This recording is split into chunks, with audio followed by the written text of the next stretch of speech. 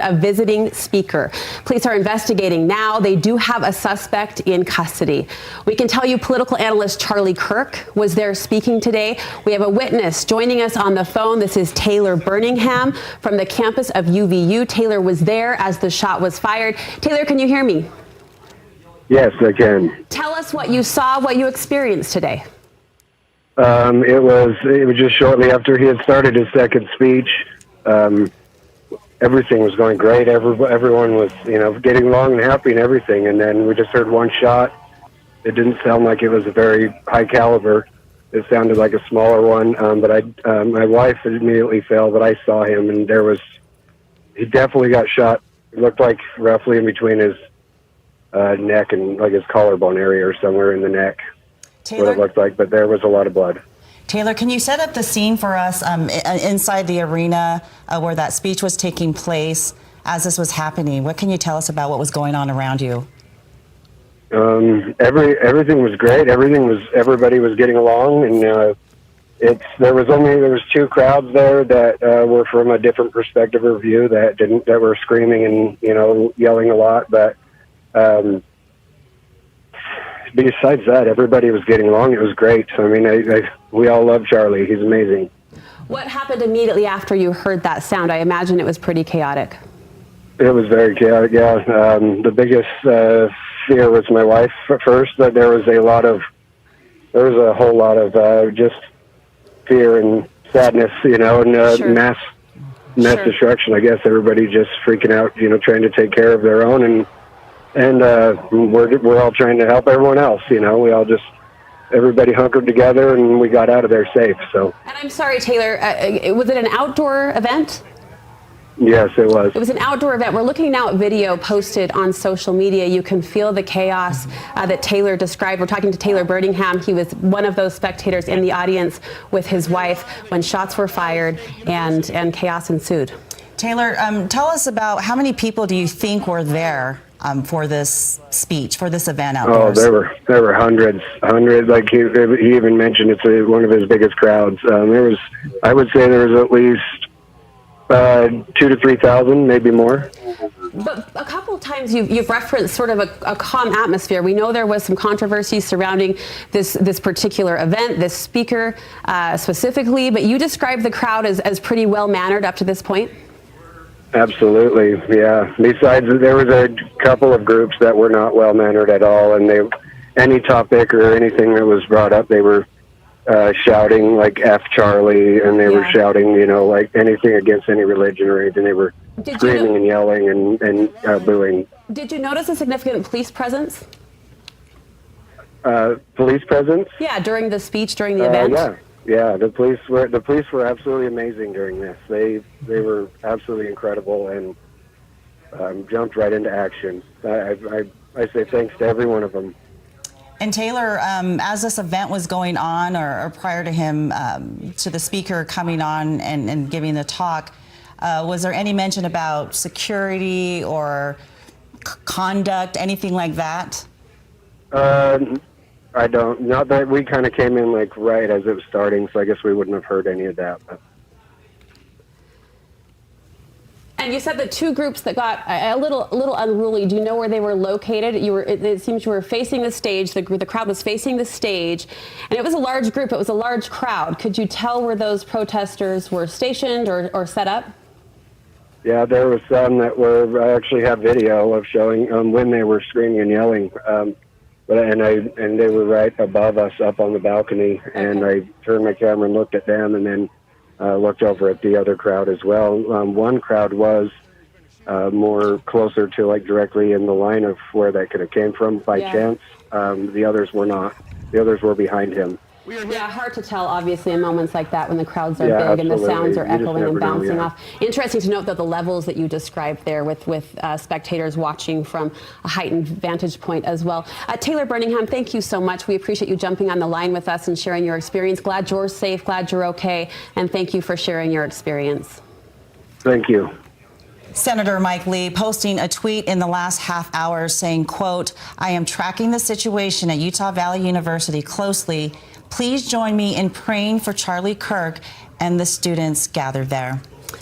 We're showing you kind of a repeat of a video posted on social media, and social media is lighting up right now, as you might imagine. Charlie Kirk was the scheduled speaker at UVU today. He's an American right-wing political activist, an author, a media personality. There was a lot of attention given toward this particular speech. Yeah. It sounds like we are getting some witness accounts that we want to make sure that you're aware of. Are we going to...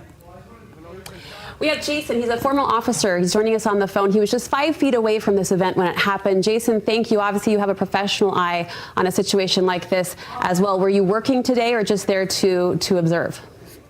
No, I was just there to have fun and immerse myself in Mr. Kirk's dialogue. I had retired from the law enforcement back in June. I was just there having fun.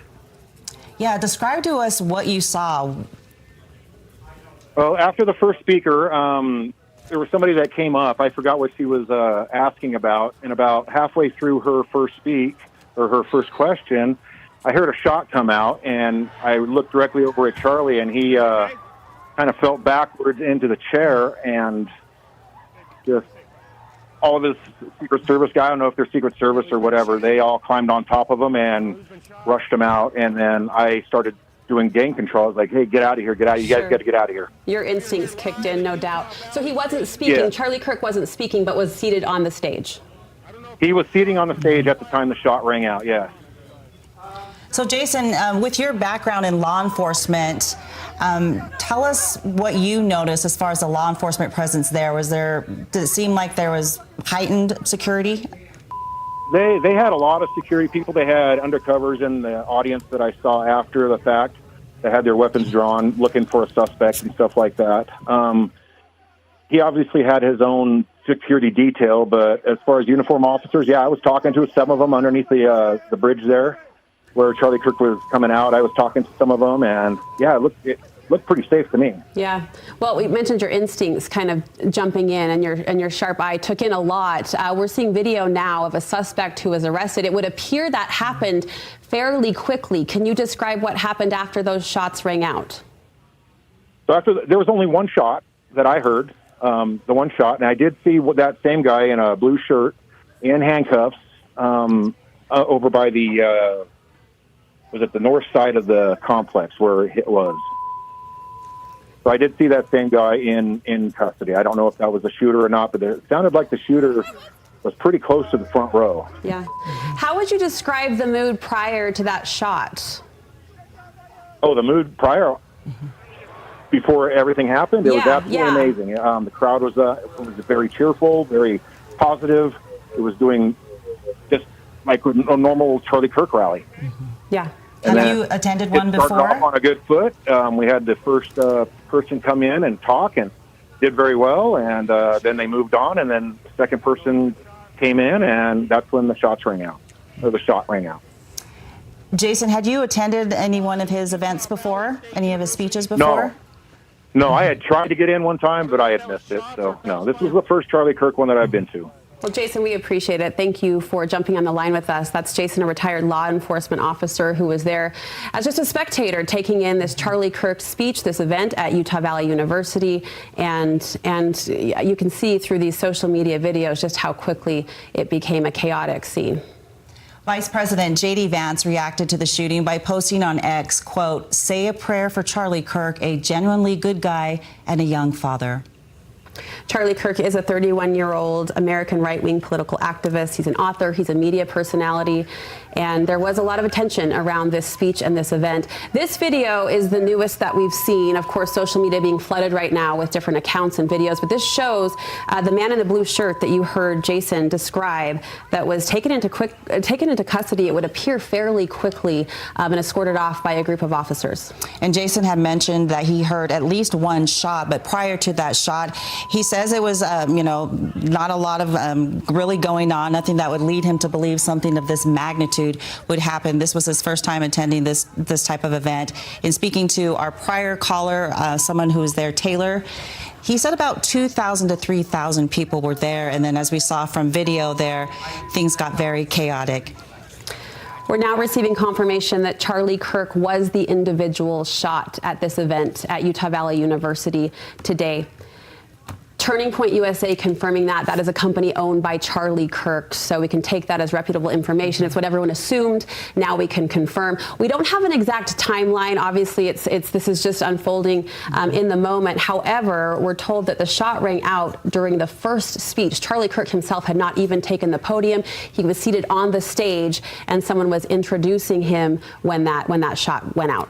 As you can imagine, we are getting several reaction on social media. FBI Director Kash Patel had this to say about the situation, posting on X, quote, "We are closely monitoring reports of the tragic shooting involving Charlie Kirk at Utah Valley University. Our thoughts are with Charlie, his loved ones, and everyone affected. Agents will be on the scene quickly, and the FBI stands in full support of the ongoing response and investigation." And again, if you are just joining us, Turning Point Academy, Charlie Kirk's company, has confirmed that he was, in fact, the person shot at Utah Valley University today. The video you're seeing, of course, is very chaotic, but prior to this, spectators describe it as a fairly calm event. There were a couple of pockets of people that were shouting out at various points during the event, but other than that, it was a fairly calm scene. Police presence was heavy. It was expected to have kind of a high scrutiny, a high visibility, this type of event, and then certainly the speaker. So there was police presence, and also Charlie Kirk. We've been told it was assumed he brought his own security detail as well. But prior to this moment, things were going quite smoothly. And it looks like we have another witness on the phone with us who was there. Jeff Johnson, I understand you are a faculty member there at Utah Valley University. Can you hear me?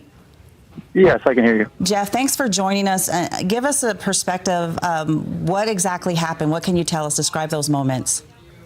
Yeah, so we were kind of up above them in a similar location to where some of the videos that are circling around are from.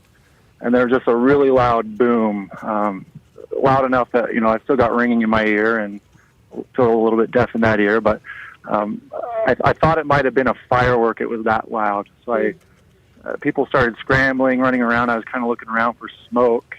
And it wasn't until I looked down and I saw them on top of Charlie Kirk that I kind of realized what was happening, and was able to see them pick him up and carry him out by his limbs. So at that point, kind of realized what was going on, and we got out of there. It seemed like undercover officers started kind of revealing themselves and telling us to get out of the area. But that was kind of it. It took about, unfortunately, like 30 minutes to get any notification from the school to get out of there, and about 45 minutes before they told us to get off of campus. But that's kind of what's happened from my perspective. Yeah, the area had already cleared, I imagine, long before that. As a faculty member there, can you tell us about the temperament toward this event? It has received a lot of attention.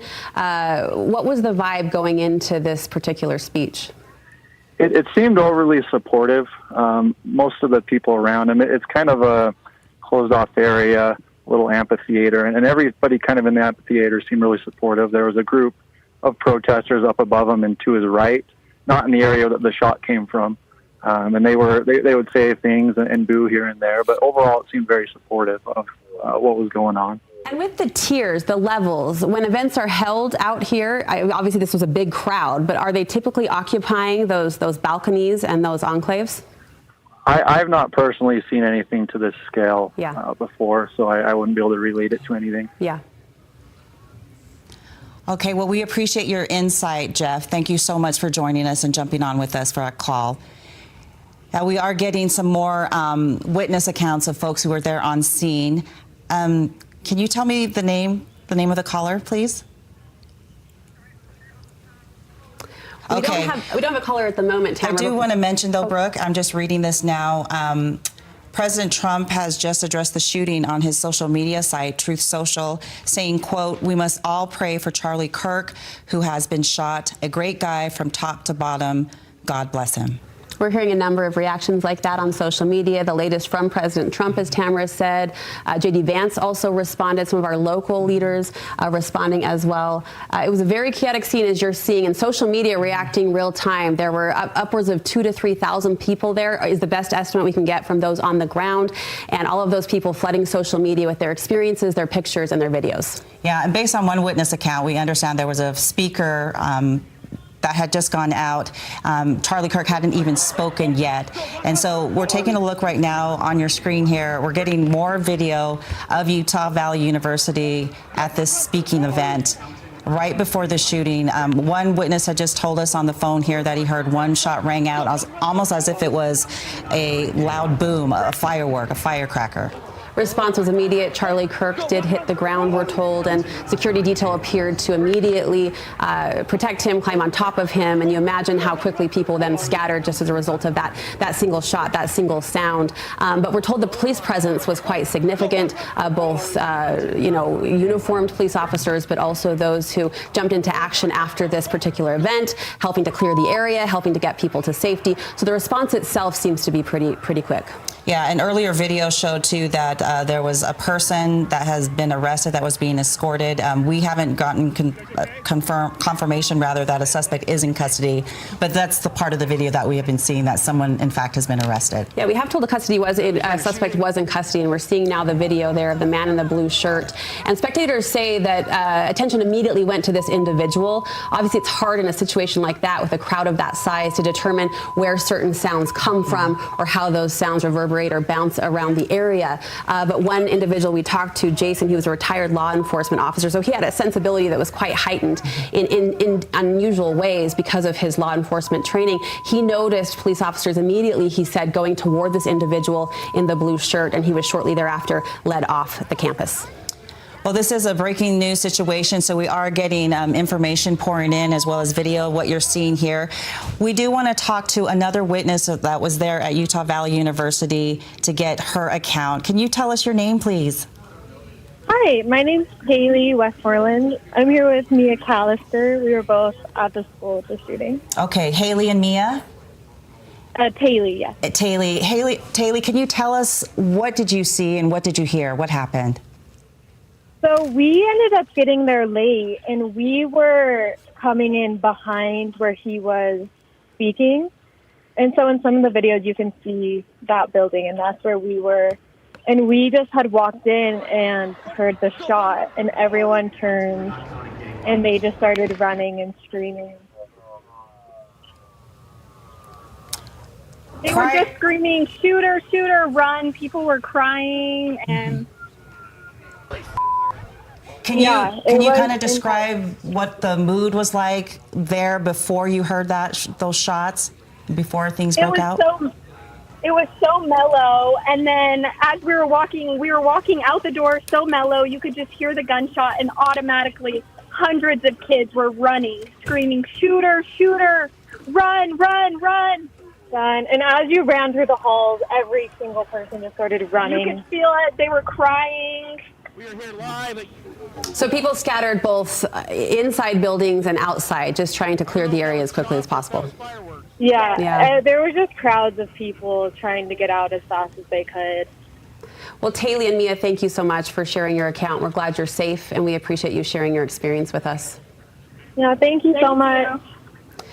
We can now confirm Charlie Kirk was the individual shot on UVU campus. It was a highly promoted speech that was scheduled for this morning. Charlie Kirk, of course, an American right-wing political activist.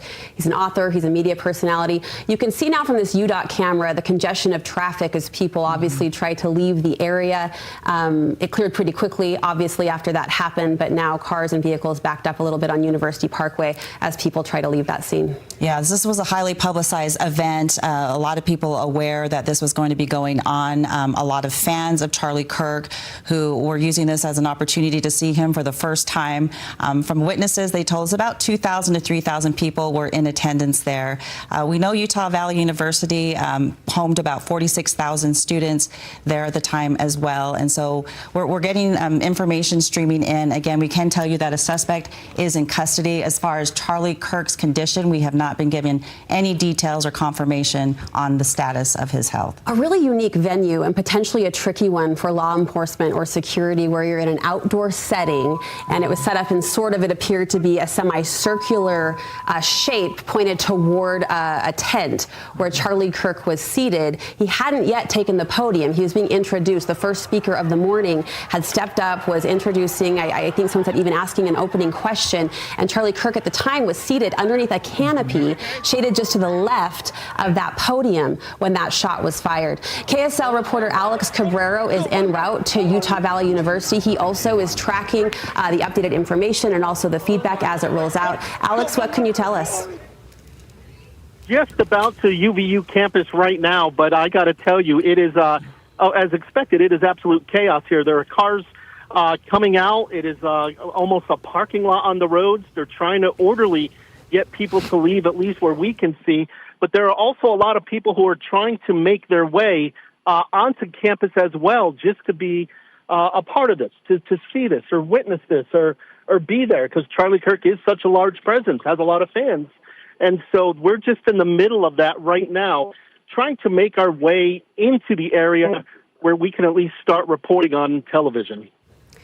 It's interesting, Alex, because social media obviously reporting real time and seeing the videos that are being posted, you can feel the chaos. You're now experiencing the aftermath of that chaos with the traffic congestion as people try to leave campus, and political leaders responding really quickly in support of Charlie Kirk, sending prayers, President Trump, J.D. Vance, local leaders as well. But we don't have a current update on the condition of Charlie Kirk.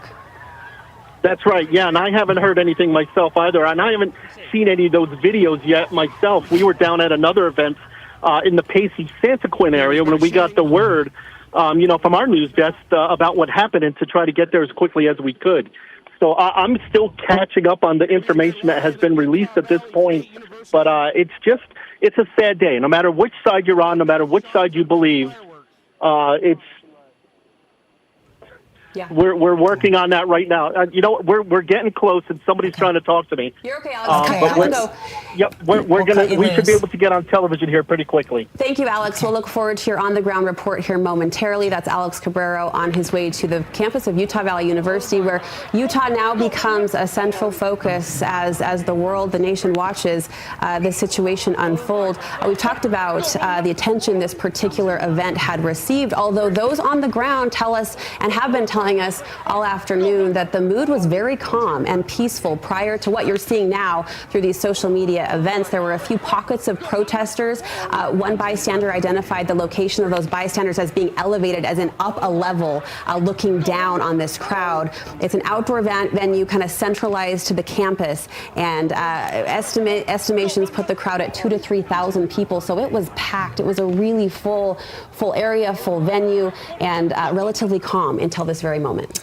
Charlie Kirk, a popular political activist, just to give you some background on him, 31-year-old conservative activist, father of two. He helped found Turning Point USA. That's a nonprofit that deals with conservative youth on school campuses. He is well known among at least traveling to college campuses across the country. A well-known supporter of President Donald Trump, a close ally of many in his circle. In fact, he spoke at the 2024 presidential convention just days after an attempted assassination attempt on Trump. And as we just heard from President Trump, who is also offering his condolences as well. Yes, political leaders taking to social media, Governor Spencer Cox among them. He's saying on X that he is tracking the situation. This is the comment that Tamara most recently mentioned coming in from President Trump. We must all pray for Charlie Kirk, who has been shot, a great guy from top to bottom. God bless him. Governor Spencer Cox also weighing in on X that he is being briefed on the situation, posting in part, quote, "Those responsible will be held fully accountable. Violence has no place in our public life." He goes on to say Americans of every political persuasion must unite in condemning this act. Our prayers are with Charlie, his family, and all those affected. Details are limited, although we can tell you one person has been taken into custody. There's a very visible social media video of that individual being led off campus by a swarm of police officers and security individuals. That individual is wearing a blue shirt, and one bystander told us that right after the shot rang out, immediately attention went to that individual in the blue shirt. So it didn't take long, one would assume, for police to have him in custody. And we know that KSL news specialist Alex Cabrero is on his way to the Utah Valley University campus, hopefully to get us another perspective a little bit closer to campus. But as we just saw from video, lots of cars there right now, pretty much a traffic jam. So as we mentioned, information, it is coming in as we're showing you another live picture there from our UDOT camera there, right off of University Parkway near the campus. It looks like traffic there at a standstill, but several emergency vehicles out there right now as we kind kind of piece together all of this information. Again, 31-year-old Charlie Kirk shot on the UVU campus earlier today. This was a highly publicized event. There was some criticism, there was some concern about the crowd it may draw, but the crowd this afternoon was described as peaceful. You can see there that tent, that's Charlie Kirk seated beneath it, shaded from the noon sun, wearing that white t-shirt. He had not even spoken yet. He was being introduced or was preparing to speak, preparing to give his remarks when this happened. There was someone at the podium that had opened the event, that had set things in motion when a single shot, we're told, rang out, and the crowd quickly started to react and disperse. Someone telling us people ran inside buildings, near neighboring buildings, as of course you can see an outdoor venue there on the campus of Utah Valley University. So crowds scattering as quickly as they could to get to safety. Yeah, Brooke, you and I spoke to several witnesses that were there on the ground, just talking about, moments before they heard the shot. It was a fairly calm event, no, concern about safety whatsoever. Although we know, like, leading up to the event, it was very highly publicized. Estimation of about 2,000 to 3,000 people there on the ground. Yeah, bystanders described a couple of pockets of individuals. One identifying those individuals crying out or yelling out or shouting out as being positioned in the upper balconies. And you can see, this venue is so unique in that it's outdoors, obviously, so a vast kind of sprawling, there's not a defined perimeter, so to speak, but you can see pockets of people on the tiers, on the balconies, on the enclaves. This post you're seeing, obviously not current. This is a previous post from Charlie Kirk stating that how excited he was to be at UVU today. This just in from Senator John Curtis. He said, "My heart goes out to Charlie, those in attendance and their families. We're praying for his safety and the well-being of everyone impacted." Lots of local leaders and national political leaders, too, taking to X, taking to social media to share their well wishes. Yes, and we also heard from Governor Cox that they are definitely looking into this investigation, talking to officials there on scene. So as you can imagine, the information is just continuing to pour in. We are getting new video and hopefully getting some more folks who were there on the ground willing to give us their accounts. Again, as we mentioned, KSL News Specialist Alex Cabrero is on his way there to the scene to Utah Valley University as well. We heard a couple bystanders immediately praising the reaction from law enforcement. And of course, our current climate demands a presence of security and attention to politically oriented events like this. But a couple different witnesses we spoke to praising the reaction of law enforcement on the ground. It took about 30 minutes, we were told, for UVU to officially send out a text or a notice to clear the campus, although at that point, of course, as you might imagine, people had cleared the area and it had been cleared for quite a while. We also heard from Vice President J.D. Vance as well, offering his condolences. We also heard from FBI Director Kash Patel, who, quote, said, "Our thoughts are with Charlie, his loved ones, and everyone affected." Patel also wrote on X that agents will be on scene quickly, and the FBI stands in full support of the ongoing response and investigation. So in addition to the local police enforcement who are there, as well as the private security detail of Mr. Kirk, the FBI is going to be investigating. It was Turning Point USA that first officially confirmed it was Charlie Kirk that had been shot. Of course, that was immediate suspicion just based on the event and the featured prominence of this particular speaker. Charlie Kirk serves as the executive director of Turning Point USA, so his own company confirming about 20 minutes ago that he was shot. Bystanders telling us a single gunshot is all they heard, though they described it as a firework popping. Someone saying his ear was still ringing after hearing and experiencing that sound. Okay, we want to go right now to KSL's Alex Cabrero, who has made his way to Utah Valley University. Alex, what can you tell us right now? That's right. Yeah, we just got here on campus to one of the parking lots. And as we mentioned just a little bit ago when we were talking to you over the phone, is that there were a lot of students and people trying to leave the area, a lot of students and people also trying to come in to be a part of this, just to kind of witness this for themselves, to be a part of this. Of course, Charlie Kirk, a very popular activist, a very popular speaker who's been going to campuses all across the country, encouraging debate on either side, on both sides, just trying to spread the message and the word of what he wants people to hear and hear kind of the other side of the story often. Join me here now is Brendan. He's one of the people who was here when all this happened. Now, Brendan is not a student here. He came all the way from Clearfield just to be a part of this and to see this. And Brendan, you were telling me you were right there when this happened. Yeah, so I mean, it was pretty packed when I got here. It took me about 30 minutes just to find parking. When I finally got there, there were thousands of people, I would say. He was kind of like in a pit almost, and we were kind of gathered up like some stairs. I kind of moved my way closer. I was about 15 feet away.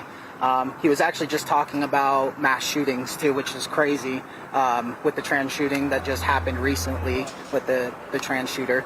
And as soon as he got done answering the question, we heard a loud pop. He got hit in the left side of his neck and dropped. We all dropped. His security dragged him out of there, and we just ran. So, you know, it's crazy. I can't imagine. This is probably terrifying. You're there just to hear the debate, to be a part of this. You hear the shot. You said you hit the ground. Yeah, obviously, because at first we didn't know what it was. You know what I mean? Right. Once we figured it out, I was more angry, I would say, than terrified. You know, we hear all the time that we're the problem, we're the violent ones, we're the issue.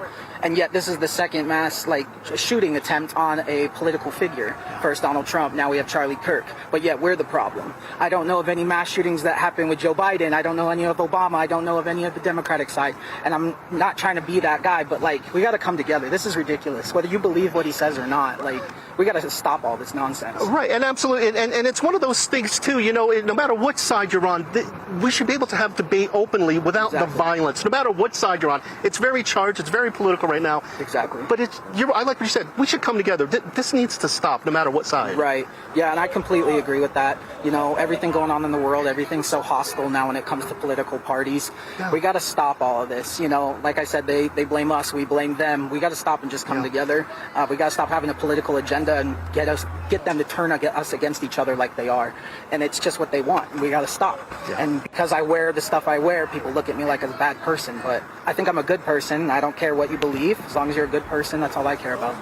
Brandon, thank you so much for your time. Sorry, because it's chilling. When you see the videos, it's chilling. Sorry you saw this, but I know you're probably heading out and trying to figure out, you've been chatting with your friends, so it's just one of those things, just figuring out what next, Brendan. Absolutely. We'll be all right. Thank you for your time, man. I really appreciate you. So Brendan's story is one of several that we've been hearing just to hear the debate, to be a part of this, and was there when the shot came out, and you heard Brendan say he hit the deck, he hit the ground, not sure what it was or where it came from, but immediately we saw some videos of people just starting to run, and there are people just, I mean, there are students here. Mark, if you take a look at the traffic, this is just some of the traffic line we have of people just trying to get out of the area, but also come into the area. We've heard from UVU Public Safety and Orem Police to try to avoid the area if you can.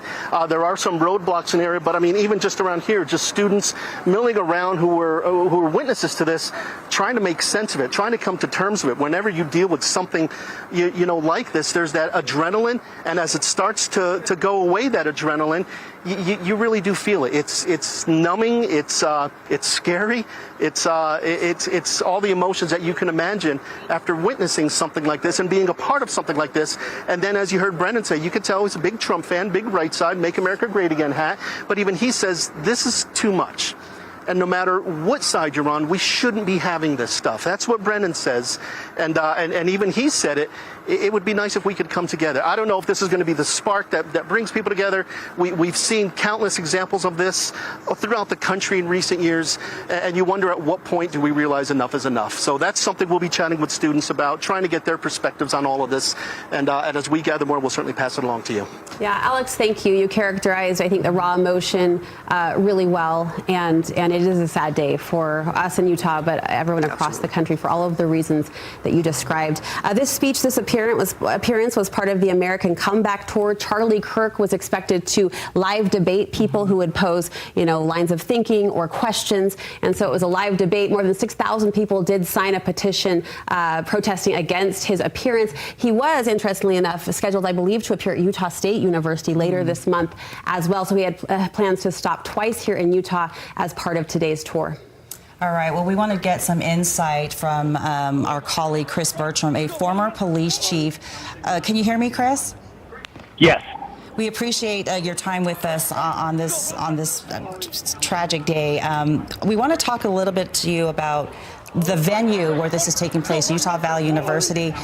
Viewers are looking at the video right now of Mr. Kirk in the tent, as well as about 2,000 to 3,000 people. Can you kind of talk a little bit about the law enforcement side of things when dealing with an event like this in this type of venue?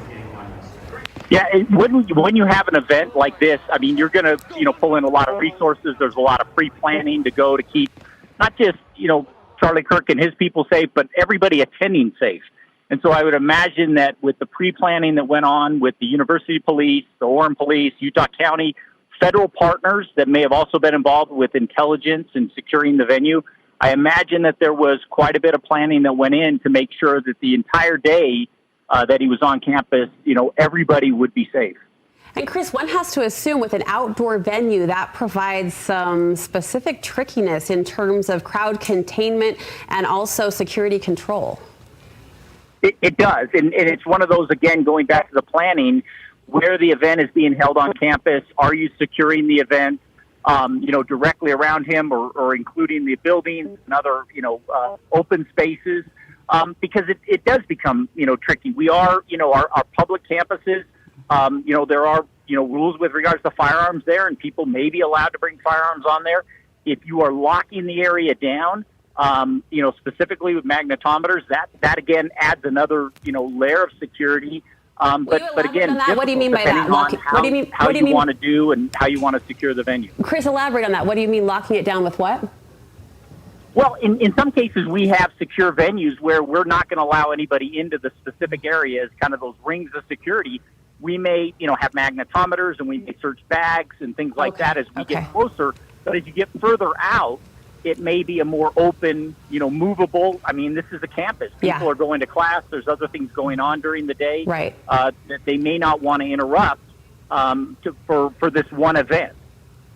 That makes sense. And we've noted that a couple of bystanders who were on the ground level of this event, so in the grassy field just in front of the speaker's podium, they described kind of the chaos or the shouting out and ultimately the gunshot coming from upwards. Like there's levels that we're seeing here with different buildings and different balconies, and that just all goes into the complex planning that you described that's required for an outdoor venue like this. Absolutely. When you have elevated positions around where the venue is being held, it becomes, again, that extra layer of security as to what you're going to do or not do in some cases. There's decisions made based on, the amount of personnel, the amount of money that you're going to spend, the amount of, in some ways, the amount of restricted egress and ingress of how people are going to move around. On campuses where we're believing in the First Amendment, we've also got, it's a public campus, so the Second Amendment may apply. We may not want to impede on students and visitors, moving around the campus. On the other hand, if this is an event that we're going to secure that area, again, you're going to move further out and people may be restricted in how they move, which then, impedes on, the educational process and impedes on people's daily learning. We're not locking the campus down for the entire day during this event, it sounds like. And I find myself thinking there's really only so much you can plan. Like, as you described, the detailed planning that is just ultimately required in a climate like ours, in a day like ours, there's only so much you can forecast and can foresee. And all of those variables become, potential safety pain points that unfortunately we're seeing play out today. I agree with that somewhat, but I also disagree. We are, with an event like this, I imagine that there was a lot of security planning going on, a lot of intelligence planning going on. You're right. We can't predict, what we used to refer to as black swan events, things that you just couldn't imagine happening, and you can't lock that down. But there are a lot of things that can be done when we have things that are predictable. Even if it doesn't happen often, we do have great, and I always say this about, with the World Series and the Super Bowl and the Olympics, we have great people that are involved in those logistics and the planning and the security and the collaboration that goes on. And so a lot of that has been vetted out over the last 40 years, last 20 years in Utah, because we've had significant events. We have significant events every single year that are nationally, internationally attended. And Chris, while we cannot speak to the specificity of this particular security plan or execution, is there a point of security that you would like to see implemented more often at events like this, or something that people maybe aren't employing as often that you think would help boost security in outdoor venues specifically? I think that, one, retrospectively, we always know a lot after events happen, and we tend to respond to that need.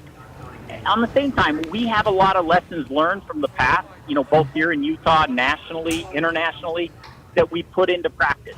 And I understand that we can't completely lock down, everything that, i.e. when the president comes to town, we lock down a lot. We keep those areas safe. That's probably not practical, with a situation with a guest speaker like him.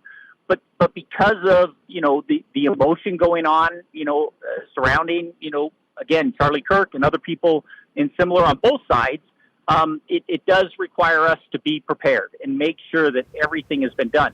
I do believe in this case that a lot of planning, a lot of right-minded peoples in collaboration went into planning this. Retrospectively, we're going to know, how that was and if there were any gaps. Chris, before we let you go, I just wanted to ask you, for folks who may be at home watching this right now unfold on TV, or perhaps even who live near Utah Valley University, what happens now as far as our local law enforcement in this investigation? What are the next steps when something of this magnitude happens right here at home? Right. This is a significant investigation that's going to impact all of Utah. I imagine that this is going to be methodical. Both, I mentioned University Police, Orem Police, Utah County Sheriffs, they're probably neighboring agencies. Federal agencies such as ATF and the FBI will definitely be involved, determining what the intent or motive was of the people involved. Were there more than one people? This is something that is not going to take hours. It's going to take days. And there's going to be a lot of effort put into this investigation. All right, Chris Bertram, thank you so much for your insight and professional perspective. We always appreciate what you have to say and add.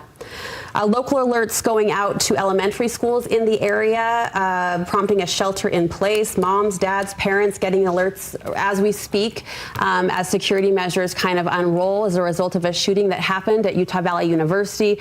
We can confirm Charlie Kirk was shot, as you've likely heard, expected to speak at noon today. We don't have an exact timeline or a breakdown. This was a highly publicized event. There was a petition that had gone out ahead of this event. Less than 1,000 people signed it for the UVU appearance. He was expected to speak at Utah State University later this month, and 6,000 people had signed a petition protesting his appearance later this month at that campus. You're looking at a live look now, a live picture from Chopper 5, the aftermath of this morning's really unfortunate and tragic event. And we have been showing you videos that have been circulating online of the event. And we actually have KSL's news specialist, Alex Cabrera, who's there on campus at UVU, who has been speaking to some of the folks who attended that event. Alex. Yeah, just still a whole lot of shock and unbelievable sense of what happened. Why did this happen? There's you can still see the traffic here, people trying to leave campus right now as we speak, just because the investigation is beginning. The police, law enforcement, they would like to be able to screen those leaving the event, try to figure out exactly what happened. Did this one person that we hear is in custody, did that one person act alone? We're still trying to determine that ourselves. And we've been chatting with some people who have been here during this event, noticing what happened. Everybody just telling the stories, catching up and such. Joy, can I chat with you 1 second? We're just live on TV here. Hold on 1 second. But here is Kim, her daughter Bentley, and Wes. They were just here for the debate themselves. Not students here. You said you used to be a student here, but you didn't hear the shots, you said, Kim, but all of a sudden you saw people running. That had to be terrifying. Yes, but we were heading to the event, and all of a sudden there were just a group of people just running down the hallway, and they're like, shots have been fired, there's gunshots, run.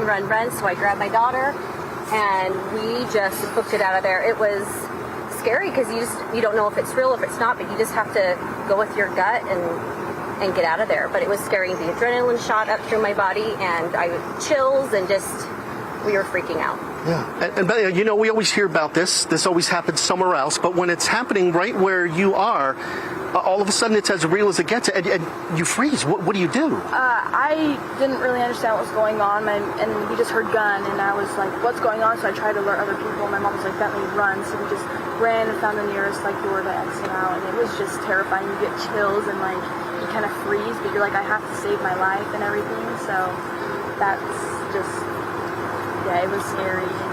It didn't feel real. Yeah. So.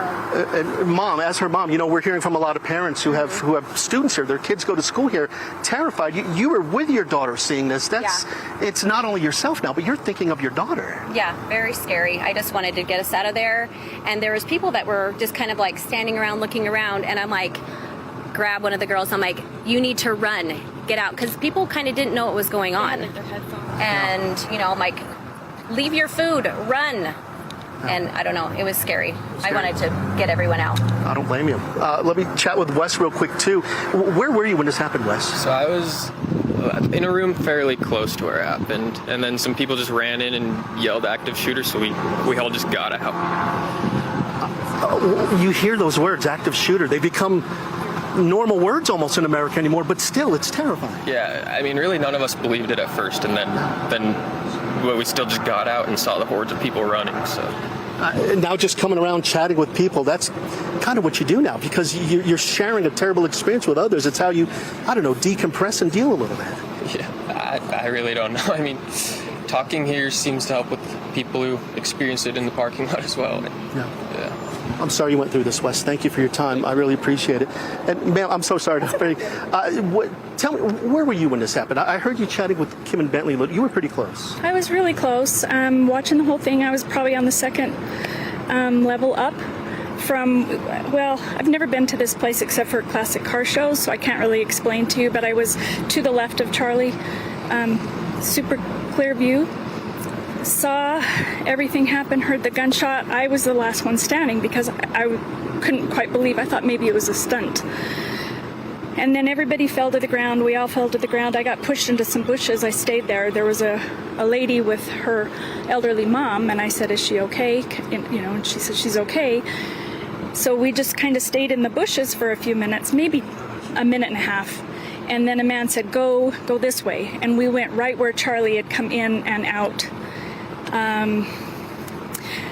And I was right behind the police when they had the man in the handcuffs, and I was standing right there next to them as he was on his knees, and he said, I would say multiple times, but at least twice, just shoot me, just shoot me. And I videoed it, and I called him every name in the book that I could think of, which is probably not appropriate, but I was a shaken ball and mess. I'm still shaking, and I'm still crying. I love Charlie Kirk. He's awesome. And I pray for him and his family. And I pray for everybody that was here to witness this. It's awful, and I don't understand why we can't have something like this that is truly innocent. There were the non-believers, the ones that didn't like him, and that's fine. But to shoot him, he doesn't deserve this. That's the part I keep hearing from a lot of people, too, is like, look, no matter what side you're on, this shouldn't happen. Never, never, ever, never. And I will always help anyone. I don't care if they're a Democrat, Republican, conservative, it does not matter. And I asked a girl, hey, can you tell me what building this is? And she looked at my hat and she said, not with that fat hat, no way. And I was like, okay, well, that was rude, but whatever, to each their own. But it's sad. It's really sad, the America that we have today. I don't know. People keep saying, how do we fix this? And you keep thinking, is this tragedy going to be the spark that gets us back together? Because something is wrong, and we need to come together. But how? I wish I had that answer. Oh, gosh, that's the multi-billion-dollar question, isn't it? I wish I knew. Pray, stand up for your beliefs. Don't back down. Don't listen to the propaganda. Do your own research. Don't take one person's opinion as fact. Look into things for your own. I don't know. you're still shaking. I am. I'm shaking just talking to you. But one thing that hit me when you were talking is you saw Charlie get shot. Yes. And then you were waiting because I think you don't know where it came from. You don't know how many people there are. You don't know what's going. That's terrifying. Right. And like I said, I wasn't sure because he was literally talking about how many mass shootings from trans people. That's literally what they were talking about when it happened. And when I saw him get shot, I like I said, I was probably the only one standing still for a minute because I was like, what the heck just happened? I thought maybe it wasn't real. And unfortunately it was real. Now you're leaving, you're trying to get out of here, but you're talking with people you probably never met before because that's how you cope. This was a tragedy and you were there. Right. You talk about it. Right, and this lovely lady here, I just said pray, as I didn't realize that you guys were the news. I just said pray for Charlie, and she said, are you okay? I don't know her, and she gave me a hug, and and I thanked her again for the hug because that's how we need to be. We need to be more loving and kind to our people. All of us. It doesn't matter the color of your skin or, your political background. It doesn't matter. We're human beings, we're Americans, and we should stand tall for each other. Thank you for your time. I'm so sorry that you witnessed this and went through this. And I know the adrenaline is wearing down now, and that's where it really hits. But thank you for your time and sharing some of that. You're welcome. I appreciate your time. My name's Alisa. Alisa, I'm Alex. Thank you for your time. Nice to meet Thank you so much. You said you want to coach. Thank you. I'm sorry. Okay, thank you. So Alisa, Kim, Bentley, Wes, just some of the people here who witnessed this, who were a part of this, just coming here to be a part of the debate, to hear Charlie Kirk speak. Again, no matter what side you're on, there are some people that you follow with the side you believe. And everybody we spoke with said violence should not be the answer. Violence shouldn't happen, that you should be able, especially on a college campus, to come and at least have a debate, talk about things that are tough, and to have it happen like this. Elise was just shaking when we were talking to her. Her hands were visibly shaking as she's holding onto her purse there. It's just a tough situation, and I'll show you the line again. We hear more police sirens here. The line, it's just cars backed up all the way, more students and people just leaving campus here, just trying to get out after what they've talked to. But things do certainly appear a lot calmer now than when we first got here maybe 30 minutes ago. We saw some people running when we were pulling into this parking lot here at UVU, and now it looks like people are just casually walking. But it's a sad day. Again, no matter what side you're on, this stuff, people saying shouldn't happen, and they're sharing their stories with us. So let's send it back to you for now. Alex, thanks for catching and carrying that emotion in such a compassionate way. We appreciate it. We appreciate it. This was part of the American Comeback Tour by Charlie Kirk. It was a stop at UVU. There was a planned stop at Utah State a little bit later. The plan was to set up a Prove Me Wrong table there under that tent where people from the crowd would pose questions or challenges that then would play out in a live debate. That event had not even really gotten underway when this particular event happened. Charlie Kirk shot this morning on the campus of Utah Valley University. All right, we want to check in with KSL News Specialist Daniel Woodruff, who is also on campus. Daniel, we were just speaking with Alex Cabrero, and emotions, as you can imagine, running very high. Describe to us what you're hearing there on campus. Yeah, definitely high emotions, Tamara and Brooke, and we'll talk to some other witnesses in just a minute. But first, I want to show you where we are. We are on the west side of the Utah Valley University campus, and as my photographer shoots in here, you can see the tent that says "Prove Me Wrong," and that is where Charlie Kirk was speaking when he was shot. And you can see behind there's an area where all of the spectators were gathered to watch his speech and to witness exactly what happened. I'm joined by 3 Utah Valley University students. This is Isaac. I'll start with you, Isaac, and you're from West Jordan, I understand. Yeah. You were in the crowd. Tell me what you saw. We were just in the crowd, and you can hold it. Okay, yeah. We were just in the crowd, and we were just watching him do his debate. Nothing was crazy was going on. Wasn't any crazy topic he was talking about. And immediately we were sitting next to each other. We just heard an immediate pop. We're like, what's going on here? And then after that pop, we just saw him in his neck. We saw him fall backward, blood shooting out of his neck, hit the floor, and we just had to bolt it out of there immediately. We got all soaked, running through the water. It was actually surreal. We didn't actually know what was going on. We just kind of were like, oh, like this might be like some skit. What is this? And we had no idea until everybody started running out of the way, and we're like, oh, this is one of those scenarios where you're actually in like a school shooting like position. You're like, holy then we got to get the hell out of here. So yeah, how close would you say you were to where he was speaking? Probably 20 feet, 20, 30 feet from where he was speaking. I actually personally saw him get shot. Everyone else was filming, and I was just sitting there just watching the debate, just seeing what was going on. And then I just immediately hear a pop, see him get shot in the neck, blood come out of him, and then he just hit the floor. And then I just take these guys, and we just run out of there. Chris, I wanted to ask you for your perspective as well. Were you in similar position, kind of watching? I was just right by him, and we were watching. It was kind of hard to see because everyone was like standing up. And I thought it initially was a firecracker, like a loud firecracker. Some people do dumb stuff all the time. And no, we just saw him fall to the ground, and then we all just booked it. We ran, and it was crazy experience. When you found out that he had been shot, and that as information trickled out, because now UVU has confirmed that he was shot, what did you think? I thought it was super surreal because UVU is a nice place. It's a very good place.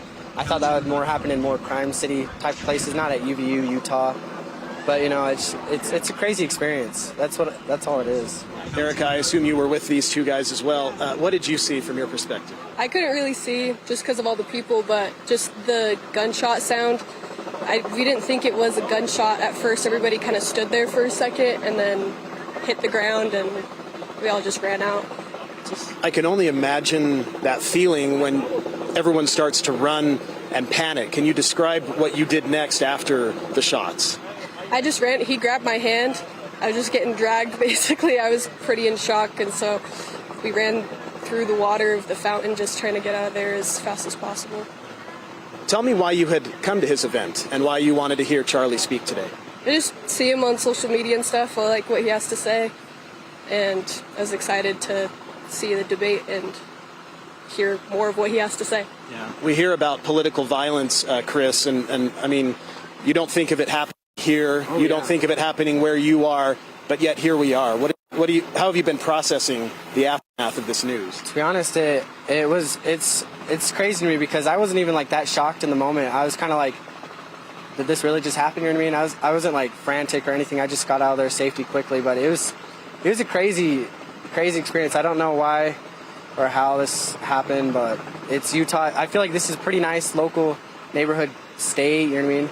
So I would think that would more happen in other states, you know, a little bit more violent, but it's tragic that it happened here.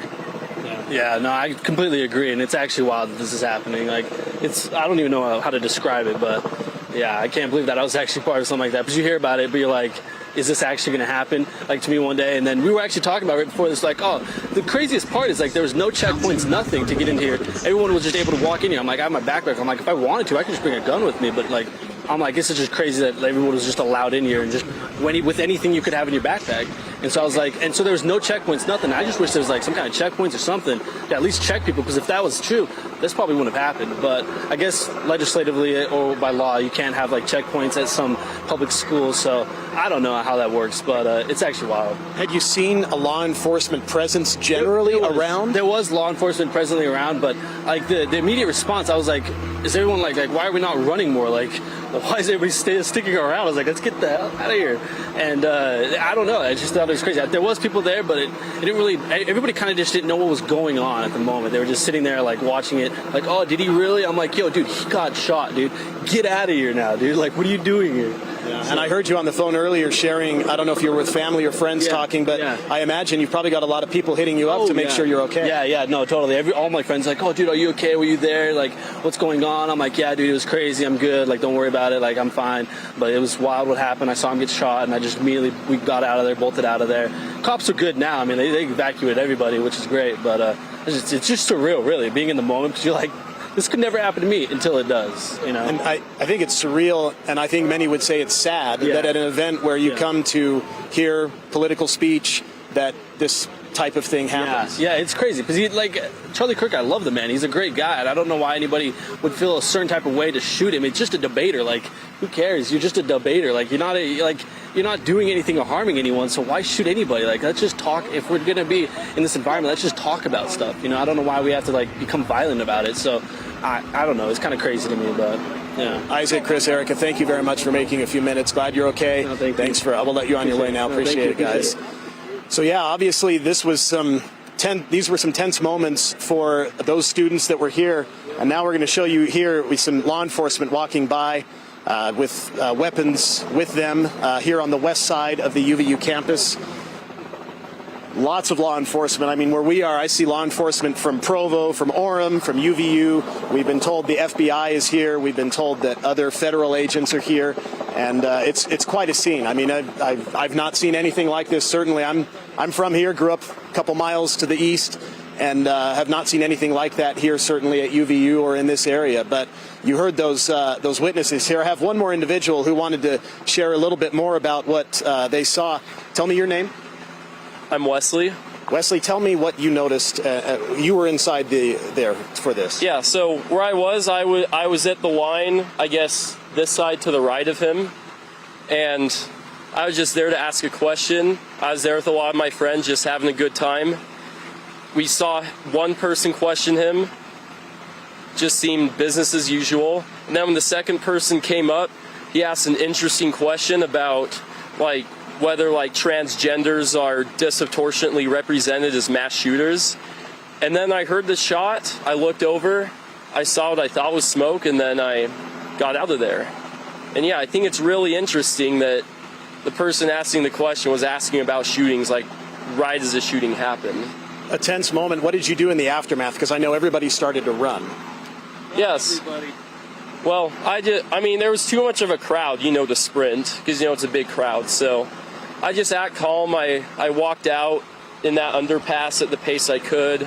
And then the police, first they said they wanted to interview me, and then as things took a while, they were just like, hey, just give me your number. And then sent me on my way. So pretty.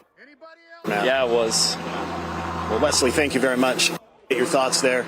So we've heard from a number now of witnesses that me and others that have interviewed of people that were inside there, or I should say outside because it is an outdoor venue, when the shots were fired, when Charlie Kirk was shot.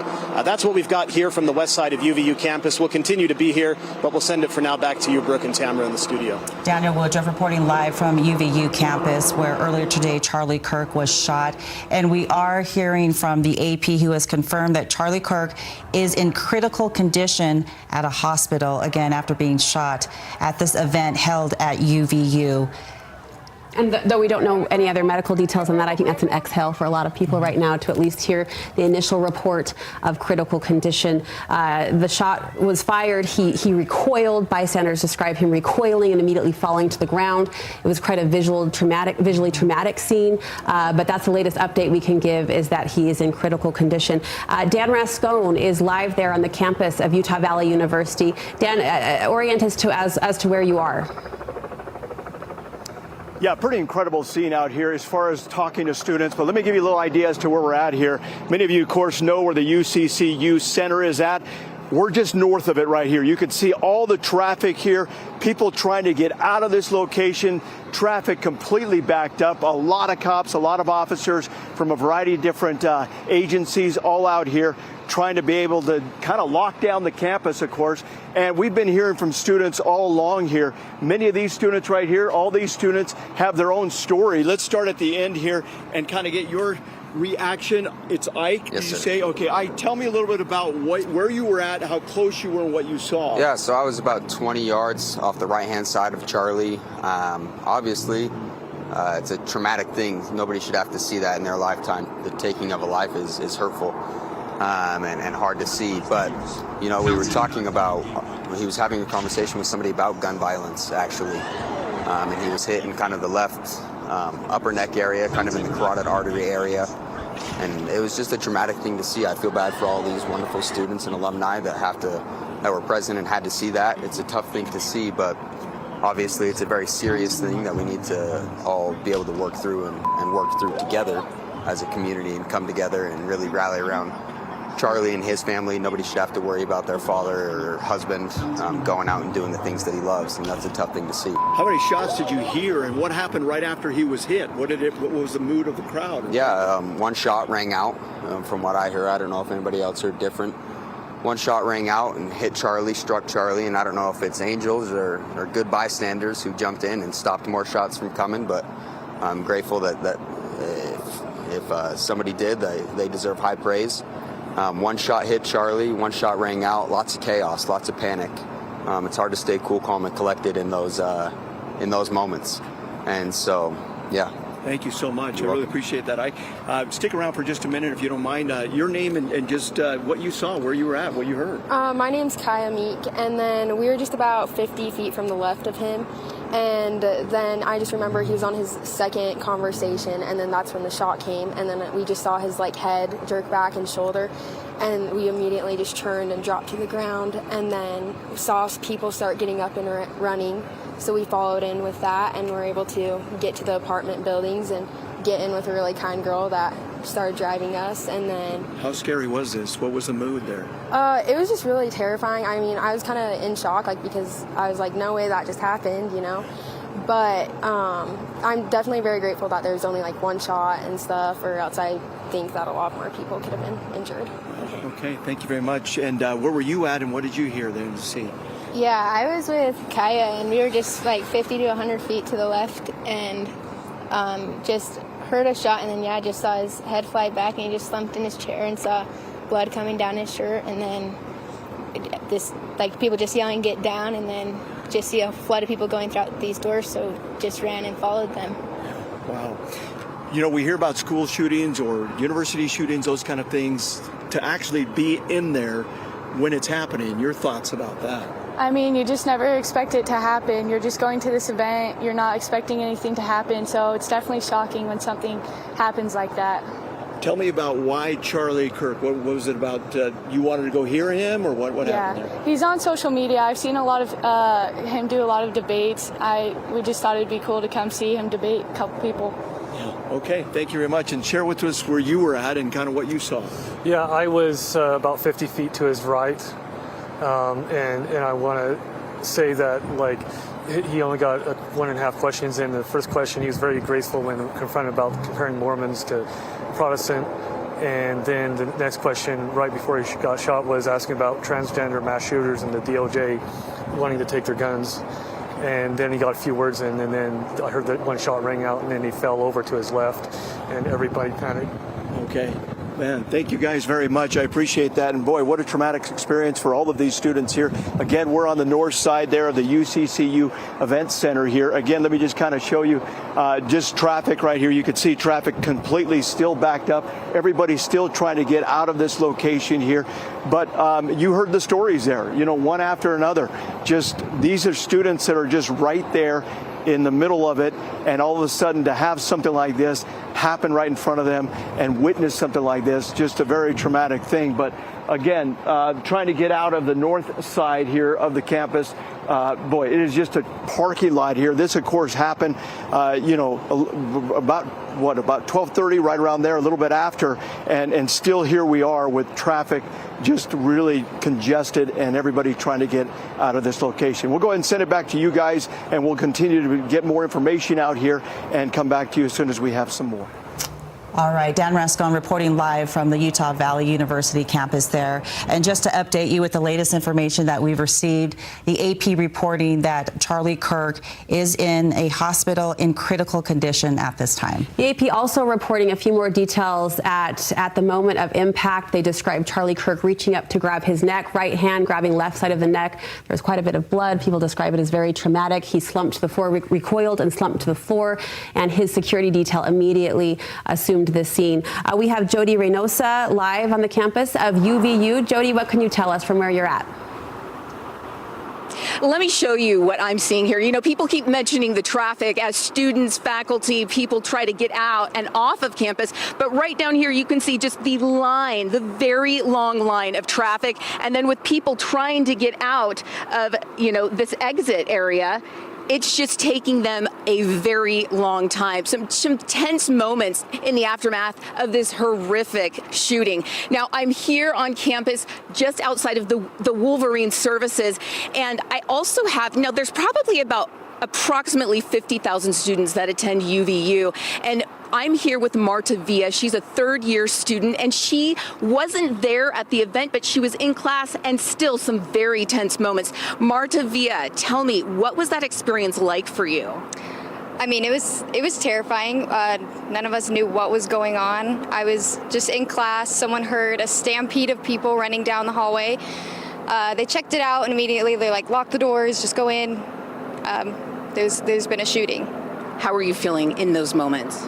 I think we were all terrified. I mean, yeah, I was very terrified. I didn't know what was going on. I just wanted more information. Now, there are people who have talked about, I wish there were metal detectors and, maybe some more safety measures going on. One thing that terrified you were telling me earlier, is that the doors wouldn't lock. So tell me about that experience. Yeah, we tried to lock the doors, but we were having issues with that. So the boys in the class, the men in our class, just were guarding the doors. So they barricaded themselves across the door, basically, to help people. Yeah, they were just standing by the doors just to make sure no one came in. You hear about all these things happening across the nation, and folks here in Utah, they don't think it's going to happen here in Orem, Orem Provo area. What are your thoughts on that? Have you ever experienced anything like that? No, I have not experienced anything like that. And I think no one would have thought this was going to happen, but unfortunately it did. As you've talked to other classmates or other people in your cohort here at UVU, what have they talked about, and what are you kind of maybe reassuring them about?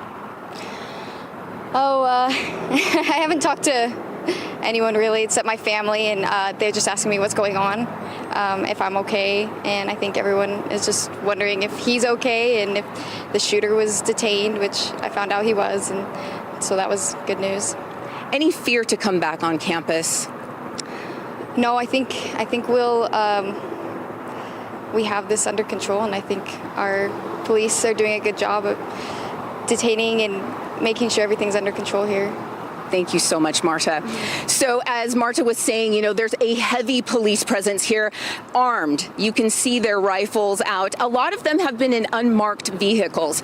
So there is a, heavy law enforcement presence because they want to assure that, everybody's going to stay safe. Nothing like this happens again today or in the future. And so you've heard it from Marta, her experience, and how nerve-wracking to have the doors in your classroom not lock. So you can, we'll be having more information unfold as we get more details, but I'll send it back to you. Jody Reynoso reporting live for us from Utah Valley University. Appreciate the update there. Let's go ahead and check back in with Daniel Woodruff, who is also there at the UVU campus. And Daniel, you've been able to talk to folks there on the ground as well, getting their perspective of what happened at this event. As we know, the UVU campus has since been closed, but still a lot of people trickling in and a huge police presence. Yeah, we're here on the west side of the Utah Valley University campus, and campus has been closed, as you said. Classes have all been canceled for the day. People have been asked to leave. As we got here, we saw a very long line of vehicles trying to get out, so there was a major congestion due to that. But campus is closed here at UVU due to the shooting of Charlie Kirk. And I am joined now by Sarah, who is originally from Draper, a Utah Valley University student. I understand you were inside, and it's been a traumatic thing to witness. Tell me a little bit about what you saw and how you've been feeling. Yeah, so it's been a little bit over an hour since it's happened, and my heart is still racing and I'm still shaking a bit. It's definitely scary. Basically, Charlie Kirk came out at about 12:06, and everybody was super excited to have him there, and the first student stepped up and they had a conversation about Mormonism and Christianity. And then after that, they had another student step up to talk about transgenderism and the violence and gun violence that's been surrounding that recently. And that is when Charlie Kirk was shot. It was in the neck, and I watched the blood just spurt out all over his body as he slumped over and fell down. I believed that he was dead on impact, but it sounds like he is in critical condition. So big prayers going out to him, hoping that everything is okay. After the shooting, everybody was kind of shocked, and everybody fell to the ground. Everyone was screaming and really frantic. My mom was with me, and she looked up at me and said, "Run."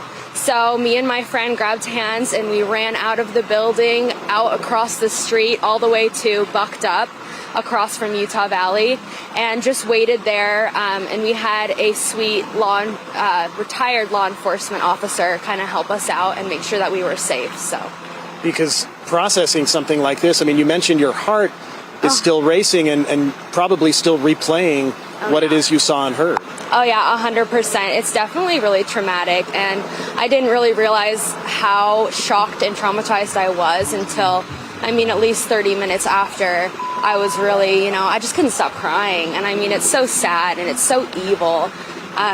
So yeah, I'm just glad nobody else got hurt, but big prayers out to Charlie Kirk and his family. And from your description, Sarah, it sounds like you were sitting fairly close to the front. Yeah, I was in the 4th row back. That's when I saw him just get hit right in the neck, lower neck, and just blood spurting out all over. It was awful. You had come here to this event to hear him speak. Why did you want to come, and what were your thoughts about him as you made the decision to be here on a Wednesday morning? Yeah, so I have classes today, or did have classes. I had my morning class, and afterwards I went to see Charlie Kirk. I mean, he's an awesome guy. I agree with all of his political stances, and I was really excited to see him, especially at my own university. So yeah, just going out there to support him before my next class, and what a traumatizing experience it was. So. Yeah, and I think a lot could be said for the fact that at an event like this, something like that happens. Have you been thinking about that since this occurred? Yeah, definitely. I thought it was really ironic that he started talking about gun violence right when he was shot. I mean, it's just awful. And honestly, Charlie is a hero. I truly believe that, and I believe his family are also heroes, and I wish the best for them. And finally, Sarah, what about you personally? Because witnessing something like this, I can only imagine. I have not witnessed something like that. And so where do you go from here, and what do you think about as you process this tragic day? Yeah, good question. I'm definitely going to be seeing my counselor. I will have a lot of therapy, and honestly, I think it's just going to bring me closer to God. And yeah, through the whole experience, just lots of prayers, and yeah, it's going to be a lot of personal work. Sarah, I really appreciate you spending a few minutes. Thank you. Best to you and your mom. Thank you so much. So here on the west side of campus, that's just yet another voice of someone who was at this event.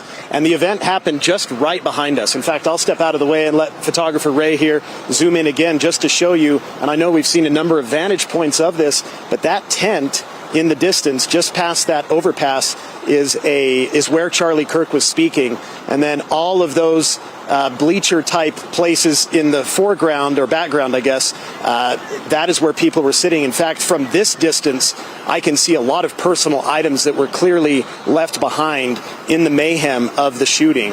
And now a lot of law enforcement are on scene, and there is crime scene tape up around the area. This is about as close as we can get from this particular vantage point, but we see police from just in this area, Utah Valley University, Provo, Orem, and then other agencies as well have responded in addition to federal agents. And so this is now sort of eerily quiet on the west side of campus. A lot of people have moved on, left campus. We're just seeing some stragglers walking through, but it seems like everyone who walks by was there. They heard what happened or they saw what happened, and then many of them ran in the aftermath of the shooting. And as you heard with Sarah there talking to me, her heart's still racing. This was a terrifying, scary ordeal for her to witness and to process, and certainly that's only just beginning for her to deal with the feelings and emotions of what she's seen. So that's the latest from the west side of the campus. We'll send it back to you for now in studio.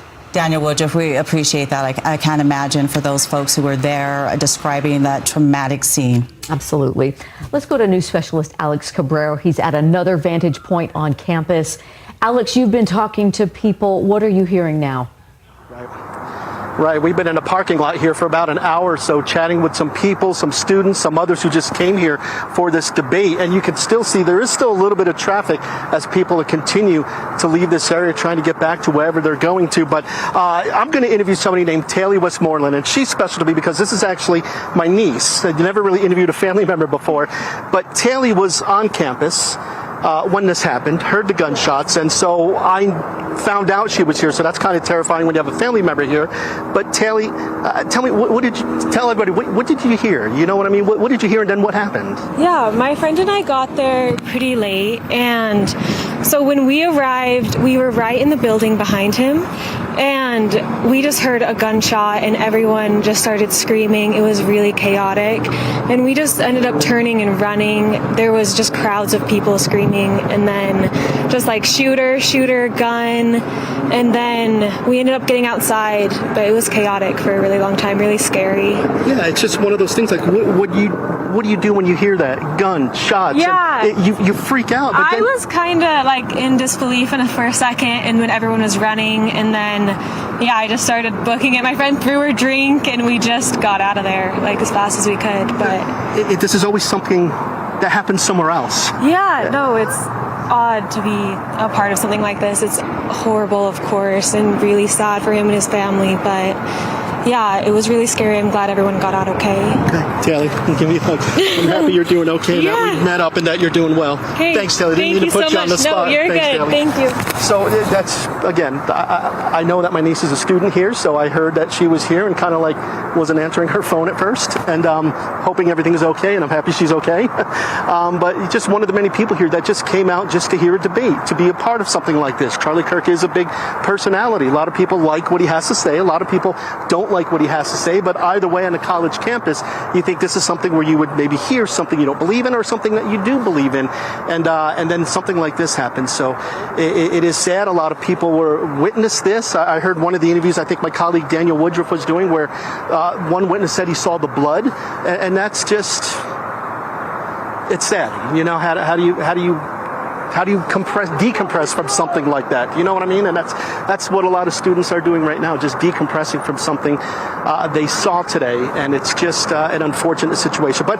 traffic moving along, people continue to get out of here, and we will chat with some more students about their thoughts on this whole thing as we continue our coverage here. Back to you. Well, Alex, we appreciate that. You know, there are so many students on campus right now for that event. It's hard when this hits home and it becomes then one of your own family members who is there at the event, and you're worried for her safety, of course, and glad everything is okay. Thank you for that report. And we are continuing to get new information about Charlie Kirk being shot. AP reporting that Charlie Kirk is in critical condition at a local hospital, and this is something that we are certainly going to continue covering. We do have several reporters out there on the UVU campus. We do want to go ahead and check in with Andrew Adams. Andrew, as we've been hearing from Alex and Daniel and Dan, there are folks still trickling in, although campus is closed right now, giving us their perspective of just how traumatic that experience was. Well, an extremely traumatic experience for a lot of people, especially when there were deep feelings about Charlie Kirk. A lot of people love Charlie Kirk, and to see this happen in front of him was just unbelievable to them. Getting in and out of campus is pretty wild right now, with the campus essentially being evacuated after this and the school being closed for the rest of the day. You have a lot of traffic backup migrating out. These two students here decided to chat with us for a minute. They're just waiting out the wait, which is quite long, and I appreciate you being willing to talk with us. Austin Watson, Sierra Arbonne, you were there this afternoon. Just tell me how it went down from your eyes. I mean, it was pretty chaotic with all the people. There was hundreds and hundreds of people in attendance that were just listening. I mean, he had a huge support here. Everyone was cheering for him. There was obviously some protesters too, and then it was honestly pretty hard to hear. So I guess what had happened was someone asked him a question about gun violence, and then we heard a shot, and for a second it was like it didn't even feel like it was like actually happening. It almost sounded like a firecracker.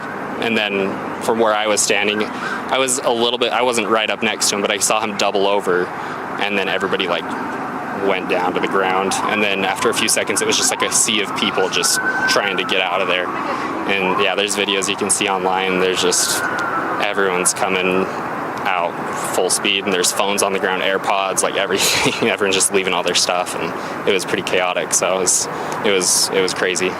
Sarah, you were watching that. What went through your mind as this was just happening? A lot of things were going through my mind. I was thinking about how I wasn't supposed to be there today and how I was supposed to be at work, but then it got canceled. And I was scared. It was a scary situation, but kind of along the same lines as Austin, I thought at first that it was a firecracker, and then I realized that was a gunshot, because I'm short, so I didn't see above the crowd.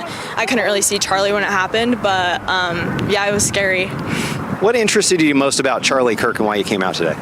Well, I would say he's just an interesting person. I honestly haven't listened to a ton of his stuff, but I knew that he is like a pretty strong conservative Republican figure, and I lean more that way. So I just was interested to see what questions other students at UVU had to ask and what his response would be to them is really it. Austin, you followed him a little bit more. Tell me just your thoughts. Yeah, no, I mean, I really respect Charlie as a person. He's a great person. He's a family guy, a good Christian. Like, he has strong beliefs. They chatted a lot about religion right before it happened. I mean, there was only one question before the shooting, but I really think he's a great person, and he sticks up for what he believes in, and I respect that. And I enjoy watching him debate people. He knows what he's talking about, and he comes from a state of logic, and I respect that a lot. And so I've watched his videos for a while, for years now, honestly. So I think, yeah, he's a really interesting person. I was pretty excited to hear that he was coming to Utah so that he could see, what Utah's about and have his support group here, because I know a lot of people really respect him here. So it's pretty sad that it had to happen here. Well, I was going to say, just the fact that there was a shooting, he was shot at an event like this.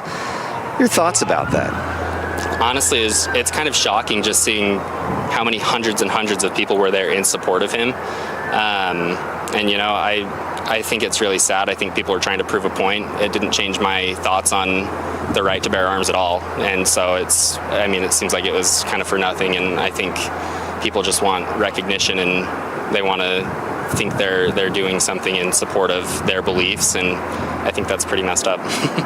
So, Austin Watts, Sierra Arbonne, I appreciate you being willing to chat with me for a few minutes. Everybody just trying to take this in, what happened here at UVU, and of course trying to get away from campus is going to take a while. If I can actually just push the camera over here, I didn't prep Stuart for this, but if you look over here, there's this line of cars, and so it's going to take a while. Just getting in here is tough, getting out of here is tough. Some people just wanting to sit it out because there is no easy way out of campus as it has been closed, and as police, as we've seen, have been sweeping the grounds here. So we're going to change positions from where we are. We'll bring you more, but toss it back to the studio for now. All right, Andrew, thank you for that update. We have an important update that we want to bring you now. Earlier, this is NBC reporting that the university had confirmed that they had the suspect in custody. Now they are saying they do not have the suspect in custody. That may help explain why the campus has been on lockdown, why they have not been allowing people in and out of the university. We can't confirm that report, but that's the latest on the status of what they had reported earlier. And again, Charlie Kirk reportedly shot in the neck while visiting UVU during his Prove Me Wrong tour. We understand he is in critical condition. We are checking in with our news specialist that we have out there on campus. Let's go ahead and check in with Jody Reynosa right now. You are in one of the parking lots near where this event was taking place and had a chance to talk to some folks who were there and witnessed this. That is correct. In fact, we are still seeing such heavy traffic, as everybody's mentioned before. Here is an egress right here. Pretty much every artery going in and out of campus is just packed. Because right here it looks like, oh, maybe there's a lull in traffic. Nope, you turn this way. I'm having Greg turn this way, and you have a whole line of traffic trying to exit. And parking lots right now, I'm seeing they're packed because of some students just wanting to kind of, wait it out, see what's happening. Now, let me point you to the direction. Students are telling us that in between these buildings, so you see on the right side, there's like these little pyramids on the top of that roof, and then you see the building to the left. Well, the venue was right between those buildings. We're not able to go close at this point, but that just gives you a perspective as to where the venue was. And as you mentioned before, I do have two students. These are unique students in that they are high school students, okay? They are at Cedar Valley in their senior year. They were just here on campus, though, to take a test. So I'm here with Ryder Warner and Kylie Stoffer. Okay, Ryder, let's start with you. Tell us, what was going on, because you were there at the venue when it first happened. Yes, ma'am. We were driving past it. So when we passed it, obviously you have all the news cameras, all the cameras pointing towards them, all the students rushing in to go and see what's going on. So we got to witness that, and just a normal talk by Charlie Kirk. It was kind of cool to see Charlie Kirk here. We watch him on TV a lot, watch his clips a lot on YouTube, whatnot. So it was cool to see that. I was in a rush for a test, so I didn't get to stop and see, but I did get to see the venue. It was super pretty. Whole student body was there. It was super pretty to see. Got here and it seemed like everything was in chaos. They were super hesitant about letting us test. Before we get to the test, though, I want to just take us back to where you were in the venue, because you said you actually witnessed the shooting.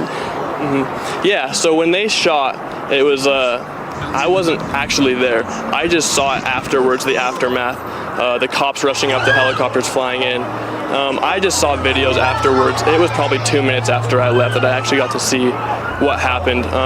So when you got video from a student, another student, because you said it was very gruesome. What do you mean by that? Yes, ma'am. The video I had showed the side camera of it, so it was him getting shot in the neck, and you can just see his neck go limp and all the blood come out, stuff like that. Super gruesome scene. I'm super glad I didn't see it in person. Did you, at that moment, did you go to, like, what is going on? I mean, what were you thinking at that point? Definitely panic mode. As soon as I saw that, I knew, well, I'm here on campus. I don't think they're going to let us test, and sure enough, they didn't. Obviously, super panicked. I felt for him, watching him for years. I definitely felt a little bit of sorrow for his family, too. But yeah, state of panic and definitely just a little bit hurt for him and his family. He is a dad of 2 kids. Now, it's unique being that you're in high school and you watch Charlie Kirk. You said that your dad and grandpa watch him, and last night you were watching a YouTube video, is that right? And you didn't even know he was going to be here. I didn't even know he was going to be here. He popped up on my For You page on TikTok, and I was just scrolling through, and I love watching his debates, especially as somebody who's big into English. I was watching his debates and learning how he argues, and I actually definitely base a lot of what he does into my own life, which is big for me, being a student, especially being in an English class. Now, does he ever talk about violence, or is it, you mentioned he was more Christian-based, and so this seems just out of the ordinary? It is absolutely out of the ordinary. I can't believe that this even happened. He never talks about violence. It's not something he's big into. He's just into the argumentative side. He loves getting other people's perspectives. He definitely can get under people's skin just because, like any argument, you're arguing against somebody or against what they're saying, and I guess that just got to him, and somebody finally decided to act on it.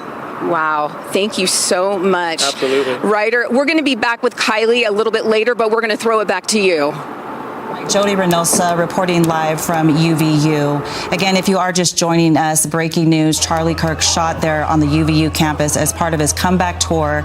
We understand that as he was speaking here at Utah Valley University today, he was also scheduled to bring his American Comeback Tour to Utah State University, and that was going to be held on September 30th, so the end of this month. He was going to make several stops, Deanie. Yeah, we're getting a word of a Utah-based, it's a change.org petition that basically would keep him from coming, and these are based at Utah State University, where he was scheduled to come later this month. The petition had 3,500 signatures. Students, hundreds reportedly today, are joining on that petition to ask board trustees at the university to prevent this Charlie Kirk from coming to their campus. And it's part of a national debate over controversial speakers coming on college campuses and universities' role in balancing the freedom of speech and them hearing these speakers versus protecting the safety of students. And as we just heard from several folks, they wanted to come out. This is what attracts them to Charlie Kirk, because they're able to have this type of dialogue on college campuses. Of course, it does come with some controversy. We do want to check back in with Daniel Woodruff, who is also there on campus. And Daniel, you've had a chance to talk to people there about some of the sights and sounds that they saw. And talking to some bystanders earlier today, they talked about a very calm event moments before they heard a shot. Yeah, in fact, I'm joined by 2 more Utah Valley University students who told me that they were some of the first actually to arrive morning for this event. Logan and Raleigh here. Logan, we'll start with you. What kind of set the scene for me? What was it like this morning when you got here, and then tell me what happened? Yeah, we arrived, I want to say, an hour and a half before everything went on, and there's a couple hundred people here, pretty chill. But then as things went on, people just gathered. I would say there's thousands of people here. And we thought things were just a little unsecure. We thought, in terms of security getting in? Yeah, security getting in. There weren't a lot of officers around, police officers. So we just thought things, I don't know, it didn't seem right from the beginning, in my opinion. Raleigh, as you were there, what did you notice as the crowd was kind of settling in, and who was there? Yeah, so we were all there. We were having a good time, excited to see Charlie. The majority of us were, we support Charlie, and there's a group of other people that were kind of antagonizing us up on this bridge up here. And I don't know, there's definitely some kind of bad feelings towards each other, but we didn't think much of it. Like, we thought the security was a little bit off. Like, there wasn't many people looking around to see if anything suspicious was going on. But I don't know. It's a tragic thing that happened, and really sad, and we don't really wish that on anybody. And Raleigh, when it happened, where were you, and what did you see or hear? Yeah, so me and Logan and a couple other my buddies, we were, 15 feet away from Charlie, give or take. Like 5 rows back about. Like maybe 5 rows back. And all of a sudden, after the first questionnaire, the person asked a question, the second guy walked up, he started saying something, and then we just heard a pop. It sounded like a firework, but it just echoed around. No one really knew what was going on. And everybody kind of just got stunned for 3 seconds, and then everybody just dogpiled on top of everybody, trying to get low to the ground, mass chaos, and it was pretty scary. Everybody was freaking out, trying to find the people they're with, make sure they're safe. And we didn't know if there was going to be more shots fired or anything. We were I had no idea. Logan, were you watching the stage where Charlie was speaking when he was shot? Yeah, so I actually saw it happen, and it was really disturbing. He fell back, and we all dropped. He was rushed off, and then we all just ran towards this way, through that bridge under there. So, yeah, it was just really disturbing, hard to watch. We know that this event had attracted some controversy with the petition to try to cancel it, but as you were here and as the event began, I imagine that it felt like you were surrounded by people who were like-minded, or who at least supported him being here to speak. Yeah, I would say majority of the crowd was for him. There was a lot of chants going on. A lot of the people were for Charlie. There were some people in the back that were, against him, but I would say majority were for him. And as you've processed what happened, it's been now I guess a couple of hours. I don't even know what time it is, but what's been going through your mind as you've just sort of been replaying what you watched? I'm lost for words. I don't know. It's something we'll remember for the rest of our lives, that's for sure. I don't know. Yeah. What are your thoughts? Obviously super sad and tragic, and I think it's sad that we can't even have a civil conversation anymore. Yeah. It just turns into stuff like this. He has an open mic. If you disagree with him, come talk to him. But apparently that's not what some people want to do, and they want to just have violence and lash out instead of talking through things. And we love Charlie. We hope he's okay. Yeah, we're praying for him, and we hope everything's all right. And in terms of engaging with him, that's, as I understand, the point of the tour, correct? Is that he'll answer questions and that it's a back and forth engagement. That's exactly right. So if you disagree with him, he welcomes you up, and he'll try to be respectful. Some people aren't respectful to him, and it kind of gets heated sometimes, but he's open to discuss things with you, and he tries to keep an open mind. So I just think it's sad that other people won't give him the same kind of courtesy. Well, you guys are students here. You're from Utah County. Any final thoughts you'd like to share? Just prayers out to Charlie and his family, and stay safe. Yeah. Well, Logan and Raleigh, I appreciate it. Thank you for spending a few minutes. Thank you so much. Yeah, thank you. So some more perspectives here from the west side of the Utah Valley University campus, and the campus is closed now as a result of this shooting for the rest of the day. No classes are being held. I did want to note that I got an alert from BYU, which is not too many miles from here in Provo. They sent out an alert noting that their campus remains open, but that they do have increased security and police presence as a result of what happened here at neighboring Utah Valley University. So a lot of surrounding institutions and organizations are closely watching what's happened and waiting for more information. Obviously, a lot is still unknown right now, but you heard from these witnesses what they saw, what they heard as they were just behind me here where the event was taking place. The tent where Charlie Kirk was speaking is literally a few yards away from where we're standing right now on the west side of UVU. Back to you. Yeah, Daniel, that was some really stark testimony and things that they witnessed today. I had another thought as we were seeing the video from Chopper 5 of those bleachers, an event that had been full just moments before and was now, you see, littered with backpacks and with water bottles. And it's a the hard contrast to see an event where people are having open discourse to one where they obviously fled in fear and just left everything behind. That was I don't know, it's very telling, isn't it? It is. It says a lot just by what's left behind. And we've been hearing accounts all afternoon long from our news specialists that out there on campus. We want to check back in with Dan Rescon. And Dan, you have been speaking to so many people there that they're just willing to share their insights and what they saw, some describing it as traumatic and something they're never going to forget. Yeah, that's exactly right. Boy, these stories that we're hearing out here on campus are just pretty incredible right now. But we're about 2 hours after the shooting here. Things are finally starting to clear up out here. That's UCCU Center there, just over here. So we're on the north side of it, and as you can see, the traffic right now beginning to clear up.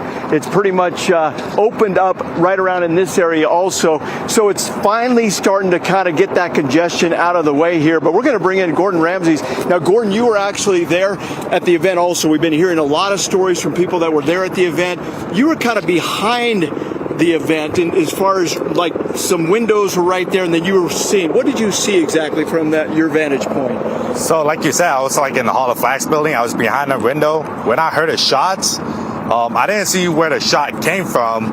Of course, when that shot happened, everybody from my building ducked down. I ducked down as well, and like before I ducked down, I got like a little glimpse at Charlie Kirk, and there was blood all over his shoulder and on his left shoulder, and that is pretty devastating to see. I wish I could unsee that, but that was pretty traumatizing and stuff. We've heard a lot of that. Your reaction that something would happen like that right here at UVU. I mean, this is obviously a very safe campus, a lot of good students here, a lot of good people. Your reaction? Yeah, no, like you said, like there's a lot of good people, like friends, professors. This UVU is the place for you, and like so far, like it's been an awesome experience. For something that to happen, it's just really devastating, and I can't believe it happened right here. Kind of describe a little bit of the chaos there is what we heard as far as people kind of running and kind of getting out of the way there. I mean, there's some shock there, but tell us kind of what you saw when people started to kind of get out of the way. So yeah, when I saw the one, like after the shot, everybody from the courtyard started running away. Everybody from my building started running away. But me, like I was like a little shocked, so like, I couldn't really move. So I was just standing in one spot, ducking my head down. For some reason, I don't know why I didn't run away. I was just like, oh my goodness, is this really happening? So at first I was like, is this really happening? And yeah, so then like after like everybody was cleared out, I finally got up and looked at the aftermath, and it was pretty devastating. And tell me a little bit about coming back to school now. Of course, campus is closed right now. Yeah. Your thoughts about coming back to school? Is that going to be a little traumatic? I mean, for me, it won't be dramatic. It'll just be like another day, another like life. I mean, yeah, did it traumatize me? Yeah, but like I'm not going to think about it too much. Of course, like, will it traumatize me for life, forever? Yeah, it will, but all this is like keeping positive, having positive minds, and like having like Jesus and God on your side.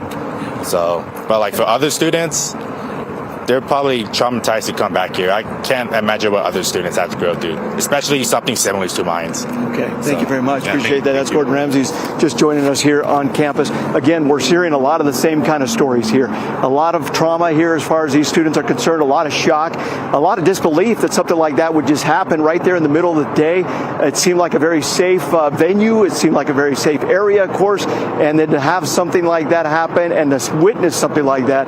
And not only did they witness it, but it was very traumatic as far as what they witnessed. To be able to see someone actually get hit with a bullet, blood coming out, and then that person dropping to the ground. So everybody out here, a lot of people saying that are praying for Charlie, hoping that he will be able to recover right now. But again, campus is finally starting to clear out in this area again, as we mentioned, just on the north side here of the UCCU Center Arena. And boy, traffic is really kind of moving forward finally, but it took a couple of hours hours to be able to get everybody out of here. But man, it was quite the traffic jam. A lot of police presence still out here in this area. We'll send it back to you. All right, Dan Rascon reporting live from UVU campus. Thank you, Dan. One thing I'm seeing on social media here, just in the last half hour, UVU has put on X, that campus is closed, classes canceled. We knew that, but they're still calling on people who are on campus to shelter in place. That coincides, with information that we've learned that the university has now said they do not have a suspect in custody. So just keeping you up to date, we can't confirm the suspect of the status of the suspect, but within the last half hour, the university is still urging people to secure in place until police officers can escort you safely off campus. Let's go now to Alex Cabrera, who has been on campus. Alex, what are you hearing out there in your vantage point now? Yeah, we made it a little further onto campus from where the parking lot was, and you just mentioned that police are asking those still inside the school to shelter in place until an officer can maybe escort them to a parking lot or to their car. And that's what we've seen a little bit here and there. A lot of police officers here near the UCC Center, and then right behind us over here, I mean, there are several police officers from all sorts of different agencies, not only in Utah County, but I've noticed a few from outside of Utah County as well, just all helping to be a part of this. And just a few seconds, up there you can see the DPS helicopter, Department of Public Safety, up in the air as well. Now, one thing, hearing that maybe a suspect is not in custody at this point. Originally, we were hearing that there was a suspect in custody, and it kind of let a lot of people here on campus that we saw students leaving the area maybe think a little bit like, okay, let's just leave, everything's okay. But now hearing that a suspect may not be in custody, it's kind of amped things up just a little bit again with students, as they're saying, is it's safe to get out of here. And last we heard again that if you are in a building right now, shelter in place and wait for a police officer to come get you. But as you can see, I mean, just the parking lot here, it was definitely full a little while ago. Still a lot of cars here from those that are sheltering in place and such like that. But just waiting now to get the official word that it might be okay to come out. And here you can see a police officer right here, armed, and just making sure everything is tip-top on this end before maybe letting some students that are still in the building out of the building. So we'll continue to stay here. In fact, I was just chatting with an employee, a source of mine, somebody that I've known for a few years, saying that they were inside their offices right back in here. They were brought to the baseball field, and now they have been moved from the baseball field as they still try to figure out exactly what's going on with a suspect and everything about safety on that sort of thing. So again, we'll continue to stay here. We'll walk around, chat with some more people, and try to update you with more information as it becomes available. Thank you so much. Alex Cabrera reporting live from us from UVU campus. And just want to bring your attention to the screen here. We were just looking at chopper video there, and we had just mentioned that Utah Valley University had sent out a post on X reminding folks that the campus is closed right now. Classes have since been canceled. And as we've been talking to our reporters, there's still people trickling in, but as you can see from the Chopper 5 footage here, we did see what appeared to be law enforcement going door to door from building to building, and that coincides with what UVU has posted on X.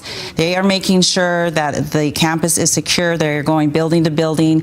If you are on campus, they are escorting people safely off campus. They're just reminding people to please clear out the campus again, because UVU had reported just within minutes that they do not have a suspect in custody. So this is going to be something that they're actively pursuing right now, as we're showing you that Chopper 5 footage where police are going building to building. They're going to be escorting people off campus, making sure that the campus is safe and secure. Let's go now to Mike Hedrick, who is on the UVU campus. So, Mike, just within the last few minutes, UVU is calling this an unfolding situation. We're still seeing officers going in. What can you tell us from what you're seeing?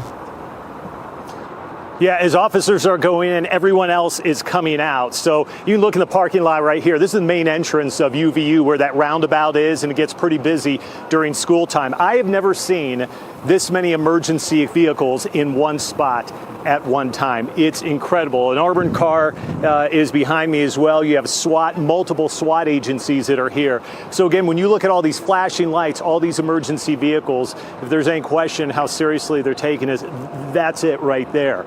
And so I've spoken to a number of students who were here on campus. as Alex talked about a little bit earlier, as they go inside these buildings here, room by room, clearing things out, they're not letting anyone in. We had one student that I overheard she was trying to get inside there and get her laptop. They're like, sorry, give me your name and number. We can get that to you later, but now's not the time to do so. So right now they're clearing everything out. I'll tell you, I parked about a mile or so away. That's how far I had to be away in order to walk all the way in here. And again, here we are 2 hours after this shooting. You still have this police presence and you still have the traffic that you do of people just trying to get out of here. Again, Alex commented on the investigative part of this. We're still in the early moments of this, as you know, even a couple hours in. It's still early. They're still trying to gather what information. They're just trying to make sure everyone is safe at this point. And I think once everyone is considered to be safe and there doesn't appear to be any further threats in the area, that's when they're going to come out. That's where they're going to discuss and tell us what they know so far. I spoke with one individual, actually a member of the basketball team here at UVU. He was in the parking lot trying to get out just like everyone else. He said he was there maybe 20, 30 yards away at this event. And when he saw Charlie get shot, he said, I've never seen anything like that in my life. And so that seems to be the same thing we're hearing from a number of other people. And as soon as he was shot, he said it appeared he was shot in his neck and then he dropped. Again, these are witness statements. These are things that we have seen, or they have seen, and they're sharing with us. None of this has been officially confirmed, so we're waiting on that. But again, Deanie, as we look at this main entrance here to UVU, what the feel is, it's quiet right now, other than you just see all of these lights. And I dare say most of those cars are empty right now. Police presence is heavy on campus right now. We'll continue and follow it, and if anything changes, we'll let you know. Mike, we appreciate that update, and we've got another update. This is from NBC News. President Trump is posting on Truth Social just within the last few minutes. He has reported that Charlie Kirk has died. Again, we are just seeing this as we're reporting it. We got it from NBC News, but it is a report from President Trump on his Truth Social and as media. That is just really some unsettling news, especially based on the accounts that we've been hearing from bystanders who were there, witnesses, students who had gone to this event just 2 hours ago, coinciding with what they saw. Reports also confirmed by AP that he was shot in the neck. Very traumatic for those people that we have been hearing from. And now to get a post from President Donald Trump stating, in fact, that 31-year-old Charlie Kirk has died. We've been seeing all afternoon. It's a sobering update, because we've been seeing all afternoon leaders from the state, leaders from the political parties, even on the national level, sending their prayers, their concerns for Charlie Kirk and for Utah and the students and everybody who was involved in that. It's hard news to process on top of what everybody has already been through down there. And we have been talking about UVU campus as well. Classes canceled today, campus closed. Police saying that everybody needs to clear out to make sure that the campus is secure and safe. We do have our reporters who have been there on scene, and they've been talking to some folks there about their perspective about what they saw there at that event. Let's go to Jody Reynosa now. Jody, what can you tell us? Well, it's a very solemn feeling right now. As reporters talked about before, it's quieted down here. The parking lots are very thin. You don't see, the stream of cars trying to make that egress, out of campus. A lot quieter than before. But we did see those SWAT sheriff, big vehicles coming in here to make sure things are safe, or to see what they can do, figure out what they can do. We're hearing DPS helicopters overhead. I am with a high school senior from Cedar Valley High School. Kylie Stauffer joins me, and she was here. She wasn't expecting to go see Charlie Kirk. She was actually here to support Ryder, who I spoke with earlier. But we're going to go to her and see, what was that feeling like when you heard people coming out and screaming? It's a very surreal, scary moment, not knowing what's going on with everybody around, and it's like, where are they? That's the scariest part, not knowing where they are and wondering if you guys are safe and if, everybody else is safe. And you happen to be here to give support to Ryder, who was taking a test, correct? Yes, ma'am. Tell me, what is your family, your friends, is there a flurry of text messages coming in saying, are you okay? So many text messages, are you okay? What's going on? I heard it on the news. A lot coming in. What is your feeling, though? I mean, not too common that this happens around these parts. No, it's very scary, especially it's very shock. I feel like we're all still in shock. Like it just hasn't set in all the way because we're all just hearing everything as it's coming in. And now hearing that Charlie Kirk has passed from this horrific shooting, what are your feelings? Super sad. I don't even know what to feel at this point because it's all just happened so fast and just very sad, feel bad for his family and everybody else. Any of your actions or your path forward in your mind, has that kind of changed, or has the trajectory changed being that this happened? I mean, you're in high school. I mean, are you thinking about, okay, what precautionary measures do I need to take if I decide to go to college around here? Yeah, it really makes you realize that the world is very real. We're not going to be protected much longer as we're in high school. Realizing that I need to look at things when I go to college like that and realize there's a world out there. What are the drills like at Cedar Valley High School? Something like this? I don't know, just locked down in our classrooms. We actually had one a few years back, so just kind of staying put until we get there okay. So you had one at the school not too long ago, you said? Yeah. Okay, and then now this. What is your take on everything? If you could talk to the people who can't be here right now, maybe high school students across the country, what would you tell them? That's a loaded question. Stay safe. I don't know. Just really realize there's real things out there and you need to take those precautions and keep yourself out of those harmless situations if possible. Thank you so much, Kylie. All right, so a very solemn, quiet scene here. People are still in shock. They are just, trying to grapple with what's going on. But I will send it back to you. Reynosa reporting live for us from the UVU campus, talking to folks there. Again, just getting the news moments ago. President Trump posting on Truth Social that Charlie Kirk, 31-year-old Charlie Kirk, has died. Yeah, we just are seeing also a post on social media from Governor Cox, who says he just got off the phone with President Trump, working with the FBI and the Utah law enforcement to bring this individual to justice after this tragedy. He and his wife Abby are heartbroken.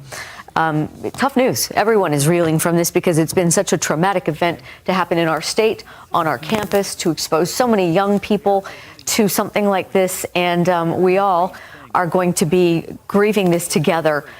Let's go to this special report from NBC for a moment and see what they are reporting at that level. Life.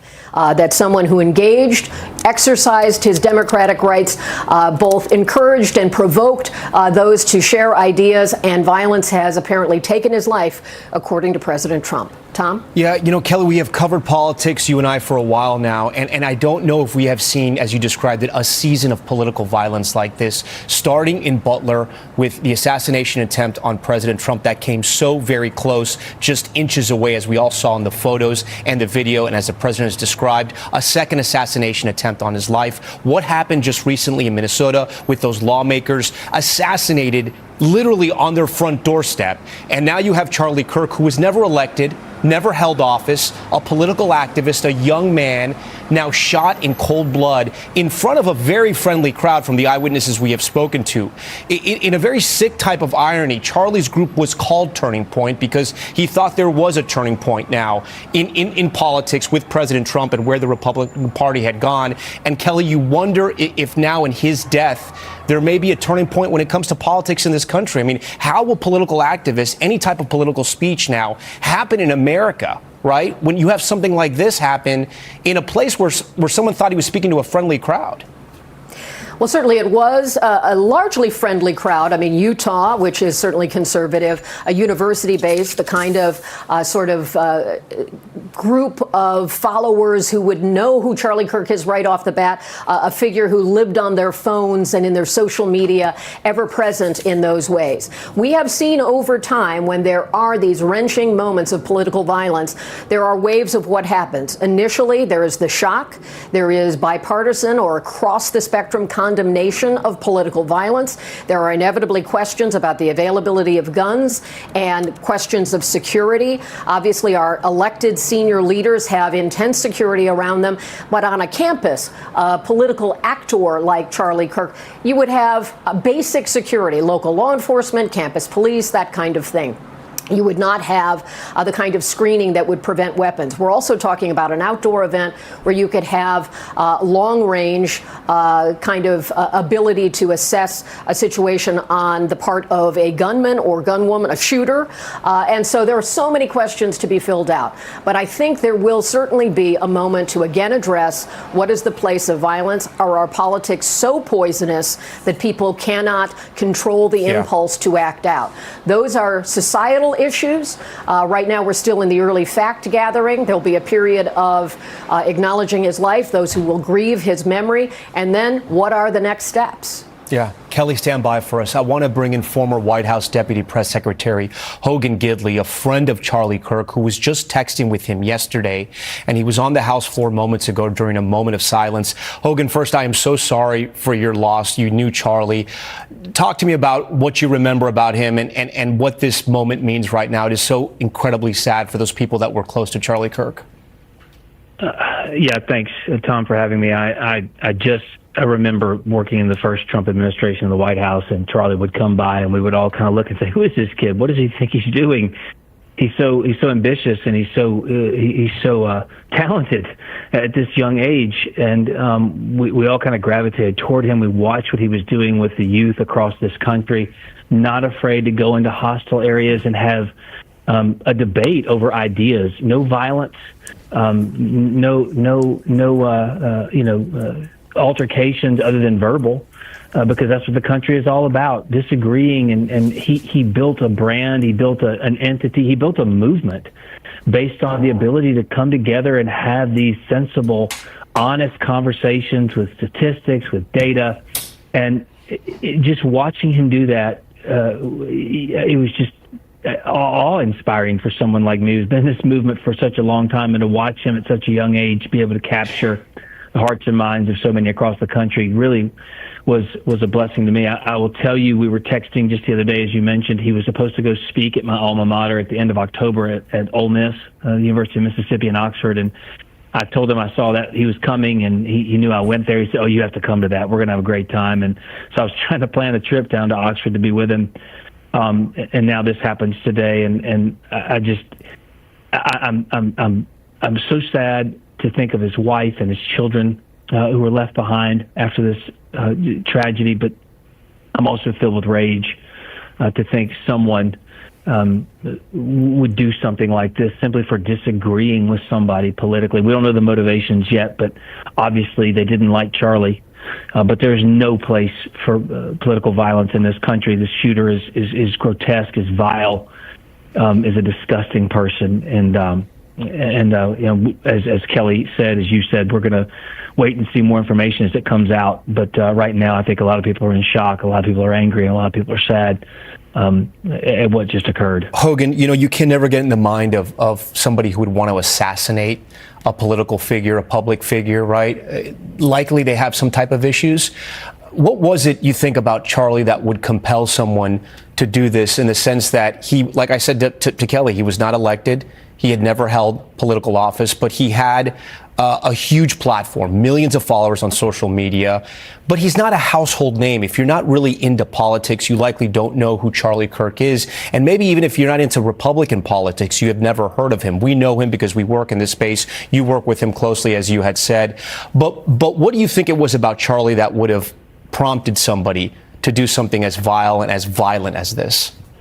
Well, there is nothing about Charlie that would, should, or could push somebody to do something like this. That is unacceptable, regardless of your thoughts of his policies or his positions.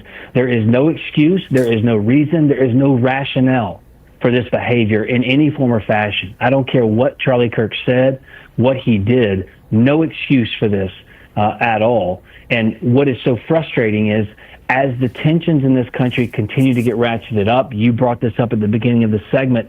We had a former president, a candidate, dodge a bullet in reality, was shot in the ear, and then another assassination attempt was foiled. And now we have someone like Charlie Kirk as well. You mentioned not elected, true, but someone who just wanted to go on these college campuses. And as they used to be places we could share ideas and debate ideas, it seems like they've become petri dishes or cesspools for silencing and censoring voices that differ with your opinions. And so there is no reason for anyone to want to attack Charlie Kirk. There is no reason that is legitimate by any stretch of the imagination. We don't know this person. We don't know the motivation, as you said. However, this is just flat out evil.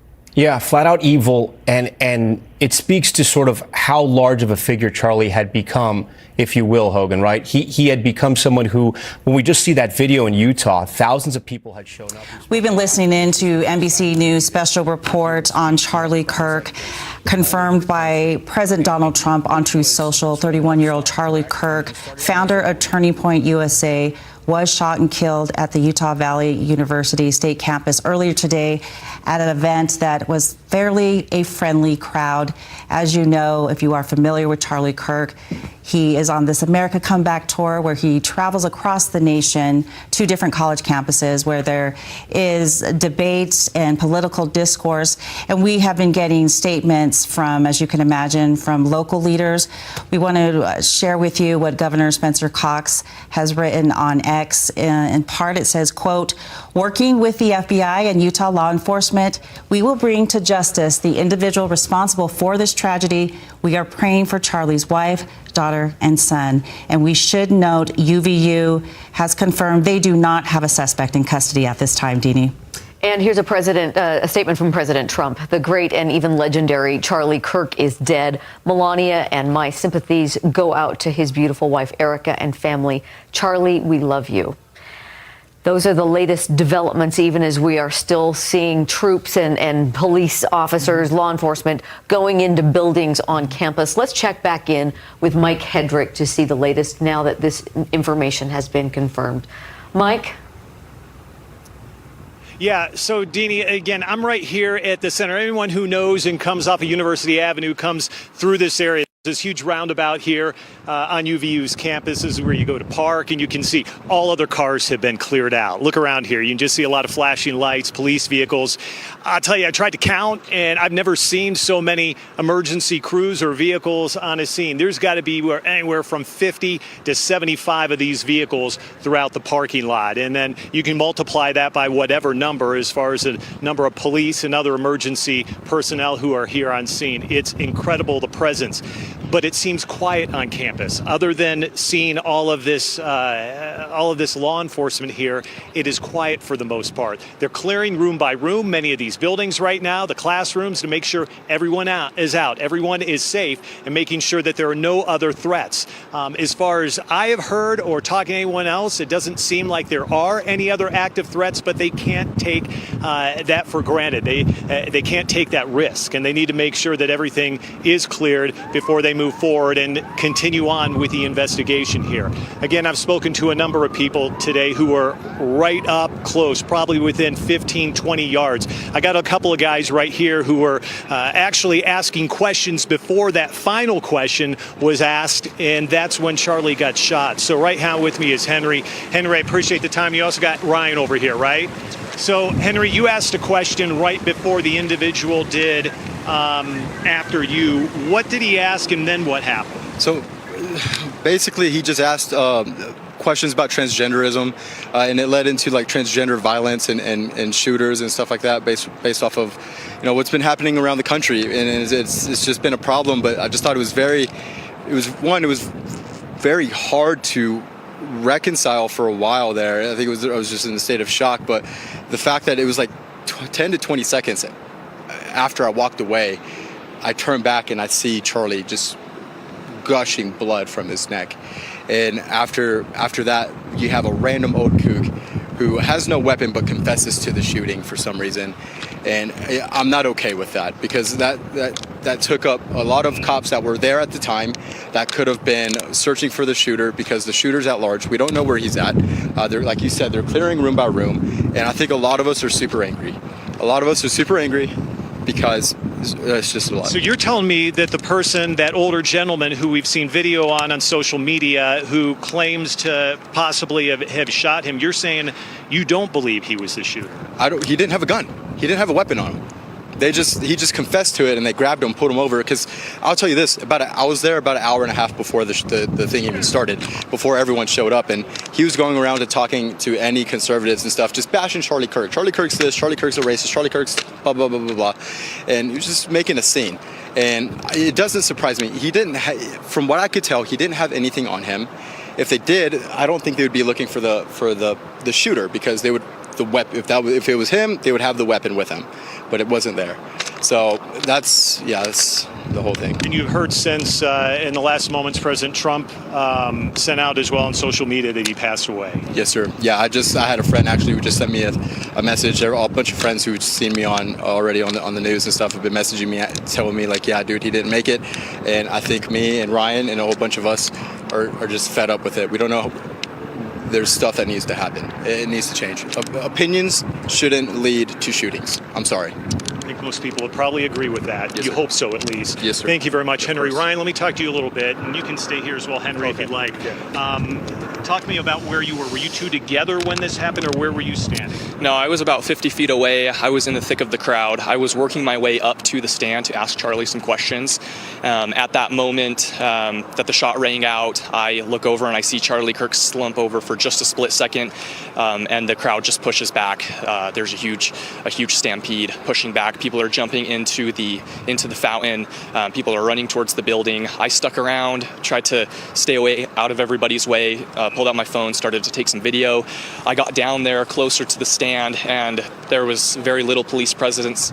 However, at that time, I believe that was when they had taken Charlie away. That's when they had already taken the alleged suspect away. But as Henry mentioned, with that suspect, we were talking to somebody from Deseret News who said they recognize this individual, and he goes to political events. He goes to a lot of events with news and with media, and he tries to stir contention. Yep, he tries to gain attention, tries to take credit for what's going on, and here he is jumping up right after the shot saying he did it. So that's really concerning to know, and I mean, hence the police presence that we see here today. It looks like they have not apprehended the actual shooter. Did you see the shot fired? I didn't. It did sound like it came from the right side of me, and I tried to look, but I was getting pushed back by the crowd. I was talking to a professor who works here, and he said with the view that anybody could have had of Charlie, it could have been from 200 yards away. So I think that's why we're seeing drones in the air. That's why we've got helicopters in the air. We have a SWAT response. We're seeing snipers. So I think they're still trying to figure out really where the shot came from. Last thing I'll ask you, you described the chaos. What were you feeling and thinking in the middle of that chaos immediately after shots were fired? I was thinking there is no way that this can be real. Being here in Utah, where it's relatively safe, at UVU campus, where there's a lot of like-minded individuals, you always hear people say you never think it's going to happen to you. I have a different mindset. I think of always being prepared, and it's not a matter of if, it's a matter of when. And I hope that everybody who's seeing this event unfold, I hope that this is their call to action, to speak up, to stand out, to make change, because this is unacceptable. We can't live like this. And I'll ask you, we've heard this a lot from people about there needs to be a change, from people who were there on campus. We hear this from politicians as well. What is that change? What's going to change somebody from doing something like this? Like I said, we were speaking to a teacher earlier, and he was talking about how practically the entire university, the chair, the president, the chair, no one was informed. No one was informed that that there was not going to be enough security or anything. Some people were in class not even knowing Charlie was coming. I don't think that's okay, especially after what happened in Butler in Pennsylvania with President Trump and all this stuff. We know that this violence exists, and we all know that Utah's had a lot of progressives come into the state, and with the same old rhetoric that leads to instances like this. And I think it's the rhetoric of people saying like, oh, well, we saw people that were smiling when it happened. We saw people that were like, oh, good shot. all from, this certain group of people. That's not right. That's not right. Both of you, thank you very much. I appreciate you taking the time. I'm glad you're safe. I appreciate you sharing your stories and your eyewitness accounts. So thank you. Best of luck to you. So, Deanie, as we kind of wrap up that conversation, it's very similar to a lot of other people we spoke with. It's really a surreal situation that happened here. Conservative town USA, that's really what this is. And so a lot of people would not think that something like this would happen. And again, we're still trying to figure it out. Police are still trying to figure out. You still wouldn't have this presence out here if they weren't still trying to figure out exactly what happened. So we hope to get some of those answers at some point today, but I think it may take a while. Back to you. It's disturbing to even hear that kind of testimony and those kind of interviews from students, from young people who had to witness that kind of stuff. Again, if you are just joining us, President Trump confirmed on a post on Truth Social, Charlie Kirk, 31-year-old Charlie Kirk, founder of Turning Point USA, has died after being shot at an event held at Utah Valley University just a couple of hours ago. And I just wanted to read a little portion of that post from President Trump, where he says, quote, "No one understood or had the heart of the youth in the United States of America better than Charlie. He was loved and admired by all, especially me, and now he is no longer with us." And President Trump also added, "Melania and my sympathies go out to his beautiful wife, Erica, and family." And also we are getting a statement from Senator Mike Lee from Utah, who had posted, "Charlie Kirk was an American patriot, an inspiration to countless young people to stand up and defend the timeless truths that make our country great. This murder was a cowardly act of violence, an attack on champions of freedom like Charlie and the students who gathered." So as police on campus continue escorting people out of buildings and off campus, they continue to tell people to shelter in place until they can be escorted off, and presumably they continue to look for the suspect. We're just trying to bring you updated information as we can see it coming out. One of the latest bits that we've seen is an update from the University of Utah. They are open, but they did issue a safety alert encouraging people to be extra precautious, but then to also recognize that they have extra security on campus for the events all this week. Let's go to Andrew, who is also on campus. Andrew, you've been talking to people all day. What have you got at your location? Well, actually, I just wanted to give you a quick scene setter of what we're looking at, because as this situation is getting sorted out and they're going room to room, we're seeing some swift movement over here just south of the Vigil Gateway building, which is directly south of where the shooting took place. And so you see that this Jeep that is speeding off here, it looked like a few guys dressed in fatigues getting into that vehicle and heading off quickly. Just before that, we saw like I would call it a Bearcat-like truck. I don't know if that's the actual description. It also took off in a hurry. Just prior to that, we saw people in SWAT gear as we're just looking at that vehicle exiting. We did see some swift movements. We saw some police running south, but at the same time, we saw some people rushing into the Gateway building. Again, they're in the process of clearing campus. So walking and going place to place, that can be expected, but we just saw law enforcement rushing to a different location unknown to us. And so that makes you wonder exactly what is going on with those people right now. But just wanted to give you an idea of the situation, that it is continuing to evolve here with the police response. And again, just resetting, if you're just tuning into us, we saw several SWAT people get in vehicles and book it that way, and then up out toward the south end of campus. So we don't know exactly where they are going. Just prior to that, though, and this, I just want to point you this way, as you see, well, between the trees, you might be able to see the legs of a SWAT officer rushing in toward this building.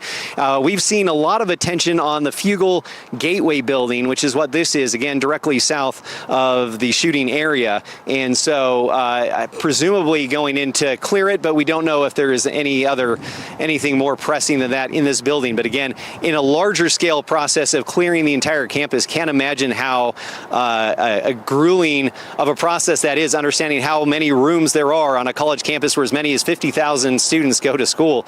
It's just wild. But that's what we've just been seeing in the last few minutes. We'll toss it back to the studio, try and see if we can get some more information at some point. All right, Andrew Adams reporting live from UVU campus for us with that update. Thank you. We appreciate just the updated information and seeing that this is still, UVU has reported this is still an unfolding situation. We're seeing that. Police dogs still on campus, officers still speeding to different places. We don't know what the latest developments are, but we will keep you posted, and that's why we keep checking in with our various various reporters who are in different spots on campus. Let's check in with Dan Rascone. Dan, any movement on your end of campus? Yeah, that's exactly what we're seeing out here on our end also. We're along University Avenue here and also I-15. You can see officers just behind me here.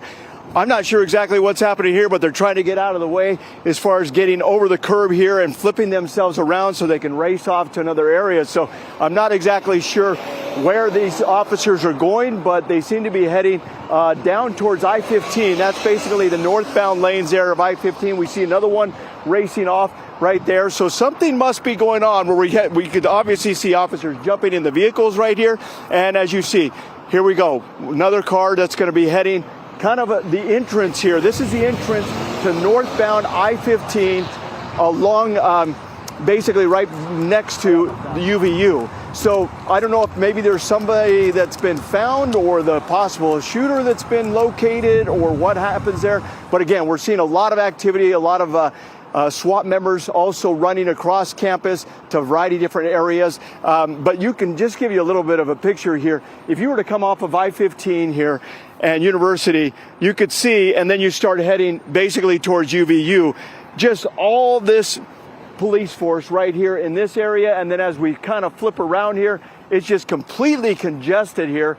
And then we go all the way to where that roundabout is, kind of where Mike Hedrick is. And that's where you see all of the congestion there with all of the police officers and all of the agencies from a variety of different places. But again, as everybody's been kind of mentioning here, suddenly we're starting to see a lot of activity as far as officers racing off to different locations. What's interesting, though, is that we saw some officers going this way. Now we see these officers coming our way here. So again, we're not really exactly sure what's happening, but apparently there's a lot of activity as far as officers try to get to a variety of different locations right now. But the stories have just been horrendous to be able to hear some of these students describe exactly what they saw out there. We've been hearing all day long here, one story after another, about the trauma that they experienced as they saw Charlie get shot there. Many of them describing in detail kind of what happened, where the bullet hit, the blood that they saw. So many of these students are saying it's going to be difficult to get back to campus here. And that's going to be one of the big questions here, is trying to get back to campus and trying to get back to reality again as far as getting back to their studies. This is an experience that many of these students told us time and time again that they will never forget, that this is something that they'll never forget in a lifetime. And so very sad, very tragic what happened here, very upsetting. But again, a lot of police activity kind of happening here and there behind us. Another vehicle here, another city police officer from Orem trying to get out to get to another location. So again, we're just seeing this kind of spread out as far as officers trying to get to different locations. If we can find anything out as to what's happening out here, we'll of course bring you the latest. Deanie, back to you. Yeah, great job out there, Dan, and we just appreciate the perspective as we unfold and learn more details. And to that end, we just got a statement from Utah Valley University, still offering a phone number to students or anyone who might still be on campus if they need a police escort out. So as recently as within the last few minutes, they're encouraging people to call a number so they can get escorted out of a building or off campus. And that is an active situation for people who are still on the campus. And Deanie, we are continuing to get reaction basically from the death of Charlie Kirk. I'm just receiving one here from State Senator Mike McKell here from Utah, who posted on X, Charlie Kirk was a father, a husband, a family member, and a friend to many. This violence needs to stop. I'm praying for his family. This loss is immense. Well, let's go check back in with Daniel Woodruff, who is also there on the UVU campus for us. Daniel. Yeah, so we're on the west side, and if you look just over there, that is where the shooting of Charlie Kirk happened. You see a tent. On the outside, it says, "Prove Me Wrong." That was the name of his tour, and he was speaking in that tent on a chair. We've seen from videos on social media, and there were people on those bleacher-type areas watching and listening when the shots rang out. We've seen police officers over there. In fact, a little bit ago, an interesting sight, there is a walkway, a sort of a sky bridge just before the tent, and we saw a number of SWAT officers running.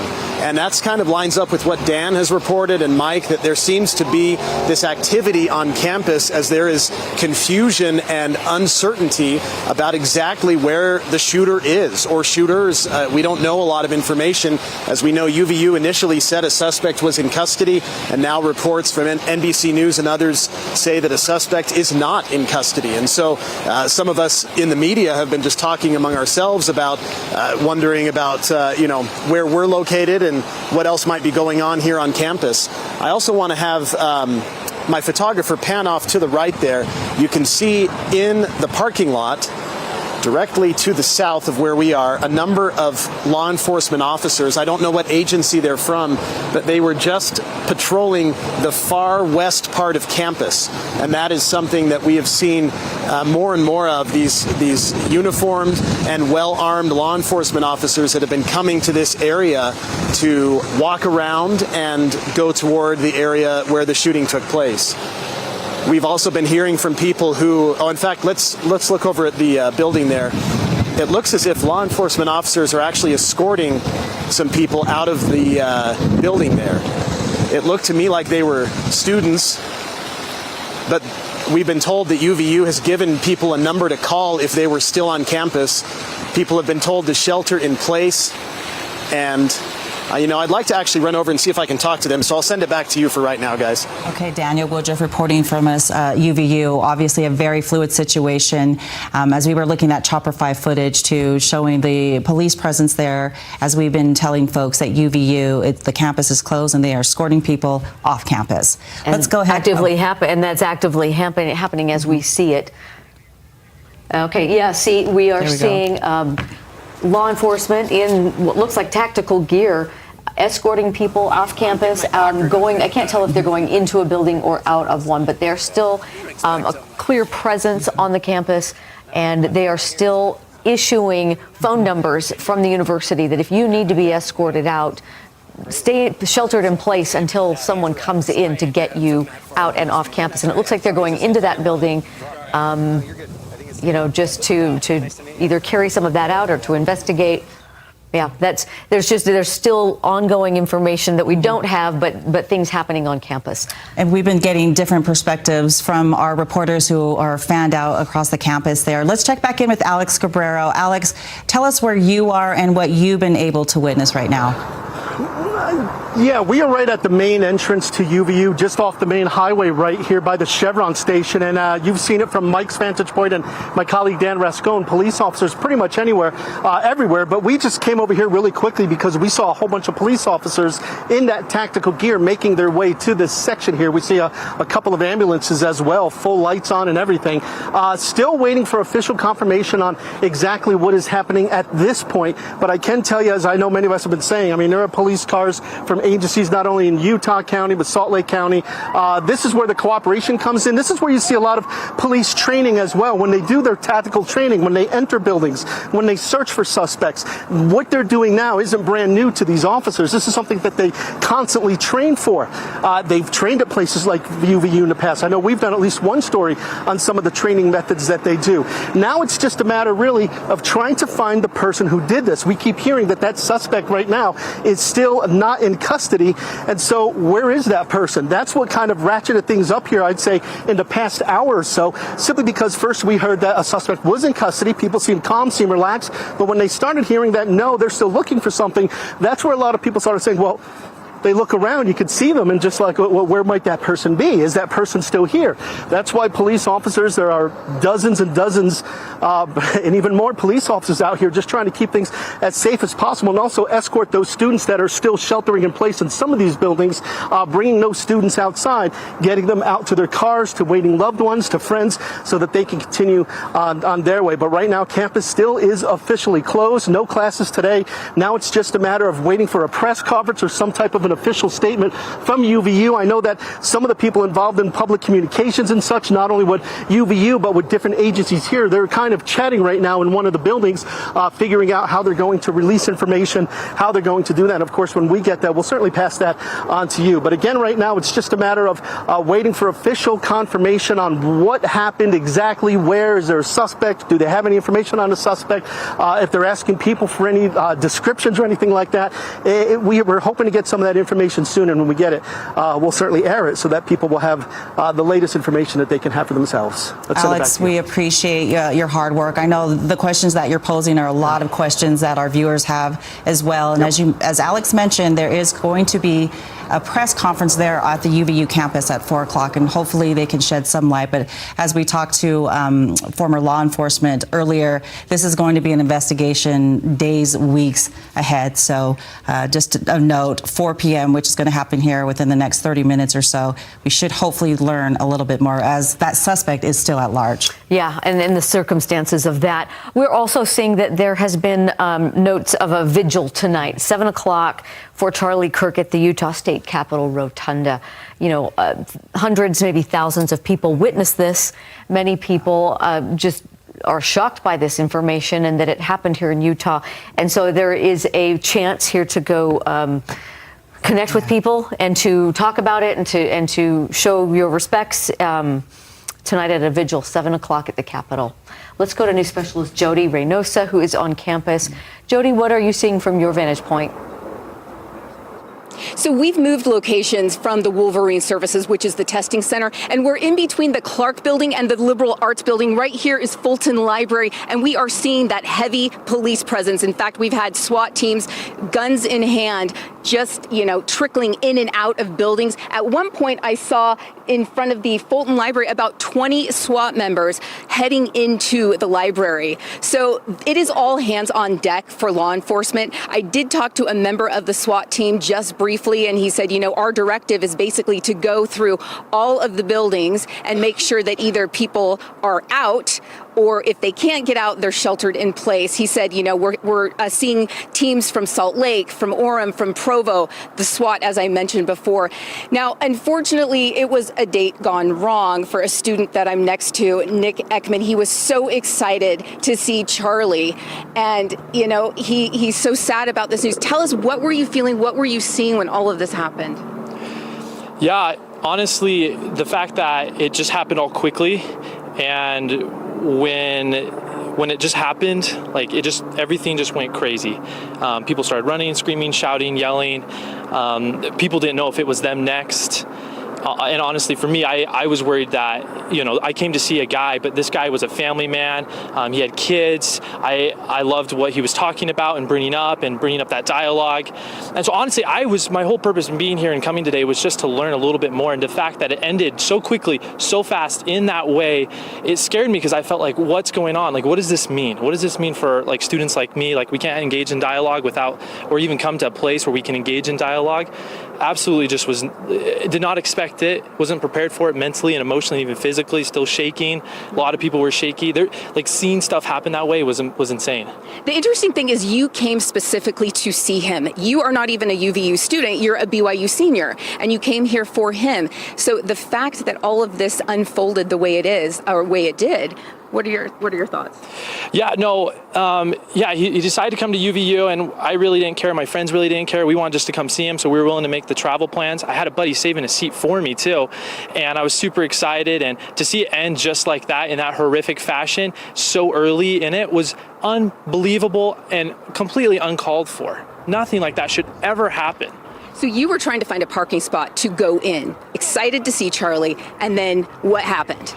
People started running out the doors. They started fleeing. People were yelling, not only obscenities, but they were yelling run, run, run, run, because they didn't know what was going on other than there was a bullet shot. And so I had people just running in front of me, running next to me, and I was super nervous, and I was like, I got to get out of here too. So at the time you were on a date, and then you were coming over here trying to find parking, so that's like a date gone wrong, unfortunately.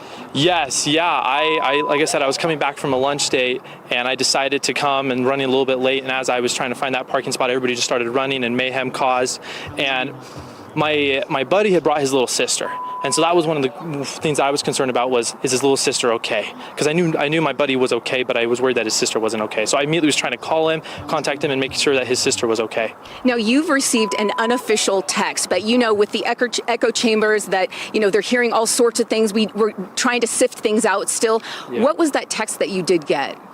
Yeah, so I actually just received a text from somebody that is claiming that Charlie Kirk's wife and maybe a kid or both of his kids were actually at the event today. I can't imagine a worse thing for a mother or a child to go through than to see a horrific tragedy like that happen. What are your thoughts, though, going forward as far as Charlie Kirk and maybe following or even watching reruns? I mean, at this point, what is it? This is a man who was an incredible father, an example to me on what it's like to be a father to kids and to be an incredible husband to a wife. He pushed that so hard, and for young men like me, all I wanted to be was just to be a great husband and to be a great potential father one day. He's gone now. That means his kids aren't going to be able to see a dad, and his wife is going to have to, live alone without a husband potentially. For me going forward, I want to see dialogue happen, but it cannot end like this. You can disagree with me, I can disagree with you, but I will never ever wish upon anyone their life to be ended with a bullet, any type of weapon in any way. You deserve to live, you have worth and value. I want to engage in dialogue with you, I want to understand you, but I will not disagree with you to the point where I don't believe you belong here on earth. Unfortunately for Charlie today, that's what happened. Nick, thank you so much for your thoughts. I really appreciate it. Now, again, that was an unofficial text, but that is what Nick was hearing from a friend's text message. And along the same line of thought, a lot of people, a lot of students I've talked to say it's about respect. Even if you don't agree with somebody's political, side that they're on as far as different sides of the aisle or whatever the topic is, it's about respect and having that dialogue without violence. I'll send it back to you.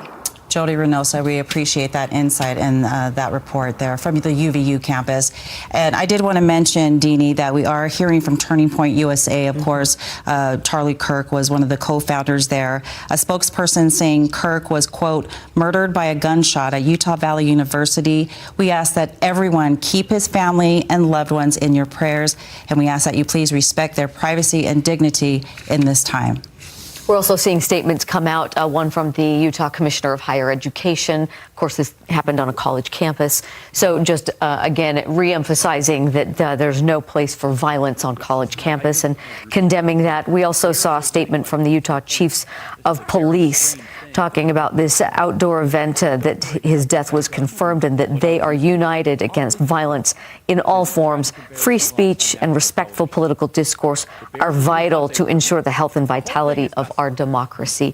And I'm sure we will see many of these kinds of statements come out today as people process and take inventory of all that's happened today. And Daniel Woodruff, he's been kind of getting a sense of that as he's been talking to people there at UVU campus. And I know your focus right now, Daniel, is the heavy police presence there. You were kind of painting a picture of what you were seeing as far as police and tactical gear. Yeah, we've seen police. In fact, a little bit earlier on our air live, you saw some officers escorting a group of women out of the building that's just to the south of where the shooting took place. The shooting happened right behind me here on the west side of the campus. And I went over and I talked to the women. They didn't want to speak on camera, but they told me that they had been sheltering in place for several hours. UVU had put out a phone number for people here on campus to call if they needed a police escort, and so police went and escorted them to their cars. This campus evacuation literally is still going on then, because the shooting, according to UVU, happened about 12:10. We're now about 3:30, and so people are still leaving campus, individuals who had been sheltering in place for the last couple of hours. As I spoke to the women, I asked them if they wanted to say anything. They didn't want to, again, speak on camera, but they just said it's incredibly sad. They wanted to get to their families and talk about that they are okay and they are safe, but they said their office overlooks the plaza where Charlie Kirk was shot, and as we now know, he died from those injuries. And they said it was a loud gunshot. They heard it very clearly, and the mayhem that ensued as people ran off of the campus after UVU told everyone to leave, and of course after people heard the shots. So we're continuing to look over from the west here to the area where the shooting happened. A lot of people's personal belongings are still there, and we see police officers right now walking around that area. I see at least one uniformed officer. I see another plain clothes. I don't know what agency they're from, but this is in pretty plain view of the west side of campus, and his speech today, his event, where he took questions and answered them from the audience, was in plain sight. It was an outdoor event. We've actually heard from some students today who spoke with us earlier who said they were very critical of the fact that there was basically no security here, that anyone could walk in, anyone with a backpack, you didn't know what was inside. They wondered why there were no security checks of any kind prior to Charlie Kirk's event getting underway, and it didn't take very long through the event because he was only, as I understand, on his second question for the shooting to happen. The somber mood here on campus is notable. I know we have a lot of police presence, but we've seen people here not leave campus. I know UVU's been asking people to leave. There was a group over by the trees there a little bit ago. They've since left, and one of our photojournalists approached them after we learned that Charlie Kirk had passed away, and they were crying. They didn't want to speak with us about it, but this is a very somber mood here on campus as the gravity of what's happened is sinking in. That Charlie Kirk was shot in open air here on a public university, a state university campus, and ultimately died from his injuries. And we've talked with people today who were excited to hear from him, and they were here early, they got good seats, they were up front, and they saw him get shot, they tell me, in the neck, and just the mayhem and chaos that ensued after that. So as we are here on the west part of campus, other than that, it is fairly quiet. We see occasional law enforcement presence walking through. Again, we see occasional law enforcement presence in the area where the shooting actually happened, and a lot of law enforcement over to our south, where we've already had reports from Dan Rascone and Mike Hedrick. But that's kind of the mood here, and UVU again is asking people if they're still on campus, give them a call. They'll have the police escort to get them off. Back to you. All right, Daniel, yeah, you summed up some of the people that you've seen there crying and having some real emotional reactions. And that's a lot of the things that we are seeing here on social media and hearing people communicate is the shock, the sadness, even anger that this happened in Utah, and that this would happen on a campus, on a college campus, at a peaceful event that involved political dialogue. And for that and many other reasons, some people have organized a vigil on campus. I mean, not on campus, at the Capitol tonight. It's at 7 o'clock. It's a vigil for Charlie Kirk at the Utah State Capitol Rotunda. It's hosted by the Utah House of Representatives so that anyone can go and, again, have a chance to debrief, have a chance to express the emotions of the day. It's been a heavy day, and there are a lot of people who are feeling that right now. Yeah, and we have certainly been getting a sense of that from Alex Cabrera as well as our other reporters out there. But let's go ahead and check back in with Alex. And I know the last time that we talked with you, Alex, so many questions, not getting those answers right now, but you're out there, you're able to talk to people and just get a sense of what they're going through right now with the passing of Charlie Kirk. You know, honestly, shock. They can't believe that it happened. You know, I know shootings happen often in the United States, but they shouldn't, and they shouldn't happen like this, especially when there's somebody just giving their opinion, somebody debating, somebody who's well known for traveling across the country doing these sorts of speeches and such.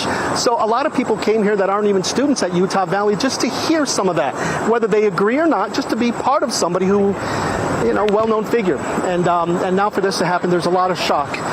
Students continue to leave buildings. We see a lot of police officers here escorting those students out. We also see a lot of ambulances here with the city of Orem just on standby for what may be needed. They don't know. But again, as I mentioned maybe 10, 15 minutes ago, this is something that first responders, law enforcement officers, firefighters, medics, this is something that they train for. So having a response like that is what they train for, as well as this. If Mark, if you turn around and show show just the number of police cars here that we're dealing with. Unfortunately, we're good at this. You know what I mean? But it's also, thank goodness, that they do train for things like this, law enforcement officers, because when it happens for real, they are ready. There is a plan in place. There is a way to close the schools. There's a way to get students out of the classrooms. There's a way to screen students that are leaving the area. There's a way to deal with traffic. And that's what we're seeing here now off of University Parkway is a lot of traffic. Even though I think most students and administrators have left the area now and been able to leave campus, there are a lot of people coming here to University Parkway just to see this.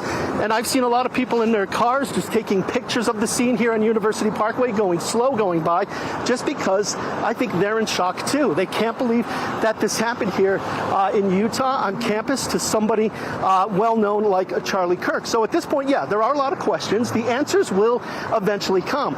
We may not like the answers. We may not want to hear the answers, but they will come at some point. And I think that press conference here is in about 20 minutes or so, where we will start to get some of those answers and be able to ask some of those questions to administrators and people involved. Was there enough security? What was the plan if something was to go wrong? All those will be questions that will be asked, and we will hear the answer to those questions. But now, honestly, it's just a matter of worrying about Charlie Kirk's family, those who know him, those who loved him, and also the students who witnessed this. We interviewed quite a few students who heard the gunshots, hit the ground, started running, scared for their lives.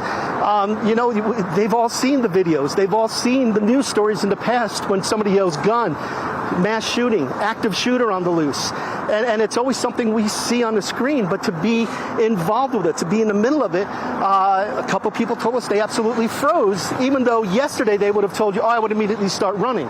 But a lot of people froze. And I think that's completely normal with some people because you just can't believe it's happening. One person told us they thought it was a prank or a stunt or something that is part of the show.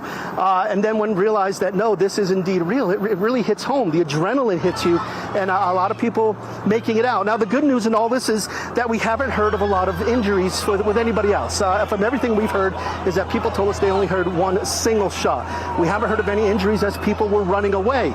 But we may hear that. We may hear that maybe some people were injured during the mass fleeing of this general area. That will be a part of the press conference as well. But I think mainly the message right now is why? You know, and that's, you know, I don't mean to be flippant about it, but how in Utah, you know, it's just one of those things that we've seen far too many of these types of incidents. And what is the answer? I don't think anybody knows what the answer is at this point, but it's something that will continue to be talked about. And today, it's Utah's turn for us to talk about it, for us to make sense of it, for us to talk to the people who were involved in this and who saw this. And when those answers come, we'll see if something could be learned, if there's something different that could be happened. But, you know, I got to be honest, something that we've heard from everybody else, from people on the right side, from people on the left side, is when can we all come together? And I think that's something that at some point, I think we'd all love to see that. It's just a matter of how do we get there. The response, as expected, is a big one, and it will continue to be a big one. I think just in the last few minutes, we noticed more police officers showing up. So as we continue to hang out here and get more information, we will pass it along to you, knowing that press conference here is in about 20 minutes. So let's send it back inside for now. Yeah, Alex, you so well summed up the emotions and it's the disbelief. It's heartbreaking that this happened. Heartbreaking that it had to happen in Utah. There's just it's beyond hard to express how so many people feel that way.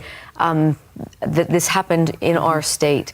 I wanted to read out, we are expecting an update in just a few minutes. I wanted to read a statement from Lieutenant Cam Roden from the Utah Highway Patrol, who regarding whether a suspect has been arrested. He said nothing is confirmed right now. Hopefully we will get an update on that particular question, because that's really the thing that is still outstanding is, do they have someone in custody? Is there still a threat on campus? And the fact that they are still escorting people out and telling people not to leave until they have an escort, there does seem to be that issue of safety. We also want to mention that President Trump had announced that flags will be flown at half-staff in honor of the death of Charlie Kirk through September 14th. So we wanted to pass that along. We are checking back in with our news specialist that we have there on campus. Let's go back to Dan Rascon and find out a little bit more about where you're at and what are you seeing right now? All right, Tamara. Well, we're inside one of the auditoriums here on campus where a press conference is scheduled to take place in just a little bit. We're saying we're being told right now it's supposed to be about 4 o'clock. You can see the media obviously setting up, getting ready for this press conference. But a lot of what we've been talking about here, as far as trying to get some answers, has this suspect actually been caught? You know, what's the latest on this investigation? What went wrong here? Those kind of answers we're hoping to be able to get here shortly. It's going to be pretty much a who's who here in Utah. All the leaders. We're going to have the governor here is what I'm being told. We're going to have the FBI here. We're going to have the Department of Public Safety top brass here also. So there's going to be a lot of different people that are going to be here, the main players as far as knowing what's going on in this investigation. As we've been hearing all along, this is just devastating as to what happened here at UVU. Obviously, this is a campus that has been safe for the most part as far as any kind of activity like this or a shooting like this or anything that where they have political people come here all the time. And so this is not unusual to be able to have different events, different things taking place on this campus, and then to have something like this, everybody is just in shock here. So again, we're hoping to be able to have this press conference here at 4 o'clock inside of this auditorium here, and hopefully be able to get some of those answers. But I'm being told from the FBI and also from the governor's office and also from the Department of Public Safety, all of those people are expected to be here. It's just a matter of trying to get some of those individuals here. You saw some of the traffic outside. You saw where Mike Hedrick is at and Alex Cabrera and some of the others there with all those police activities outside the campus there. It's a full house when it comes to police agencies and the number of officers here, the number of SWAT. We've been seeing, we showed you just a short time ago, we saw some of these SWAT members running, going in a different direction, racing down the street. We see them carrying all their gear as far as, their rifles and everything else like that. And so, there's a little bit of that. So we're hoping to be able to get some of those answers maybe as to what happened there or why were officers rushing to get to a certain location or why were they off to that or that location. But again, these officers combing the entire campus. We've been seeing that all along. We've been seeing officers and SWAT team members going basically from building to building, going inside, clearing them. Even for us to be able to get into this building, we had to go through security to be able to be here. And so they're very tight right now. All the doors are locked here on campus. Everybody, it's pretty much shut down for the most part. But again, a press conference expected to take place here in the next 20 minutes or so just behind me. And we'll, of course, bring that live to you as soon as we have that. And we're hoping to be able to find some of these answers. The scary thing out there, of course, on everybody's mind, if the shooter has still not been caught, where is he? Is he still on campus here or is he off somewhere else? Did he take off, flee the scene?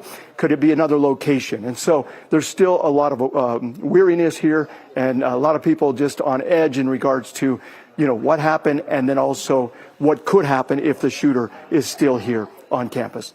We'll send it back to you guys, but again, we'll come live out here as soon as this press conference happens. All right, Dan, we're glad you're in the spot where you'll get the information first. So we will be checking back in as soon as we need to, as soon as they get started.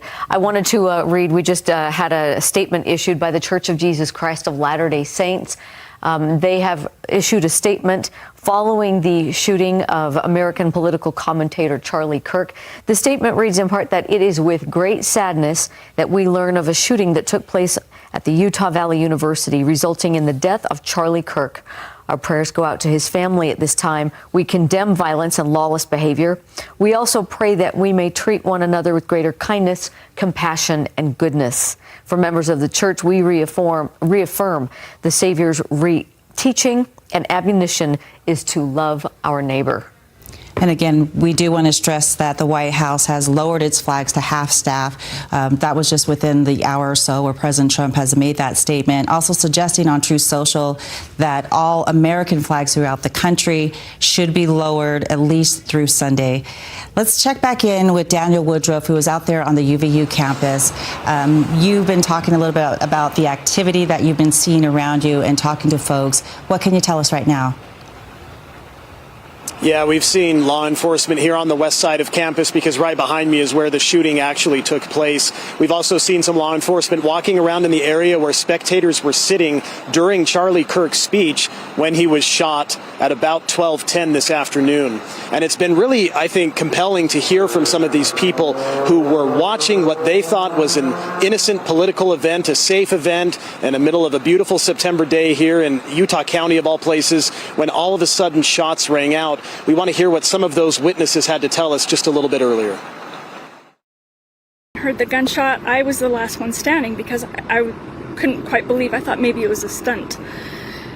And then everybody fell to the ground. We all fell to the ground. I got pushed into some bushes. I stayed there. There was a lady with her elderly mom, and I said, "Is she okay?" Everybody kind of just didn't know what was going on at the moment. They were just sitting there like watching it like, "Oh, did he really?" I'm like, "Yo, dude, he got shot, dude. Get out of here now, dude."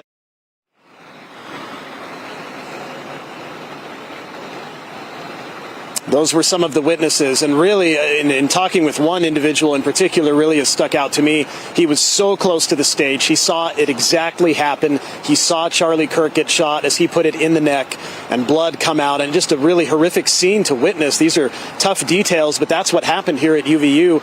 And then, as they described it to me, they took off running. In fact, 3 people that I interviewed said that they ran through this fountain here behind me just to try to get to safety, because at that point, nobody knew what was going on. They thought it was a firecracker. Some people thought it was part of the show, and it turned out that it was anything but that, and Charlie Kirk was shot and later died from his injuries. I also wanted to make reference to the statement from the Church of Jesus Christ of Latter-day Saints that was read a little bit earlier. As we've been reporting on, President Russell M. Nelson of the church turned 101 years old yesterday, and as part of that, he released an op-ed in Time magazine, and actually in that, he essentially called on his followers and others on the followers of Jesus Christ and others to turn down the temperature, online and such. And nobody, of course, comes to an event like this expecting that there will be a shooting. And I think it was obviously a shock to everybody. And people have echoed today what President Nelson has said, and that is that differences of opinion, of course, are inevitable, but we cannot allow it to become violent. We cannot allow ourselves to dehumanize each other. And that's been very difficult for people here, as I've talked to them today, to think about, that they came to an event on a public university campus and ended up running for their lives because they heard a shooting, they heard shots fired, and Charlie Kirk, the speaker, the main event, was shot and killed. So a lot to process today, but it's been interesting to talk to those who were there, and they've had to share with me just what they have to now go through. The one woman, a UVU student, said she planned to go seek out a therapist and counseling because of how much she saw and what she's trying to process now. She said she'd been crying for a long time, and even an hour after the event when we talked to her, more than an hour, her heart was still racing. So a lot to unpack here at UVU campus today. Back to you. We appreciate that, Daniel, for that update. And it's so hard to watch this video because, and you alluded to that as well, to see the fear and the reaction from the thousands of students that were there. The violence, the heartache. It's a flood of emotions as you see people scrambling here, and it's really hard to watch and know that happened in our backyard. That happened anywhere, but that it happened here in Utah. Let's go right now. Who have we got standing? Oh, we got Jody standing by. Jody, what have you been seeing in your area? We're expecting an update in about 10 minutes, and there has been some police action on campus. There absolutely has been, Deanie. They just keep flooding in more teams of SWAT. They keep going into each building. Right now, I am here just outside of the Fulton Library, in between the Clark Building and the Liberal Arts Building. Now, just to give you a reference point, the Liberal Arts Building, the venue where the shooting took place, it was just beyond the Liberal Arts Building. Now, one of the things that Daniel Woodruff said totally reminds me of the president of the Church of Jesus Christ of Latter-day Saints. His message last conference 6 months ago was to be a peacemaker. And so I think everybody is just very shaken here on campus and throughout the world, knowing that this is the message that he disseminates to the Church of Jesus Christ of Latter-day Saints. It again was his 101st birthday yesterday, and we're coming up on another conference in October, and I'm sure that line of thought is going to continue. Now, I'm here with 3 young men. They came to see Charlie Kirk, and the turn for the worst happened. I'm going to start with Nick. Nick actually was there in a middle row. Nick, tell us a little bit about what happened. Tell us your last name first. Nick Call. Tell us exactly what happened, what you saw. So, I was just watching him speak, and he was talking about gang violence, and then I just hear like a loud pop, and I'm looking at him, and it doesn't even look real. I'm only 18 years old. I've never experienced a lot of death in my life, but this is like the first time I've ever seen somebody die, and my heart was just racing. It was so scary, and I was just appalled. Like, everybody just flopped to the floor, and I just tried to do what everybody else was doing. It was really scary. Oh, I can't even imagine how scary that would be.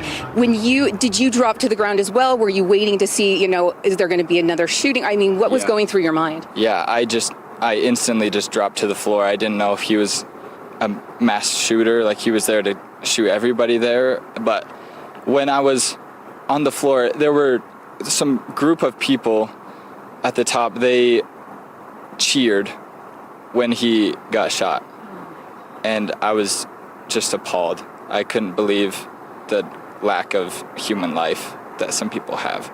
The lack of empathy there. Oh, that's appalling. I agree. Now, when you saw what you saw, did you have a certain direction that you heard the shot come from, or did you think it was just one shooter? Yeah, so I was facing towards him, and it looked like the shot came from my left, so his right, and it just went through his neck and out the other side. It was gruesome. Now that we're still trying to parse through information and we know that the shooter is at large, what are your thoughts now? I hope they catch this guy. Nobody deserves to die, no matter what your political beliefs are. And I just think that if you do something like this, you deserve to go to jail for life. Thank you for sharing. I'm going to move on now to Jack. We have two Jacks here, so I'm going to start with you, Jack. What's your last name? Jack Stevenson. And tell me, where were you? How did you hear about this? What are your thoughts now? Yeah, so I was just kind of like on the middle left, farther away from Nick. But I just heard about it through social media, and I came to hear Charlie Kirk speak just because I thought it would be interesting and see what he had to say, and yeah, so that's why I came. So now, in the aftermath, we're trying to piece things together. What are your thoughts now? Just prayers for his family is honestly just what I've been thinking this whole time. Like Nick said, no one deserves to die, especially with a wife and two young kids at home and all of his extended family. I cannot even imagine what they're going through right now. Thank you so much, Jack. All right, Jack, what's your last name? Watkins. Okay, you were there and you specifically came out to see Charlie, correct? Yeah. What were your thoughts at the time? Well, so I was with Jack Stevenson here, and we were kind of just like, we should just go like for fun, just to see. We don't really care like about Charlie Kirk, but like, you know what I mean? Just go, and just to be there, and it was good. Like it was really fun, but just like, it's just crazy that chaos just happened so quickly. And I mean, that's kind of all. I don't know. Do you have second thoughts about going to something like this in the future? I mean, I don't know. Yeah, a little. Like, it's pretty traumatizing, but I don't know. I mean, this doesn't really happen. Like, he's gone to colleges all over the world, and it's just crazy that it happened at my college. You know what I mean? Like, I just signed up to go here and just, enrolled, and it's crazy to see that, like, the one thing that I go to, something has to happen, and it's just horrible, but I don't know. Thank you, gentlemen, for sharing your thoughts. So as we just heard, a traumatic experience for them and for, students here that they know, and the fact that this shooter is at large is very, very scary. So as we have information continue to unfold, we will let you know. I'll send it back to you. It's so unsettling to hear from those college students. That gentleman, I'm just 18 years old. That student who had just signed up. Jody, thank you for that report. Yeah. Okay, again, we are waiting for an update in about 5 minutes. In the meantime, we have some updated information. Let's check in with Sarah Martin, who is at the Timpanogos Hospital. Let's find out what information are you hearing there at the hospital, Sarah? Right now, Timpanogos Regional Hospital, we believe, we don't have this completely confirmed, but we believe this is where Charlie Kirk was taken after he was shot at UVU. Heavy police presence here on the campus of Timpanogos Regional Hospital. The hospital in lockdown, according to security personnel. All appointments for the day were canceled after about 1 p.m. The hospital here turning away patrons unless it's an absolute emergency, unless they're arriving in an ambulance or in an emergency vehicle. Right now, we do have a small group of supporters of Charlie Kirk who have gathered on the corner of Timpanogos Regional Hospital to show their support and to show that they are, here and willing to support. And we have one supporter here who's willing to chat with us. This is Matthew. Matthew, thanks for speaking with us. Thank you. Why are you here today? Why is this important to show up? Charlie has done so much for our nation, for America, for the youth, for the faith in America. And today feels like a Rubicon has been crossed by the left. And it's time for us to stand up for what we believe in, like Charlie, to take our liberty back and to really be the America that we're supposed to be.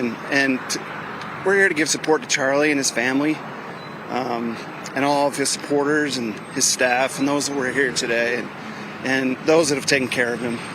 You've been here, it's pretty warm out here. You've been here in the sunshine for about an hour that we've been with you, and we've seen a huge number of cars drive by and some very vocal. Has that been a positive experience for you so far? What have you seen? Mostly positive. There's been some negative. Woman was filming us and she yelled out something derogatory to Charlie Kirk, which is disgusting, and we're seeing more of that from the left. What we don't see enough of is from the left is condemnation for what's going on. Just like this young girl in North Carolina that no one reported on for days. We're tired of it, and we're here to support America and stand up for what we believe in. Matthew Berry here to show your support for Charlie Kirk. We're so sorry for the loss today. Any other final words? God bless America. God bless Charlie Kirk.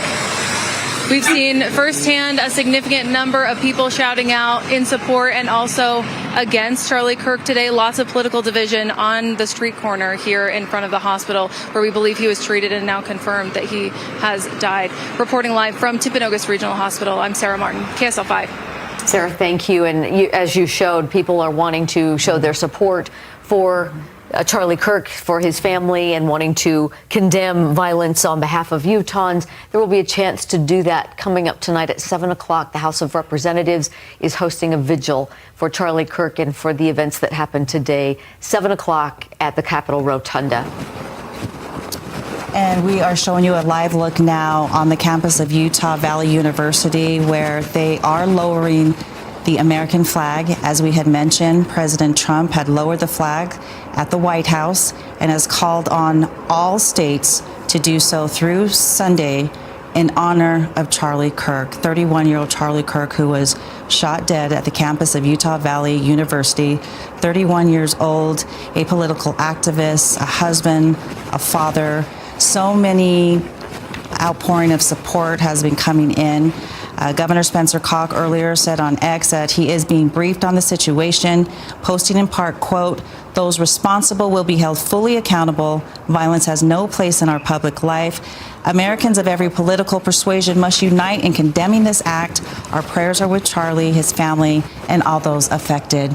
Daniel Woodruff has been there on campus for the last couple hours or so, talking to folks out there, getting a sense of what the campus has endured. Although the campus is closed, he has been seeing a lot of police activity. So let's go ahead and check back in with Daniel now. Daniel? Yeah, Tamara. So here on the west side of campus, it is very quiet. Really, the people that are left are media and law enforcement. And we know that law enforcement has a major presence here on the campus of Utah Valley University as they have evacuated the campus, told people to go home. Law enforcement has been escorting people out. We saw that a little bit ago. Anyone who was sheltering in place here in buildings or whatnot after the shooting of Charlie Kirk. We've seen on social media so many condemnations of political violence. We've seen it for... Oh, sorry. We came out of that live shot a little bit early. We do have a new statement coming up hear from the Turning Point. That is the organization from Charlie Kirk, and it says, with heavy heart that we confirm the death of Charlie James Kirk. He was murdered by a gunshot that took place during Turning Point USA's The American Comeback Tour campus event at Utah Valley University. May he be received into the merciful arms of our loving Savior who suffered and died for Charlie. We ask that everyone keep his family and loved ones in your prayers. And again, a vigil coming up to do that at 7 o'clock tonight. We want to reiterate, some people are talking and speculating about what may have happened, why it may have happened, their thoughts of motivations behind today's shooting. Sure. We don't know, and we haven't been able to verify any of those. We're hoping that we will get some more information coming up any minute here at a briefing that will take place at the university in one of their halls. We're told the governor will be there, several people from law enforcement. And so we are just standing by as we wait for that to begin. And Alex Cabrero, he has been out there on campus for us as well. And I know there's been several questions swirling in your mind as you've been able to talk to students. I mean, your own niece as well. And we've been hearing from young students. It's just a flood of emotions. Let's check in with you now, because I know we're waiting for this press conference. We're hoping to get more answers, Alex. Yeah, well, that press conference is set to begin any minute now, right here inside the Keller building on the campus of UVU. There's a lot of officials, important types, law enforcement heading that way as well. And about 15 minutes ago, we did see Governor Cox come out this way as well and head into the Fugal Gateway over there. It's on the other side where Charlie Kirk's event was happening. The governor wanted to see that for himself and getting briefed as well before heading toward the Keller building with a lot of other administrators to have this press conference that we know is coming up. But you're absolutely right. Shock, surprised. They don't believe it. I mean, I'm at a loss for words too. It's just, you just don't expect something like this on a college campus at some kind of a rally such as this one. We've heard that time and again from students and also from a lot of young people who came here who weren't students at UVU but just wanted to be a part of this, to hear what he had to say, whether they agreed with him or not, just to hear what he had to say. Something we showed you in the last 5 minutes, the flags back there at UVU, those green flags. We saw one of the workers here on campus lowering those flags to half staff, half mast out there. The American flag also here, also lowered as this took place now, what we're looking maybe 3.5, 4 hours or so ago. But again, it's just a matter now of waiting for the press conference to begin. We'll hear from plenty of officials in there and try to get some answers to a lot of questions right now, such as security, such as a suspect. I've been hearing all sorts of rumors that maybe they know who a suspect is, or we're chasing a suspect. Did the suspect get away? Do they know who the suspect is? Is there a description of the suspect, or a car or vehicle or something like that? All questions we hope to get answers to, because one thing I think both sides agree with is that whoever did this, that person should be caught, deserves to be caught, and face justice that is coming their way. So it's just a matter now of finding out who that person is, where that person is, and really what went down here at this event. So hopefully we get some of that information here soon. I know that there are a lot of officials heading into the Keller building. We should have that press conference coming up any minute now. We'll send it back to you. Alex Cabrero reporting live for us. We really appreciate your insight. I know, as you mentioned, just so many questions right now. Thank you. And let's go into that news conference, the side of that news conference at least. Dan Rascone is standing by. Dan, any news or any imminent start for the information there? Right now, we're still waiting for the governor to arrive here, and other key players are going to be coming up to the pulpit right here to be able to have a press conference. But we're inside an auditorium right now on campus, and boy, there's a lot of unanswered questions still out there, especially if the shooter is still out there. We did see a picture that somebody sent me of some SWAT team members out in an Orem neighborhood there. I don't know if you remember or not, but a little bit earlier we showed you some of those officers racing away as if to go to somewhere close by campus here. I don't know exactly what they were going to look for or anything like that, but somebody did send me a picture of some SWAT team members in a neighborhood there canvassing an area. So we're not exactly sure what they're looking at. But again, this press conference is expected to start at 4 o'clock right here, and we're expecting the governor to be here. We're expecting the FBI to be here, and also the Department of Public Safety. Again, this is the podium right here. We see it all set up. We're wanting to be able to talk to them. This is just a real tragedy. I mean, this is not only a local story. or even a national story. This is going to be an international story here as to what happened here at UVU today. I did talk to a public affairs individual here on UVU campus. He said that Charlie had about 8 security personnel there with him at that event. They also had several other security personnel from UVU that was also at that event. And so we're still trying to get details exactly what happened there. But they say, he told me that there was about 1,500 people gathered together at that event, and when this all went down. And so again, we're still trying to find out from the Department of Public Safety and also the FBI as to what they're going to be looking at. So we're hoping that this press conference will get underway. But again, we have not seen the governor pull up. We have not seen the FBI pull up the lead players in that area. Here on campus, it's completely locked down right now. We had to kind of go through security in order to get into this building here, just because they have everything locked down. The doors were locked, and in order to be able to get in here, so they're sweeping all the buildings. So it's very clear that maybe they still have not found the shooter, or that they're still making sure that he may not be hiding here on campus. I also saw some video of someone that sent me some video of possibly someone up on a roof. Now, again, we're not able to confirm any of that. We're not able to say what exactly that was. But again, somebody shot some videos, some cell phone video of somebody up on a roof. And I don't know if that had anything to do with this or not. It appears as though everyone we talked to that was so close to this, what was unusual, everyone that we saw this happen, nobody saw the shooter. I couldn't interview anybody or find anybody that actually saw the gunman. And so there's a lot of questions there as to where he or she may have been when those shots were fired. But everybody telling me they heard one shot, and then that's when Charlie went down. And so, again, still trying to find out a lot of questions here that we're still trying to get to the bottom of, but we'll keep you posted as soon as we know any more, and as soon as the governor walks in and we're getting closer to starting this press conference. Back to you guys in the studio. All right, we appreciate that update, Dan. Yeah, Dan, we're seeing some of the same things. We're getting a lot of information now that's hard to confirm, things people have seen, people making speculations, and so it's hard to sort out that information, and hopefully momentarily we will see that. I know our reporters on the scene have seen Governor Cox on campus, so hopefully that will happen soon. Let's check in with now Jody Reynosa, who is outside campus. Jody, what are you seeing on your end?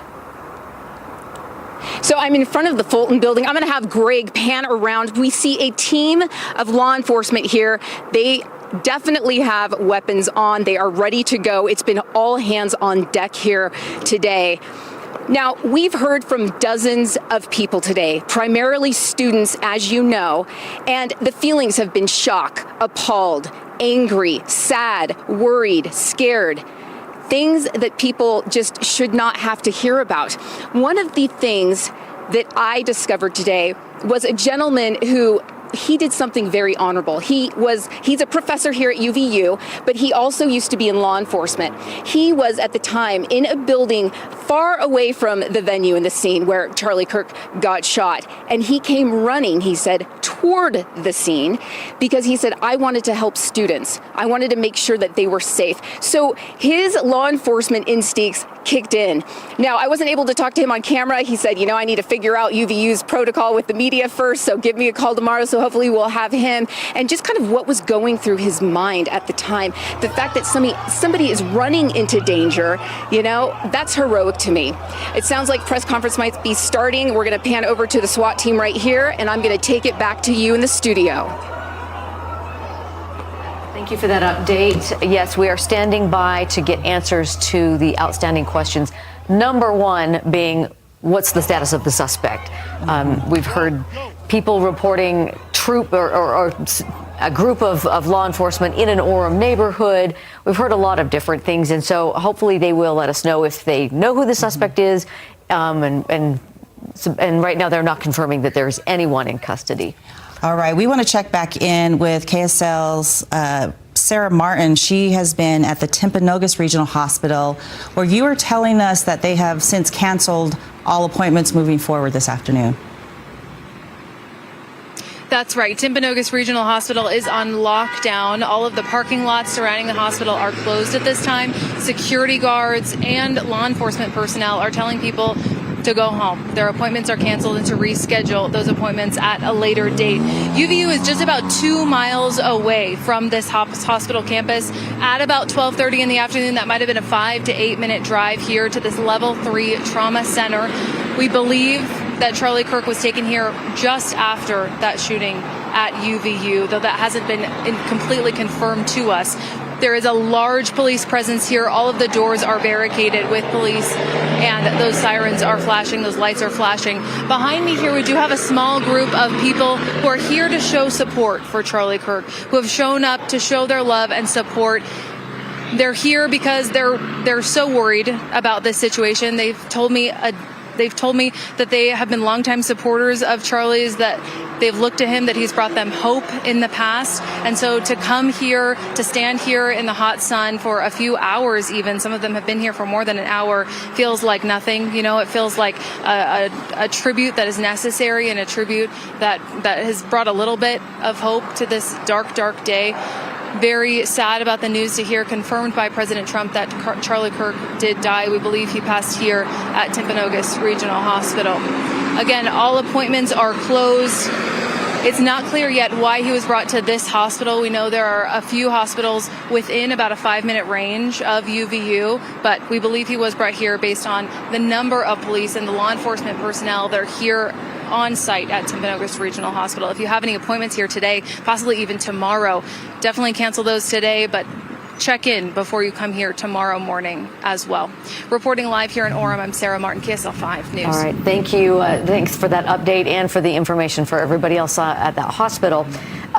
We've heard at least from one University of Utah, still open, but they will have an increased police presence for all of the classes and events that are still scheduled for the remaining of the week. As we stand by for a news update that should start any minute, I wanted to read a statement from Congressman Blake Moore. Utah Congressman, he says, Charlie's passing is devastating. Above all, he was a father and a husband. My heart goes out to Erica, his children, and his whole family. Yeah, the sentiments continue to pour in. Let's check back in with Andrew Adams, also there on the UVU campus. Andrew, what have you been, from your vantage point, what have you been seeing and experiencing right now? Well, some interesting things, and albeit it's really like the guys in Army fatigues, basically SWAT gear, that are garnering all the attention. But low-key interesting is what we've been watching going on in this parking lot, which some officers, I believe, got into that pickup truck over there, and you see it driving that way. But basically, they're going like car to car. So, Stuart, if you can like point on me, but basically, some with their cell phones kind of going around the cars remaining in the parking lot. And then I don't know if they're recording video, I don't know if they're taking pictures, but maybe presumably they're thinking if there's not a shooter in custody, maybe one of these cars might have a connection. I don't know, but it makes you wonder what they were doing out in the parking lot with their phones, seeming to document the remaining cars here, is what it looked like just from a lay perspective standing here. So obviously we've seen a lot of movement still. It's, I would say, very much an evolving situation. The last time you came to me, SWAT was basically rushing to somewhere. We tried to figure out where that was. We weren't able to figure out exactly where they went, but there was definitely some urgency in where they were going, and that was a little while ago. But still, even around on campus, where we're seeing sweeps, as I can point you over here, we see some more officers making their way out this way.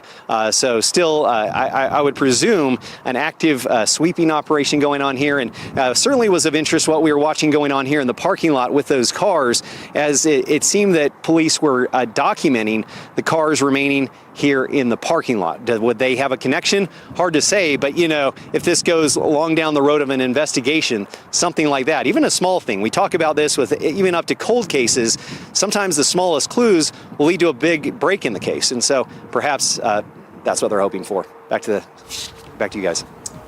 Yeah, certainly a lot of questions that will be asked at this press conference that hopefully will get underway shortly. They're testing the microphones. We're keeping an eye on it, so you won't miss anything. We're keeping an eye on that situation and just trying to bring updates as we get them. An update from Representative Candace Perucci, who says she is heartsick and devastated, shocked by the murder of Charlie Kirk. He dedicated his life to engaging young people in political discourse. Same reaction that we're hearing from so many, whether, you know, in public life or just private students who were there and described what they had to witness today. Let's go now to Jody Reynosa, who has been speaking with some of those young students there on campus. Jody? Yes, students are still milling around. They're still trying to grapple with what's happened today. I don't have somebody with me, but I did just talk to police, and they did confirm that Governor Cox is here on campus. And so it's just a matter of, within minutes, even less than that the press conference is going to start. But, to go along with what Andrew Adams was saying, we're seeing the exact same thing here in this part of the parking lot. Law enforcement going around taking pictures of license plates, trying to find clues, trying to connect the dots with, who the shooter could be. And the fact that he's still at large, I think it's very unsettling for them as well. So I'll let it go back to you. You can take it from here. All right, Jody Reynosa reporting live for us from the UVU campus. And Deanie, we throughout this last couple of hours, as our reporters have been there on scene on campus and talking to young students who were seeing Charlie Kirk for the first time, wanting to see them here at home in our own backyard, and to go to a somewhat friendly crowd where, this is going to be a fairly cordial event. Of course, we know Charlie Kirk traveling on campuses all throughout the state where political discourse, back and forth debate, it is part of what he does with Turning Point USA. Was scheduled to come to Utah State University later in the month, interestingly, so that tour had continued. But we're hearing that they are testing the microphones, but also we will start getting updates from Cameron Roden from the Highway Patrol, Public Safety. So again, we're standing by to get more information that is updated. We've been here now reporting for a couple of hours and have heard a lot of eyewitnesses. Statements that have been heartfelt, that have been shocked, and we want to play those. I think we have some of those for you to hear. We hear all the time that we're the problem, we're the violent ones, we're the issue, and yet this is the second mass shooting attempt on a political figure. First Donald Trump, now we have Charlie Kirk, but yet we're the problem. We were sitting next to each other. We just heard an immediate pop.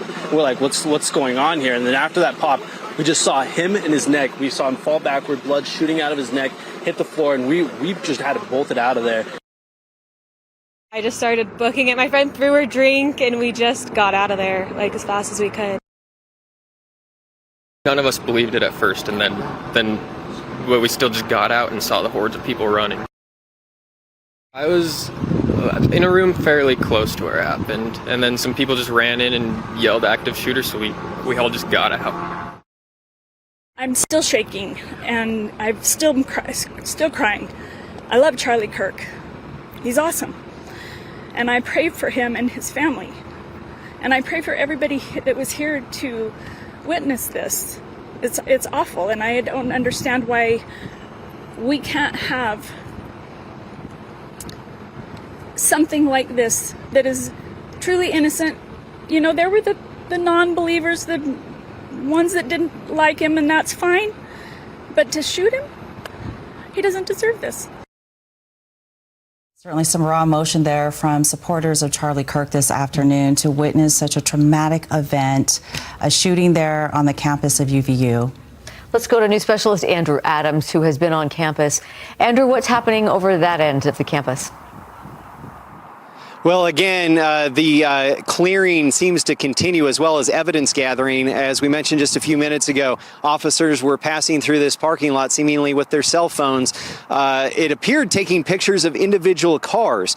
Again, it's unclear. Perhaps it's even unclear to them at this point whether that will have bearing in the investigation. But you could see a logical benefit of that. Perhaps if a car was left here at longer than everything else, or perhaps that gives them an idea what has left, what has come and gone, then perhaps there's a tie there to a potential shooter. So again, without knowing exactly what they were doing, it did look like they were photographing individual vehicles and going through and essentially sweeping this parking lot. And of course, these are left here much longer than a lot of people who cleared out a campus quite a while ago now. As you can see, things have quieted down here. I think we saw some students up over at this end milling around, but a lot lot of the students that were out here earlier have cleared. Understandably, it's a warm afternoon. I don't know the exact temperature, but certainly at least mid-80s, if not hotter, and that's taking a toll. In fact, I wanted to mention that a sheriff's vehicle came by, gave us bottled water.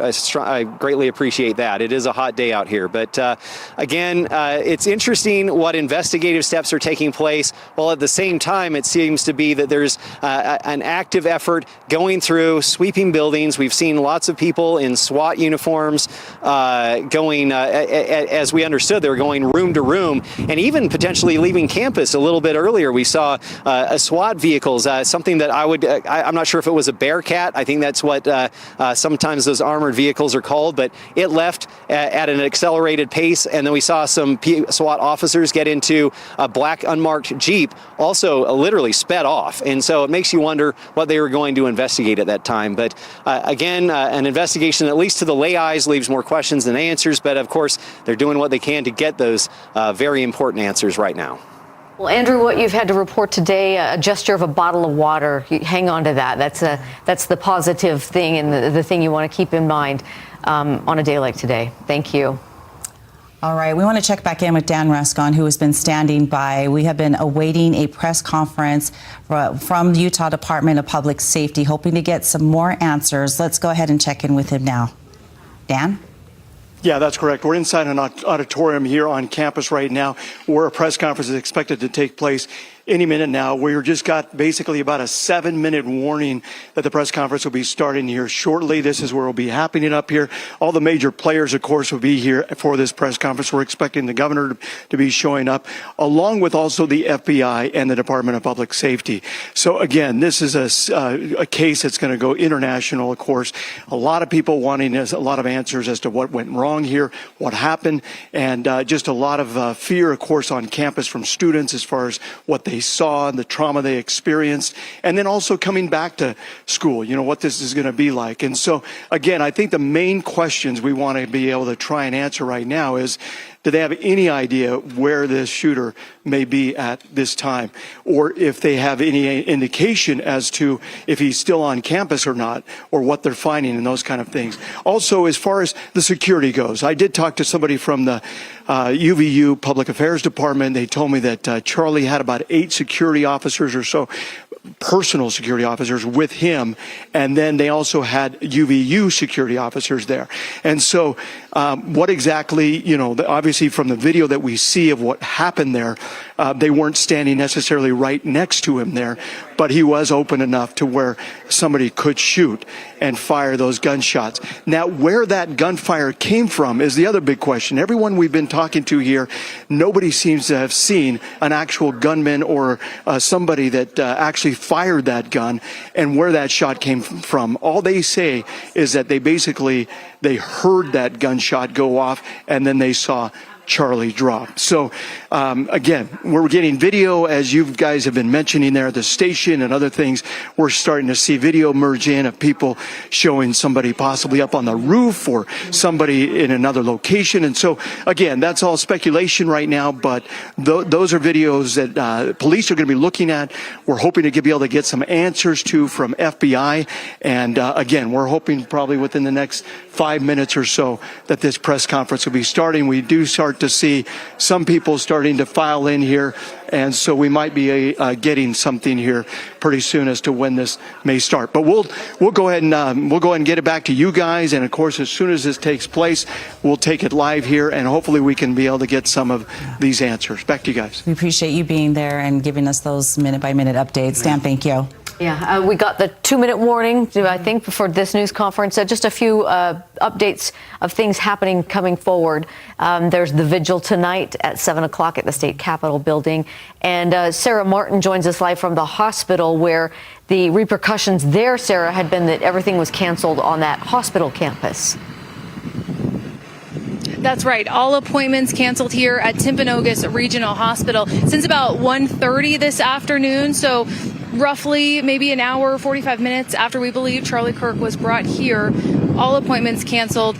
Police and security blocking all entrances to the hospital and telling patrons to come back another day to reschedule all of those appointments. So if you have an appointment at Timpanogos, make sure you reschedule that. Back to you in the studio.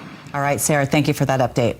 Looks like they are getting started with this news conference. Good afternoon, ladies and gentlemen. We will listen in and hear the information. Thank you for being here. At this press conference, we will first hear from Utah Department of Public Safety Commissioner Bo Mason. Then we'll hear from the FBI Special Agent in Charge, Robert Bowles. We'll then hear from Utah Valley University Vice President Val Peterson, who's been in touch with President Jimenez. And then we'll hear from Governor Cox. I'll turn the time over to Commissioner Mason.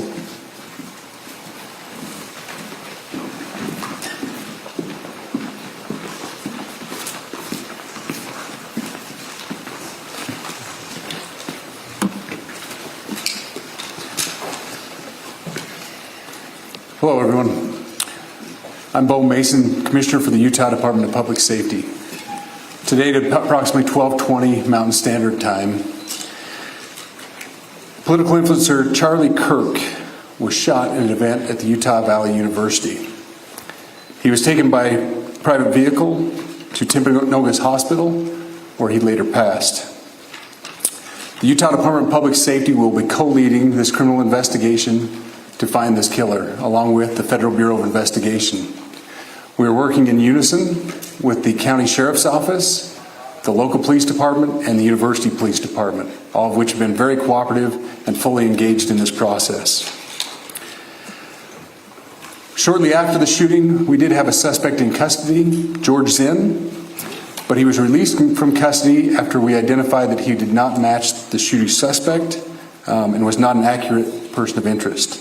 However, he has been booked into the county jail by Utah Valley University Police Department for obstruction of justice. We do still have an active investigation for the person of interest. This incident occurred with a large crowd around. There was one shot fired and one victim. While the suspect is at large, we believe this was a targeted attack towards one individual. This is a tragic moment in our state and in our country. As we heal, we encourage everyone who is struggling with news of the incident to call 988, our state mental health crisis line. In addition to that, our partners with the FBI will also be discussing other ways we can communicate through the public for tips and other information. Thank you. Good afternoon. On behalf of the FBI, we extend our sincerest condolences to the family and friends of Charlie Kirk. Our thoughts are also with the people who witnessed this traumatic event. We know that what you experienced was very difficult. Our thoughts are with you as well. As soon as we heard about the shooting, special agents and personnel from the Salt Lake field office responded immediately. We have full resources devoted to this investigation, including tactical, operational, investigative, and intelligence. To be clear, the FBI will fully support and co-lead this investigation alongside with our partners.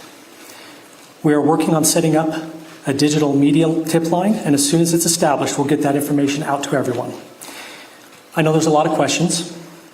This is very much an active case, and this investigation is in its early stages. We are following all the leads and all the evidence. If anyone has any information, please report it to the FBI or local law enforcement. Thank you. On behalf of President Jimenez, who we've been communicating with, and she's on her way back right now, I say that on behalf of Utah Valley University, we are shocked and saddened by the tragic passing of Charlie Kirk. We express our sincere condolences to the Kirk family. We grieve with our students, faculty, and staff who bore witness to this unspeakable tragedy. He was invited by the student group Turning Point USA to speak on our campus. We firmly believe that UVU is a place to share ideas and to debate openly and respectfully. Any attempt to infringe on those rights has no place here.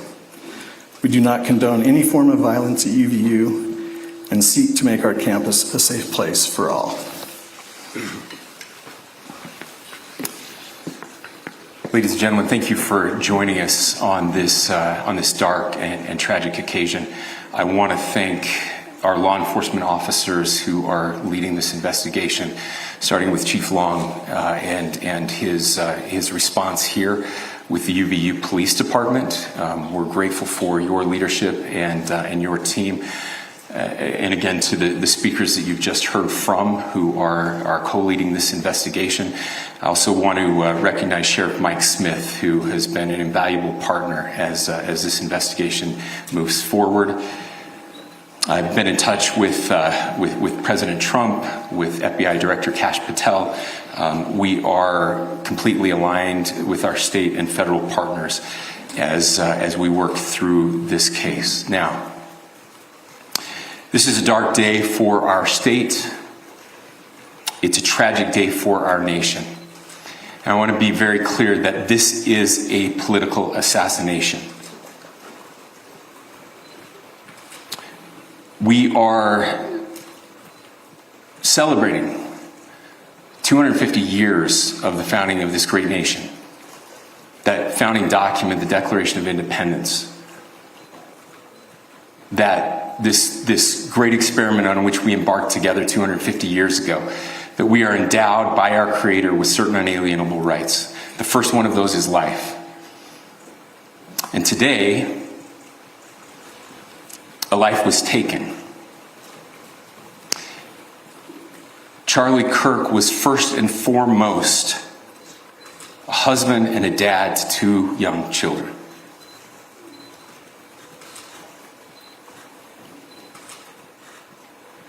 He was also very much politically involved, and that's why he was here on campus. Charlie believed in the power of free speech and debate to shape ideas and to persuade people. Historically, our university campuses in this nation and here in the state of Utah have been the place where truth and ideas are formulated and debated. And that's what he does. He comes on college campuses and he debates. That is foundational to the formation of our country, to our most basic constitutional rights. And when someone takes the life of a person because of their ideas or their ideals, then that very constitutional foundation is threatened. Now, we have a person of interest in custody. The investigation is ongoing. But I want to make it crystal clear right now, to whoever did this, we will find you. We will try you. And we will hold you accountable to the furthest extent of the law. And I just want to remind people that we still have the death penalty here in the state of Utah.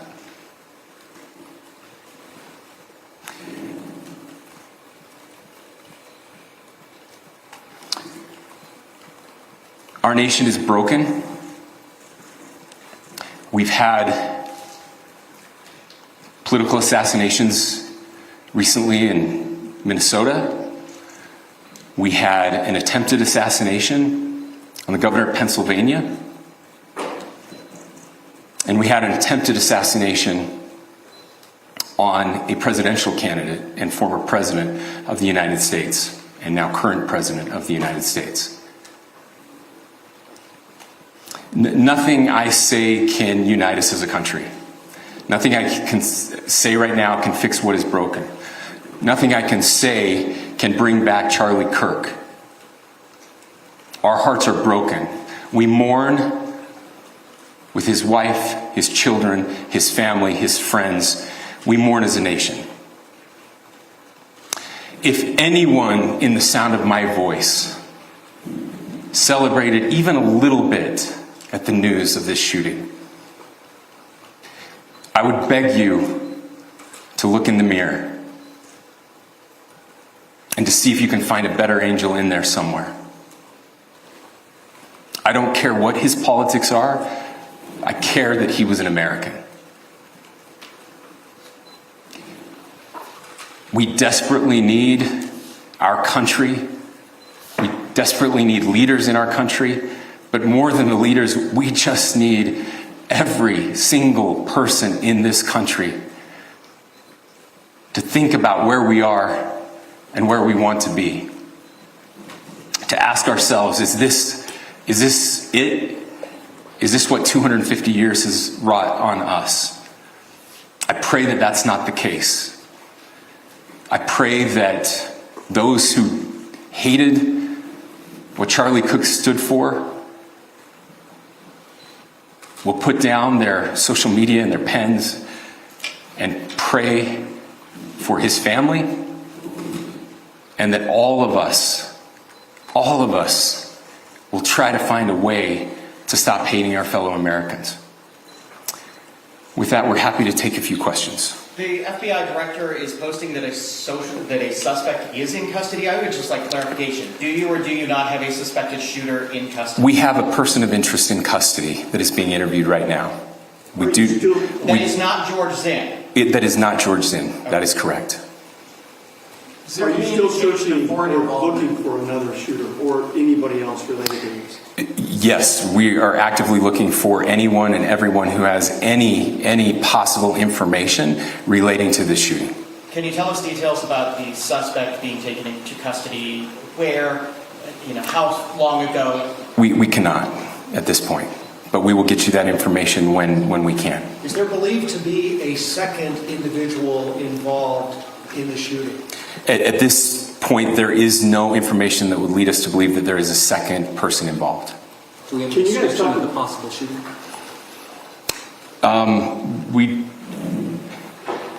Do you want to talk about what we know there? Yeah.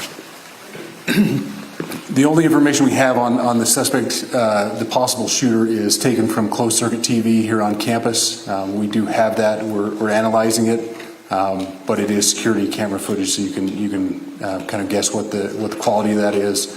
But we do know dressed in all dark clothing, but we don't have a much better description other than that. Where do you believe the shot came from? The shot came from here on campus, from a location at a fair, potentially from a roof, yes. A longer distance shot from a roof. So to clarify, with the security camera footage you have and the person of interest that's in custody, does that match up? That's what we're trying to decipher right now. So did FBI or DHS have anything on the threat board this morning? I can't speak to that. I'll just say that the investigation's ongoing, and as soon as we have further information, we will be sure to release it. Any indications of foreign intelligence involvement? As of now, I can't comment on any of that. Thank you. Can you talk a little bit about the security of the event itself? Who was there security-wise, and what happens on these kind of events? Chief Long. So my name is Jeff Long. I'm the police chief here at UVU, and I'll tell you right now, we're devastated. We're a small police department. We have a very large campus. We have over 40,000 students, and we love our students. We love our visitors, and we're devastated by what happened today. This is the police chief's nightmare. I'm very saddened for the Kirk family. I know his wife and parents found out about this. Obviously he's away from home. He's here in Utah. They find out by a police officer that visits their home. That's tragic. Nobody wants that. But I can tell you about our venue today. This was an open venue. This was outside. We did have 6 officers working that event. We had probably over 3,000 people that were in attendance. It sat down in kind of a bowl area here on the central campus. We have a waterfall area, and so he was kind of in a lower area, surrounded by buildings. We had some plainclothes police officers that were in the crowd as well. We train for these things, and you think you have things covered, and these things, unfortunately, they happen. You try to get your bases covered, and unfortunately today we didn't. And because of that, we had this tragic incident. So we did have officers there. We had Charlie Kirk's team. He has a security team that travels with him, and they were here with him when he was shot. Was the gun recovered? I'm sorry, see? Was the weapon recovered? At this point, I can't disclose that. When Charlie Kirk was shot, there was a question being asked about mass shooting. Was that person apprehended, and do you know who asked that question? Say the question again. I don't know if I understand what you're saying. When Charlie Kirk was shot, he was answering a question about mass shootings specifically. Was that person apprehended, and do you know who asked that question? I do not. We do not have that at this moment. What kind of weapon was used? Ladies and gentlemen, we have time for just one more question, so thank you. Yeah, a question for the chief as well. Was it your team or Kirk's team or a combination of both that kind of set the security protocol for the event? So we work together. You know, he has his team, and they do this all over the country. We all know that. This is not uncommon for them. They're very comfortable on campuses, and I was coordinating with his lead security guy, and so yeah, we were working together. Was this a sharpshooter type shot? Ladies and gentlemen, those are all the questions that will be answered today. Again, thank you for covering this. We will be updating you as soon as we have additional information through normal channels, working with law enforcement. Again, our deepest condolences to the Kirk family and to the students who were there today. I would just ask everyone everywhere to please pray for their family and to pray for our country. We need it now more than ever. Thank you. That was Governor Cox wrapping up the news conference to provide some updates on the shooting that happened today at Utah Valley University. Probably the biggest information that we've learned today was from the Department of Public Safety that confirmed they do have a person of interest in custody. They don't have a reason to believe there's more than one shooter, and they talked about how they had campus security video from a roof of someone dressed all in dark clothing. They were trying to see if that matched up with the person that they have in custody. And they did talk about a suspect that they had in custody initially who they thought had matched the description, but that person has since been cleared. However, they were charged with obstruction of justice. We do have our Dan Rascon, who was there inside of that press conference. Let's go to him now live. I want to get your initial thoughts. Hearing from Governor Cox there, calling this a political assassination. Yeah, some very strong words coming from Governor Cox here in regards to what happened here. Obviously a real tragedy. He is calling this, as you mentioned, a political assassination. Somebody that came after Charlie Kirk and wanted to take him out. And so we believe right now, from what's been happening as far as what they were able to tell us, they do have a person of interest in custody. They also have another person that they're looking at, but they're not saying whether or not the two are related in the incident. So again, one person in custody here. Is that the actual shooter? We don't know, but they did say he is a person of interest. And as far as them looking for others, they say they are still canvassing the area. They're still canvassing the campus to try and see if anybody else has any other information. Now, we had mentioned a little bit earlier that we're starting to see cell phone video coming in of possibly somebody up on the roof there. Well, they did say, at least Department of Public Safety said that they do believe that the shots came from the roof. So again, was this a rifle, a sharpshooter? To be able to shoot from up there would be a very difficult shot unless you really knew what you were doing. And it hit him right in the neck and right in the fatal part of the body there. And so, you know, it's one of those situations where they're still continuing the investigation. But according to UVU's police chief, he said he had as many as 6 or more officers here on the scene, some in plain clothes, others that were armed and ready. He said they were doing the best they can to be able to control the crowd. He said they probably had as many as up to 3,000 people or so in regards to being out here. It was an open event, so it was out in the open, so people could have been anywhere. There wasn't like people had to go and check in bags or anything like that. So people could have been coming somewhere on campus and carrying a weapon or something like that, and maybe they would have not known it because it wasn't like they had to go through metal detectors or anything like that. So again, we just wrapped up a press conference right now. It was very quick. They didn't answer a lot of questions. They said the investigation is ongoing. But when it comes to the actual shooter, the person who took Charlie Kirk out, they say they have a person of interest right now. They're not saying, yes, we have the gunman. We're not looking for anybody else. They also have another person that they've taken into custody that was initially arrested, and now he's being charged possibly with obstruction of justice. And then they also have basically a lot of video coming in. They've got a lot of witnesses. They have people, as you heard from on our station right here, as we interviewed witnesses, people that were just feet away from this shooting that happened. And so you obviously have a lot of people that have had this happen or watched it all happen and unfold. So a lot of traumatization among students, a lot of difficult situation for students to be able to experience something like this. But again, we are hoping to get a little bit more answers, but just again, some strong words from Governor Cox in regards to what's happened here in Utah, and how it's a national and now international type of an event here. Political assassination is the words that he used. And he said that we do have the death penalty here in Utah. And whether or not that's a sign that they're going to try and seek that is one thing. But again, his condolences went out to the family and of Charlie Kirk, and just a real devastating situation for everybody involved. But again, that's kind of a wrap up of what happened here in this press conference. Still a lot of unanswered questions out there. Unfortunately, it would be nice if we were able to hear they've got the shooter in custody. They kind of know what happened here, who it was, and that they were done looking for people. But again, police are still out there, out and about, canvassing this campus and also neighborhoods, looking for this shooter or looking to see if there's anybody else that may be connected to something like this. I'll send it back to you guys. Yeah, you mentioned, and the same thing that we noticed, the strong language that came from Governor Cox. And Dan, we also noticed that you talked about the video of someone running on the roof. I believe we have that video to show. All we know is that they believe that the gunshots did come from that area. And here's the video that we were referring to. You know, there's yes, not exactly. Yeah, it's just there in the circle there. There's not a lot to go off of there, other than other people saw it too. Right. Other people reported seeing someone dressed darkly running on the roof.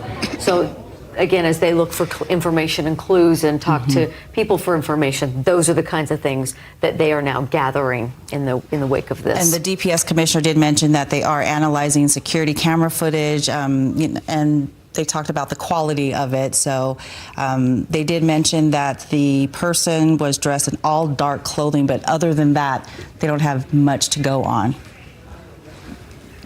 You know, it would make sense in regards to somebody possibly being up on the roof there. I'm sorry, I'm not sure if I'm on or not. Yeah, go ahead. We can hear you, Dan. It would make... Yeah, I was just going to say, it would make sense possibly for somebody to be up on the roof there. The only reason why I say that is because we interviewed dozens of students here. You heard students from with Daniel Woodruff. You heard them with Andrew Adams. You heard them with Alex Cabrera, everybody. And nobody saw a shooter. Out of all those students, I mean, these are kids that were like right there at the event. They were feet away from it happening. All they heard was a gunshot, and then they saw Charlie Kirk drop. Nobody ever saw a shooter, which is very unusual. So that shot would have had to have come from some other location that was maybe a little bit further away, a little bit more outside. And that's something that Governor Cox talked a lot about, too, as far as the attempted assassinations or of other political figures. And he mentioned, obviously, President Trump and what happened there. And so, this is a really sad, unfortunate situation that is happening with some of the political climate right here, not only in our nation, but across the world in that respect. I'll send it back to you guys. All right, Dan, we appreciate you at least bringing some light to the pressing questions that people want to know and that we've been trying to get answers for all afternoon. We'll check back with you. Yeah. And let's circle back to some of the statements that Governor Spencer Cox made, again, calling this a political assassination, some very strong words condemning this attack. Let's go ahead and listen into some of the moments that he shared with us. Today, a life was taken. Charlie Kirk was first and foremost a husband and a dad to two young children. That was some of the things that the governor said. He went on to say they want to remind people that we still have the death penalty in Utah. So that just gives you an idea of the tone and the seriousness with which law enforcement and state leaders are taking this. Let's go to news specialist Daniel Woodruff, who's standing by. Daniel, any reaction on your end from the information we learned? Yeah, I think on the one hand, no reaction yet because we're in an area where there is nobody. Students have been very slowly trickling out all day, but we're in a parking lot near the campus on the north side that we're basically the only ones here right now. Law enforcement has moved on. But some significant news now to report from UVU after the shooting death of Charlie Kirk. Students received a notification that I'm going to read, and it basically says that UVU is closed now until Monday. Not just today, but until Monday. The college said, on behalf of Utah Valley University, we are shocked and saddened by the tragic passing of Charlie Kirk, a guest to our campus. Our hearts go out to his family as we grieve with our students, faculty, and staff who bore witness to this unspeakable tragedy. UVU campuses will be closed from September 11th through the 14th. Again, that's tomorrow through Sunday, so classes resuming on Monday. And it's not just classes. UVU says all classes, in-person and virtual, campus events, and administrative operations will be suspended during this time. Please plan accordingly. So obviously UVU taking significant steps in the aftermath of this tragedy to, take care of the issue, take care of the investigation, and allow students and those who were there to have some time to process it. And I haven't been able to stop thinking about some of these students today that we interviewed who watched this happen, who, as one put it, saw the blood pouring from the speaker, Charlie Kirk's neck, and just horrific things that nobody should ever have to see. And now they have to go and process those emotions. And so UVU will be closed beginning now through Sunday night, and then classes resuming on Monday. So some significant developments here. Police have continued to walk around the campus. We have talked to some officers who are actually here in the parking lot checking vehicles. But then again, you heard in that news conference a little bit ago, a person of interest has been taken into custody. The wording, though, to me is interesting. Governor Cox called this a person of interest. The FBI director, Kash Patel, tweeted about this, calling this person the subject, basically responsible for this shooting. So I think there's some details to sort out in the exact wording that's being used, but either way, officials telling us that there is a person of interest in custody in connection to the shooting, and then an additional individual who has been booked into jail for obstructing justice, apparently in the chaotic aftermath of all that. He identified himself or something as the shooter, and now he's been booked into jail for obstructing justice. So I think a lot of details still need to come out on this, but for now, as those details emerge, the campus here at Utah Valley University in Orem will be closed, reopening Monday. Back to you. All right, Daniel, thank you for that update. All right, we want to check back in with Alex Cabrero. Prior to the press conference, you had a chance to talk to students there on campus who witnessed this horrific event. We want to check back in with you now, Alex, now that you've had some time to listen in to some of the answers that we've been getting. We heard some strong words from Governor Cox calling this a dark day for our state, but a tragic day for our nation. Absolutely, and I think one of the things Governor Cox said that maybe both sides can agree with here is that he said our nation is broken. And he said he doesn't have the answers. He doesn't know how to get everybody back together. He doesn't know how to fix this. And I think that's something, hearing that somebody on his level saying that this is our nation is broken, that this is a political assassination, that there have been attempts not only in Minnesota, there was a political assassination there. There was an attempt on President Trump's life on the other side. I think the way he put it really hit home for a lot of people that there's something wrong. And he admits he doesn't have the answers on how to fix it. And a lot of the students we spoke with earlier today, they also said kind of the same thing, like, what is going on? This is the prime of their lives. They should be enjoying school and hearing debates and hearing things maybe they don't disagree with to get a fuller understanding of things of the world. And then to have this happen is definitely shocking to those young people that are just here trying to hear something different. So at this point, I think we heard Daniel Woodruff also say some curious wording with a suspect in custody, a person of interest in custody. What does that mean? We're still, we'll get the details on exactly why they're being a little ambiguous with their wording of this later on. But they are working on us. It is still very early on in this investigation.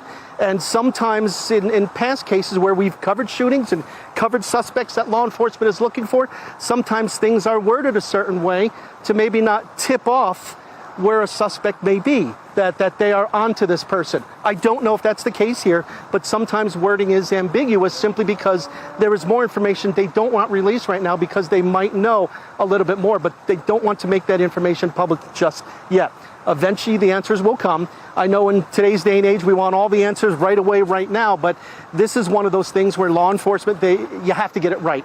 And if getting it right means taking some time to release information later on, then so be it, because we all want to see whoever did this brought to justice and to face consequences and to have to answer some very tough questions themselves. So as far as students, for the most part, the campus has pretty much been cleared except for law enforcement and other faculty and such. But students-wise, most students have left at least the area we've been in for a couple of hours now. So yeah, it is, I agree with the governor. It's just a dark day in Utah, a dark day for the country. And you just wonder at what point does this stuff stop? We'll send it back to you. Yeah, no, a lot of those same sentiments are on a lot of people's minds today, Alex. Thank you for the update out there. I wanted to take a moment to read a statement today that was issued from the Catholic Diocese of Salt Lake City. It says, "My heart goes out to the family of Charlie Kirk. He was shot and killed today at Utah Valley University. They pray for the repose of his soul, and they're also praying for those who were affected, especially those who were present at the event on campus." Yeah, certainly hearing a lot of that sentiment, as we also heard from Governor Spencer Cox as well, talking about Charlie Kirk being a husband and a father to 2 young children. We want to check back in with Andrew Adams, who has also been out there on campus there at UVU. Now that we've had a chance to get a few more details, Andrew, from this press conference about what's going on here, the latest at least, what can you tell us, and from what you're hearing, where you're at? Well, the investigation is still very much afoot, and we've talked the last 20, 30 minutes about police in this parking lot broadly going car to car, kind of with their cell phones, taking pictures of presumably license plates, sometimes inside the vehicles. But we noticed that they took special interest in this car, this SUV right here. Now we'll push in and show you that one. Spent a great deal of time comparatively next to that one, taking a look, and not just one officer, but you had 3 officers, one with a laptop. So I'm not sure what kind of application was on that laptop, but taking a good, healthy look at that and trying to figure out exactly what was going on with that vehicle. And initially there was some confusion actually that it might have been a news photographer vehicle, but that was not the case. And so they gave that a very close look and then moved on to some other cars in the parking lot. But it did seem like they took a lot more interest in this one than others in the parking lot so far. And that effort continues just it looks like a couple of rows away as they continue to go car to car. In fact, if we have a minute, Stuart, if you can just reposition and push up, you can actually see what he's doing right here next to that gray vehicle, maybe 3 rows down the way, and now he's moving on to the next car, which is more of like a teal sedan. But this has been going on here for at least the last, presumably a lot longer, but at least a half hour to hour. Police officers going car to car, now stopping up behind a blue car next to it, basically documenting what's going on in this parking lot. Perhaps that helps the investigation at some point. We'll push it back to the studio. All right, Andrew, thank you. We appreciate your update. This is an active investigation. We are going to take a 1-minute break and come back to start from the top with all that we know on KSL News live at 5. For temperature, warmer than normal. Whether it's sunny out, pushing closer to the low 90s, or a storm is moving in. In St. George, it's pretty overcast. KSL weather specialists are working for you. Forecast today does call for cloud cover with the latest changes. High pressure to the north moves off to the west. What to expect for the day. 93 to 88. And what's ahead in the forecast. Friday, we get a little bit more moisture. Stay with KSL. I believe you. Good answer. On air, online, and on the KSL weather app.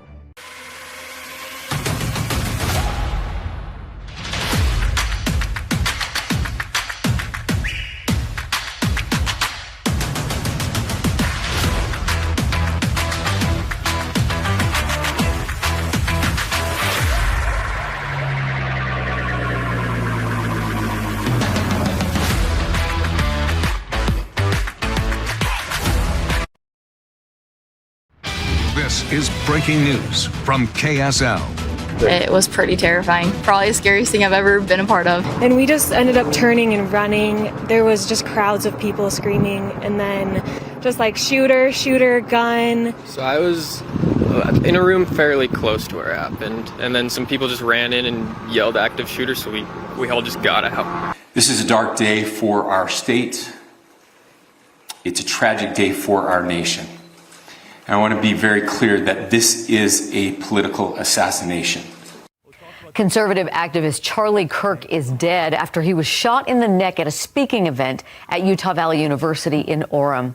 Kirk was speaking in Orem during the noon hour when an unknown suspect shot him in the neck. At around 2:45, President Donald Trump confirmed on his Truth Social account that Kirk had died. Reaction and condolences have been pouring in all afternoon from around the state and across the country. I'm just really shocked about what happened. I may not agree with Charlie Kirk, but no one deserves to be executed like that. We have live team coverage from Orem right now. We've been talking to dozens of students on UVU campus, police, politicians, and attendees there. What many people witnessed today is disturbing. Here is one firsthand account from an eyewitness. I was working my way up to the stand to ask Charlie some questions. At that moment that the shot rang out, I look over and I see Charlie Kirk slump over for just a split second, and the crowd just pushes back. There's a huge stampede pushing back. People are jumping into the fountain. A person of interest is in custody. Anyone who saw a shooter, no one saw a shooter, or at least reports seeing that, or anything else important. But if they do have information, there is a tip line, and law enforcement definitely wants to hear from you right now. That tip line is fbi.gov/Utah Valley shooting. The website is there on your screen, fbi.gov/Utah Valley shooting. News specialist Alex Cabrero joins me live from Utah Valley University campus. Alex, you've been there all afternoon. You talked to students, staff, even your niece who was there. Sum up what you've heard today. Yep. Yeah, it's been 4.5 hours now since this shooting happened, but I think the shock waves and the effects from this, what happened at just after 12:30 today, that's going to be felt for quite some time. Still a lot of shock, still a lot of just people saying they don't believe exactly what happened, that it actually happened. Now, when it happened, there was one single shot from what we heard from Utah Department of Public Safety. There was just one single shot, and immediately people started running away from the scene. People heard active shooter. People heard the word gun. People heard the word shooting. People started running. There were a few people who froze thinking, is this really happening? Did this really happen? And was this some kind of a stunt? Maybe was it part of the show? Not realizing that it did in fact happen. We spoke with several people, with students, and even people who came here who weren't students but wanted to be a part of all of this. Not just because maybe they agreed with him, even if they disagreed with him, they wanted to hear what Charlie Kirk had to say. That's part of listening to both sides. When this happened, they said they can't believe what happened right in front of their eyes. And I pray for everybody that was here to witness this. It's awful, and I don't understand why we can't have something like this that is truly innocent. You know, there were the non-believers, the ones that didn't like him, and that's fine. But to shoot him, he doesn't deserve this. And that's something we have heard time and time again from several people, that no matter if you disagree with Charlie Kirk, if you agree with Charlie Kirk, if you don't have a position, that something like this shouldn't happen, especially on a college campus where it is encouraged to have different ideas and different thoughts and different ideologies. It remains to be seen exactly what happened, what the motive was. We are still hearing words that, is there a person of interest in custody? We hear yes, but is it the shooter? We don't know that for sure at this point, but certainly we will get more answers on that in due time. And a big part of what we're hearing again from Governor Spencer Cox is that this was a political assassination, something we've seen far too often in the past few years in the United States. He says we don't have the answers on how to bring us all together, but that's certainly something he would like to see happen, as well as pretty much everybody here I've spoken with today. For Live at 5, I'm Alex Cabrera. Yes, Alex, thank you. Very much a fluid investigation still going forward now. Let's go live now to news specialist Sarah Martin. She is at the Timpanogos Hospital, where Charlie Kirk was transported after the shooting.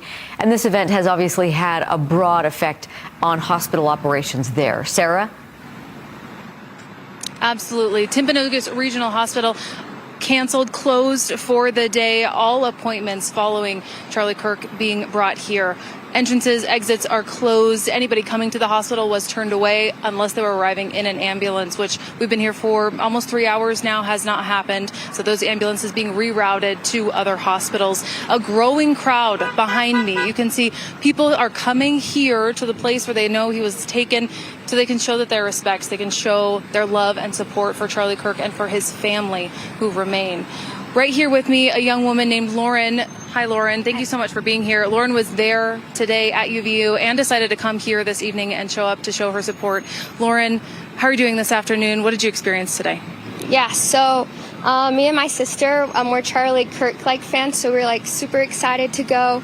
And just going to his thing, just in the beginning of the first, you could just feel his spirit and he was so happy. And it's sad and just wrong, completely wrong for someone to get killed for their beliefs of their rights and stuff like that. So after that happening, my sister and I were in the third and fourth of the row or whatever, and I didn't see it, thank goodness, but just hearing that shot, it was sort of unbelieving, how could this happen in Orem or Utah. And so it's happening to anyone, that's just wrong. And so we just evacuated and got out, and there was no direction helping us and stuff. And just after this, it's been really hurtful, and I was just down looking through different reels of just how some people are taking this as a joke and they don't care that this man this who's a human has those rights just died of this. But afterwards, when we were going through, we decided we wanted to come to here and support Charlie Kirk. We made a poster up for his family, and just being here, it's made me feel more peace and more calm, just being with people here, knowing that there's still good in this world and that there's still humanity that cares for this man, because he truly, anyone losing that life or whatever is wrong. And I just feel so bad for his family, and just he's they're in our thoughts and prayers, and just to help them for that. So really healing for you to come here after this traumatic event, for you to come and be with others, be with like-minded people and people who are also supporting. No, yeah, for sure, which I wouldn't expect, because most of it, I'd go to these scenes, I feel I would feel I don't know, uncomfortable. Everyone's been so nice, and just just feeling super that comfort and just that healing through it. Moving forward, what about Charlie will you take forward with you? Yeah, so even though this was my first day meeting Charlie, just I've always wanted to know him, and to me, just seeing him today, just so happy and sharing his connection with Christ, I really connect with him. I love his politics too, but just his with Christ. So what I really want to take from this today is to always stand up for your beliefs, and just to know we should, as people, we should feel safe to say our beliefs and our rights, no matter what religion or what we believe in. And so he's just an example, a man for me to be courageous and brave, and to always defend what you believe is right. Lauren, thank you so much for chatting with us. A current student at UVU studying to be a therapist here. A growing crowd behind me here at Timpanogos Regional Hospital to say goodbye to the late Charlie Kirk. We'll be here all evening speaking with more people coming to pay their respects. Reporting live, I'm Sarah Martin, KSL-5 News. All right, Sarah, we appreciate you out there. Thank you. Let's continue our team coverage now with news specialist Andrew Adams. Andrew, I know you are from Utah County. This hits close to home. And all afternoon, we have been hearing from witnesses talking about some things no one should have to see. It's been hard. It has been hard and really inconceivable in a place like this. Not just the fact that Orem and Provo, very safe area, but on top of that, just how politically conservative Utah County tends to be. And then this happens here. I think that multiple people today have taken note of that. And certainly, as we've been standing out here, we've been tracking the movements of law enforcement, and we've seen law enforcement from all kinds of different agencies, people in SWAT gear, sometimes moving quickly, sometimes moving slowly, but continuing their investigation through the area. Actually, while we were standing here, we saw police HSI, which is Homeland Security Investigation. So we know there's now federal involvement here with the FBI, also Homeland Security agents in the area. And so they are doing, it's a full court press in terms of an investigation out here, in terms of what we're seeing from federal law enforcement and from local law enforcement. Now, we know we're in video right now, but if we could turn, I want to take a minute and just point out this car, because what we've been seeing in the last little while are police police going car to car in this parking lot, basically taking pictures of every individual car that's left out here, taking pictures of license plates. If it's a point of interest, then they'll take more interest. But this car right here, there was a little confusion initially because there was some belief it might be a news photographer vehicle. Turned out not to be the case, but police took paid extra close attention to this Chevy. I believe that's a Traverse right there. So unclear why they were interested in that. Eventually they moved on, but you had 3 officers spending a good, maybe 5 to 10 minutes taking a look at that vehicle in particular. So they are going car to car, row to row, and we'll continue to keep you updated on their movements and law enforcement movements in general here at UVU. Deanie? All right, Andrew, thank you. Nice job out there. Now let's continue our coverage with Daniel Woodruff, who is live outside the campus of Utah Valley University. Daniel, I know you too are also very, very familiar with this area of our state, and I think it's safe to say that no one would anticipate this kind of violence on UVU's campus. Yeah, Deanie, they call this Happy Valley for a reason. I grew up in Provo, just a few miles to the east from here at Utah Valley University, and this is just a shocking day, as people have told us over and over and over. Now, some significant news coming out in just the last little bit. As a result of the shooting, Utah Valley University here will be closed until Monday. All classes, all administrative operations, all events are canceled until Monday. I wanted to read a short bit of what Utah Valley University put out.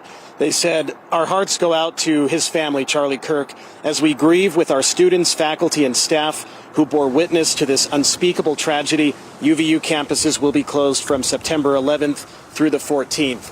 And that's really one of the major effects of today's shooting, not only for Charlie Kirk and his family, but there were thousands, we've been told, of people that were in this area who watched the shooting happen, some of them describing the chaotic aftermath to us earlier today. I was in a room fairly close to where it happened, and then some people just ran in and yelled active shooter, so we all just got out. I just started booking it. My friend threw her drink, and we just got out of there like as fast as we could.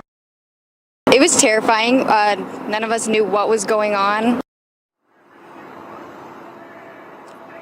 And that was really the sentiment. Nobody knew what was happening at first. One witness described it as like a firecracker, and then about 3 seconds of confusion, and then noticing what had happened, and then just running. In fact, I interviewed 3 people who told me that they left the place where Charlie Kirk was speaking, ran through the UVU fountain on the west side of campus, literally running for their lives. They didn't know if it was an active shooting situation where others would get shot. In this case, of course, only Charlie Kirk was shot, as the news conference that just wrapped up a little bit ago revealed that this was apparently a political assassination with one target, and that was Charlie Kirk, and 1 shot was fired. Certainly a lot of emotions here on UVU campus today, a lot of tears we saw, a lot of sadness, and a very somber feeling, an eerie feeling right now. It's a quiet campus that is going to be closed until Monday. Daniel Woodruff, live at 5. Yeah, Daniel, those emotions you describe are so understandable and so obvious in the video as you watch those poor students. Thank you for that report. The governor, along with local, state, and federal police, just wrapped up a news conference on this shooting. News specialist Dan Rascone attended that conference and joins me now. Dan, they were able to shed some light on several key parts of this investigation. Yeah, that's correct, Deanie. We did hear some key parts there of the investigation, as you mentioned, as far as what the governor had to say, and also with the Department of Public Safety and also the FBI, all inside this auditorium just about an hour ago or so. But again, still a lot of unanswered questions out there. But we do know this in regards to what has happened here. The governor kind of summed it up really well when he said this is a very dark day in Utah, a very dark day in the nation here as to what happened here. We heard this a little bit. 1 shot, 1 victim. They believe that the shooter was up on the roof. We've been seeing some of the video being coming in to the station and other places of possibly somebody up on the roof there of this event. We're talking about an event here that had about 3,000 people or so, according to the UVU police chief. He's saying they had as many as 6 officers here at this event, and some others in plain clothing out in the crowd there. Also, you had Charlie Kirk's personal security that was there. But again, as you could see from the video that we've been unfortunately having to see there about him getting shot, None of those securities were right next to him necessarily. They were kind of on his side there. But that one shot being fired, and then he drops down to the ground, and then there's ultimate chaos as people are running and trying to get out of that area, because this is a fear that students are growing up in this day and age, as far as on campus of schools and universities. When shots ring out, you run. And that's kind of what happened there. And so this is the case here, and this is what the governor had to say in regards to what happened here at UVU today. That is foundational to the formation of our country, to our most basic constitutional rights. And when someone takes the life of a person because of their ideas or their ideals, then that very constitutional foundation is threatened. And the governor did say in regards to the death penalty here in Utah, he's saying we do have the death penalty. And so that is something they will be looking at. But again, as far as having the actual shooter in custody right now, that's the question that we posed to them, trying to clarify all of that. They said they do have a person of interest in custody right now, and they are still out there canvassing the area. They're still going to each of the buildings, making sure every inch of this campus is looked at to make sure there's not somebody else out there that's involved. But again, one shooter, unfortunately one victim here, and that victim has passed away. I'm Dan Rascone, live at 5. Back to you guys in the studio. All right, Dan, thank you for the summary. And yes, this is still an active investigation, and they do have a tip line for people who may have information. Let's go now live to Jody Reynosa. Jody, you've been on the ground there all afternoon, talking to people, and we could hear the shock and the disbelief by what they've seen today. You are absolutely right, Deanie. Shock, anger, fear, just being scared, not knowing what's next for them, feeling like I just need to get out of here. However, we have seen stragglers here, and we've seen law enforcement direct them, very strongly, you need to leave. This is an active investigation. Now, just to let you know where I'm at, I am just in front of the Fulton Library. And beyond that is the Liberal Arts Building. And then that's where the venue is, behind the Liberal Arts Building. Now, along with all of those feelings that the students are feeling, that, Utah County, Utah, the nation is feeling right now, there's some irony in this as well. I mean, if you take a look right back here behind me, you see Utah County official ballot box. The fact that this is one of the areas that people can submit, their vote for people, no matter what aisle, no matter what side of the aisle politically they are on, they can come here. And, I wasn't in the actual press conference, but I was listening to it through my earpiece. And UVU officials said, we want to make sure people know this is a place to share ideas. So this has been an awful day for them. It's being coined a dark and tragic day for the entire nation. The other aspect of irony is September is Constitutional Month. And I actually spoke with the Alpine Director of Communications, the Alpine School District, and they were celebrating a 9/11 project in Spanish Fork in Utah County, and, trying to just understand the depth of the civic history that we have, not only in Utah, but across the nation. And he said, when we heard this, we were absolutely shocked as well. Now, I asked him, are you going to have school tomorrow? Are you shutting it down because, the shooters at large? He said it's going to be business as usual. There's going to be school at Alpine School District. However, if we get any directives from law enforcement and things change, then we will move quickly as well. I'll send it back to you. All right, Jody, thank you. Yeah, this has been a long day and a hard day for many people who were there on campus. The University of Utah Valley University campus is on lockdown, and the school's police say they have issued that stay in shelter warning that has not been lifted. So anyone who's still trapped in the school's building or still inside, they are asking you to get a police escort before you come out. There is a number to call for that help, 801-863-8130. That's 801-863-8130. And I pray for him and his family. And I pray for everybody that was here to witness this. It's awful, and I don't understand why we can't have something like this that is truly innocent. More eyewitnesses to today's shooting at Utah Valley University. Let's take a little moment now and go to Mike Hedrick, who is on Utah Valley University's campus. Mike, I know that you have been talking to people at NBC and reporting there for them. This, of course, has taken a national and an international interest in terms of a news story. It's consumed the country is what it's done, Deanie, and everyone is trying to figure out why in the world something like this happened, especially in Utah County, right? A lot of people here especially thinking this happened somewhere else, right? We've heard that from people. It happens somewhere else, not here. It can happen anywhere, and I think today is proof of that. And as I spoke with a number of people today, really the common thread between all of them was this is a tragic situation, and the whole thing was surreal. And a lot of people are still trying to wrap their heads around that. I'm on the campus right now where you still see a heavy police presence. Not too many people here. Officers have died down as far as the number of them that we see coming in and out of this area, but know this, the presence is still heavy here on UVU's campus. All right, let's talk a little bit about Charlie Kirk. Some people don't know his background and maybe have never heard of him. He actually was the founder of Turning Point USA. That was back in 2012 when he was just 18 years old. He was a prominent supporter of President Donald Trump and attracted young voters using his network of nonprofits to register voters on campuses and churches for Trump in 2024. Kirk frequently traveled to college campuses, speaking and taking questions from audience members in arguments that often led to viral videos. Kirk's appearance at Utah Valley University was the first of a 14-city fall American comeback tour. Kirk traveled with a private security contingency. He most recently appeared in the Oval Office back in May, attending the swearing-in ceremony of Judge Jeanine Pirro.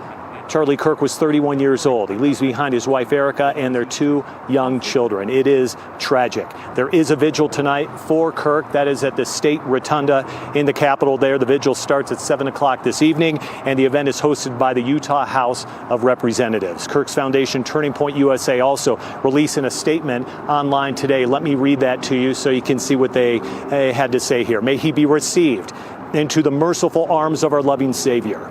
We ask that everyone keeps his family and loved ones in your prayers. We ask that you please respect their privacy and dignity at this time. So as we continue on and follow in the investigation, there's this part of it as well.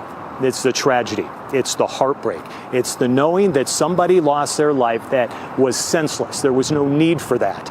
But here we are. And as the governor talked about, country's broke. That was what he was said. And I dare say there's a lot of people on this campus and probably across the country that believe that very same thing. We'll see where things go from here. We'll continue and follow what is happening here on the campus, Deanie. Yeah, it's going to take a lot of time and effort for people to work through everything that's happened today. Mike, thank you. Now, President Trump reacted to the news of the death by ordering flags to half staff until sunset on September 14th. He also wrote on Truth Social, the great and even legendary Charlie Kirk is dead. No one understood or had the heart of the youth in the United States of America better than Charlie.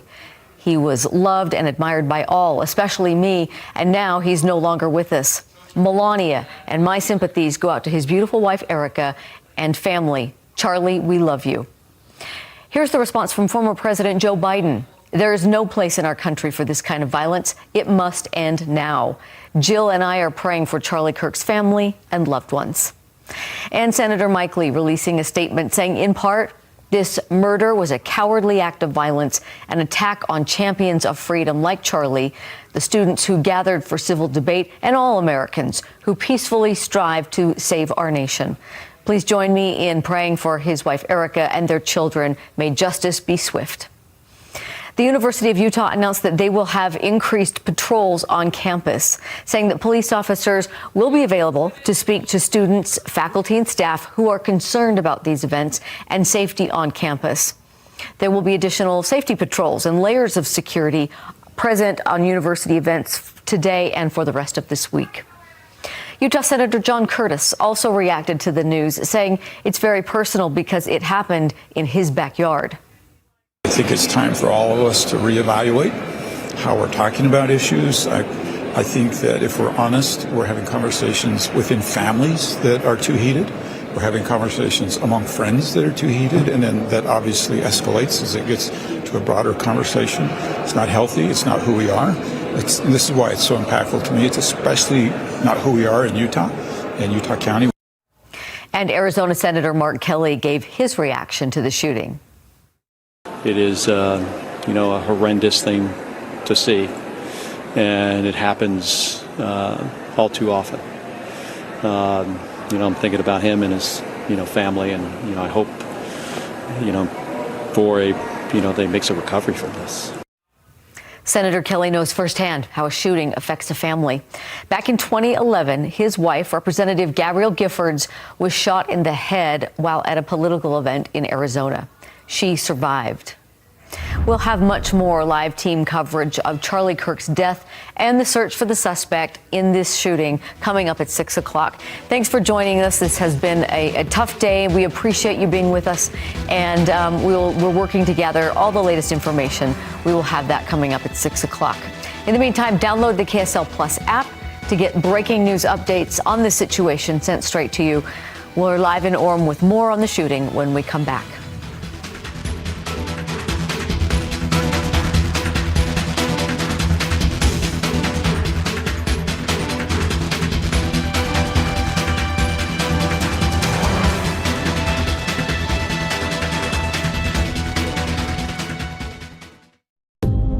We grew up an NBC family. At the age of 15, I started working in newsrooms. I always raised my hand when news was breaking. We're live tonight inside the disaster zone. To connect with people. For NBC News, I'm Tom Yams. And that's what we do every night. At Smith's, you never compromise. You get up high quality that's guaranteed fresh and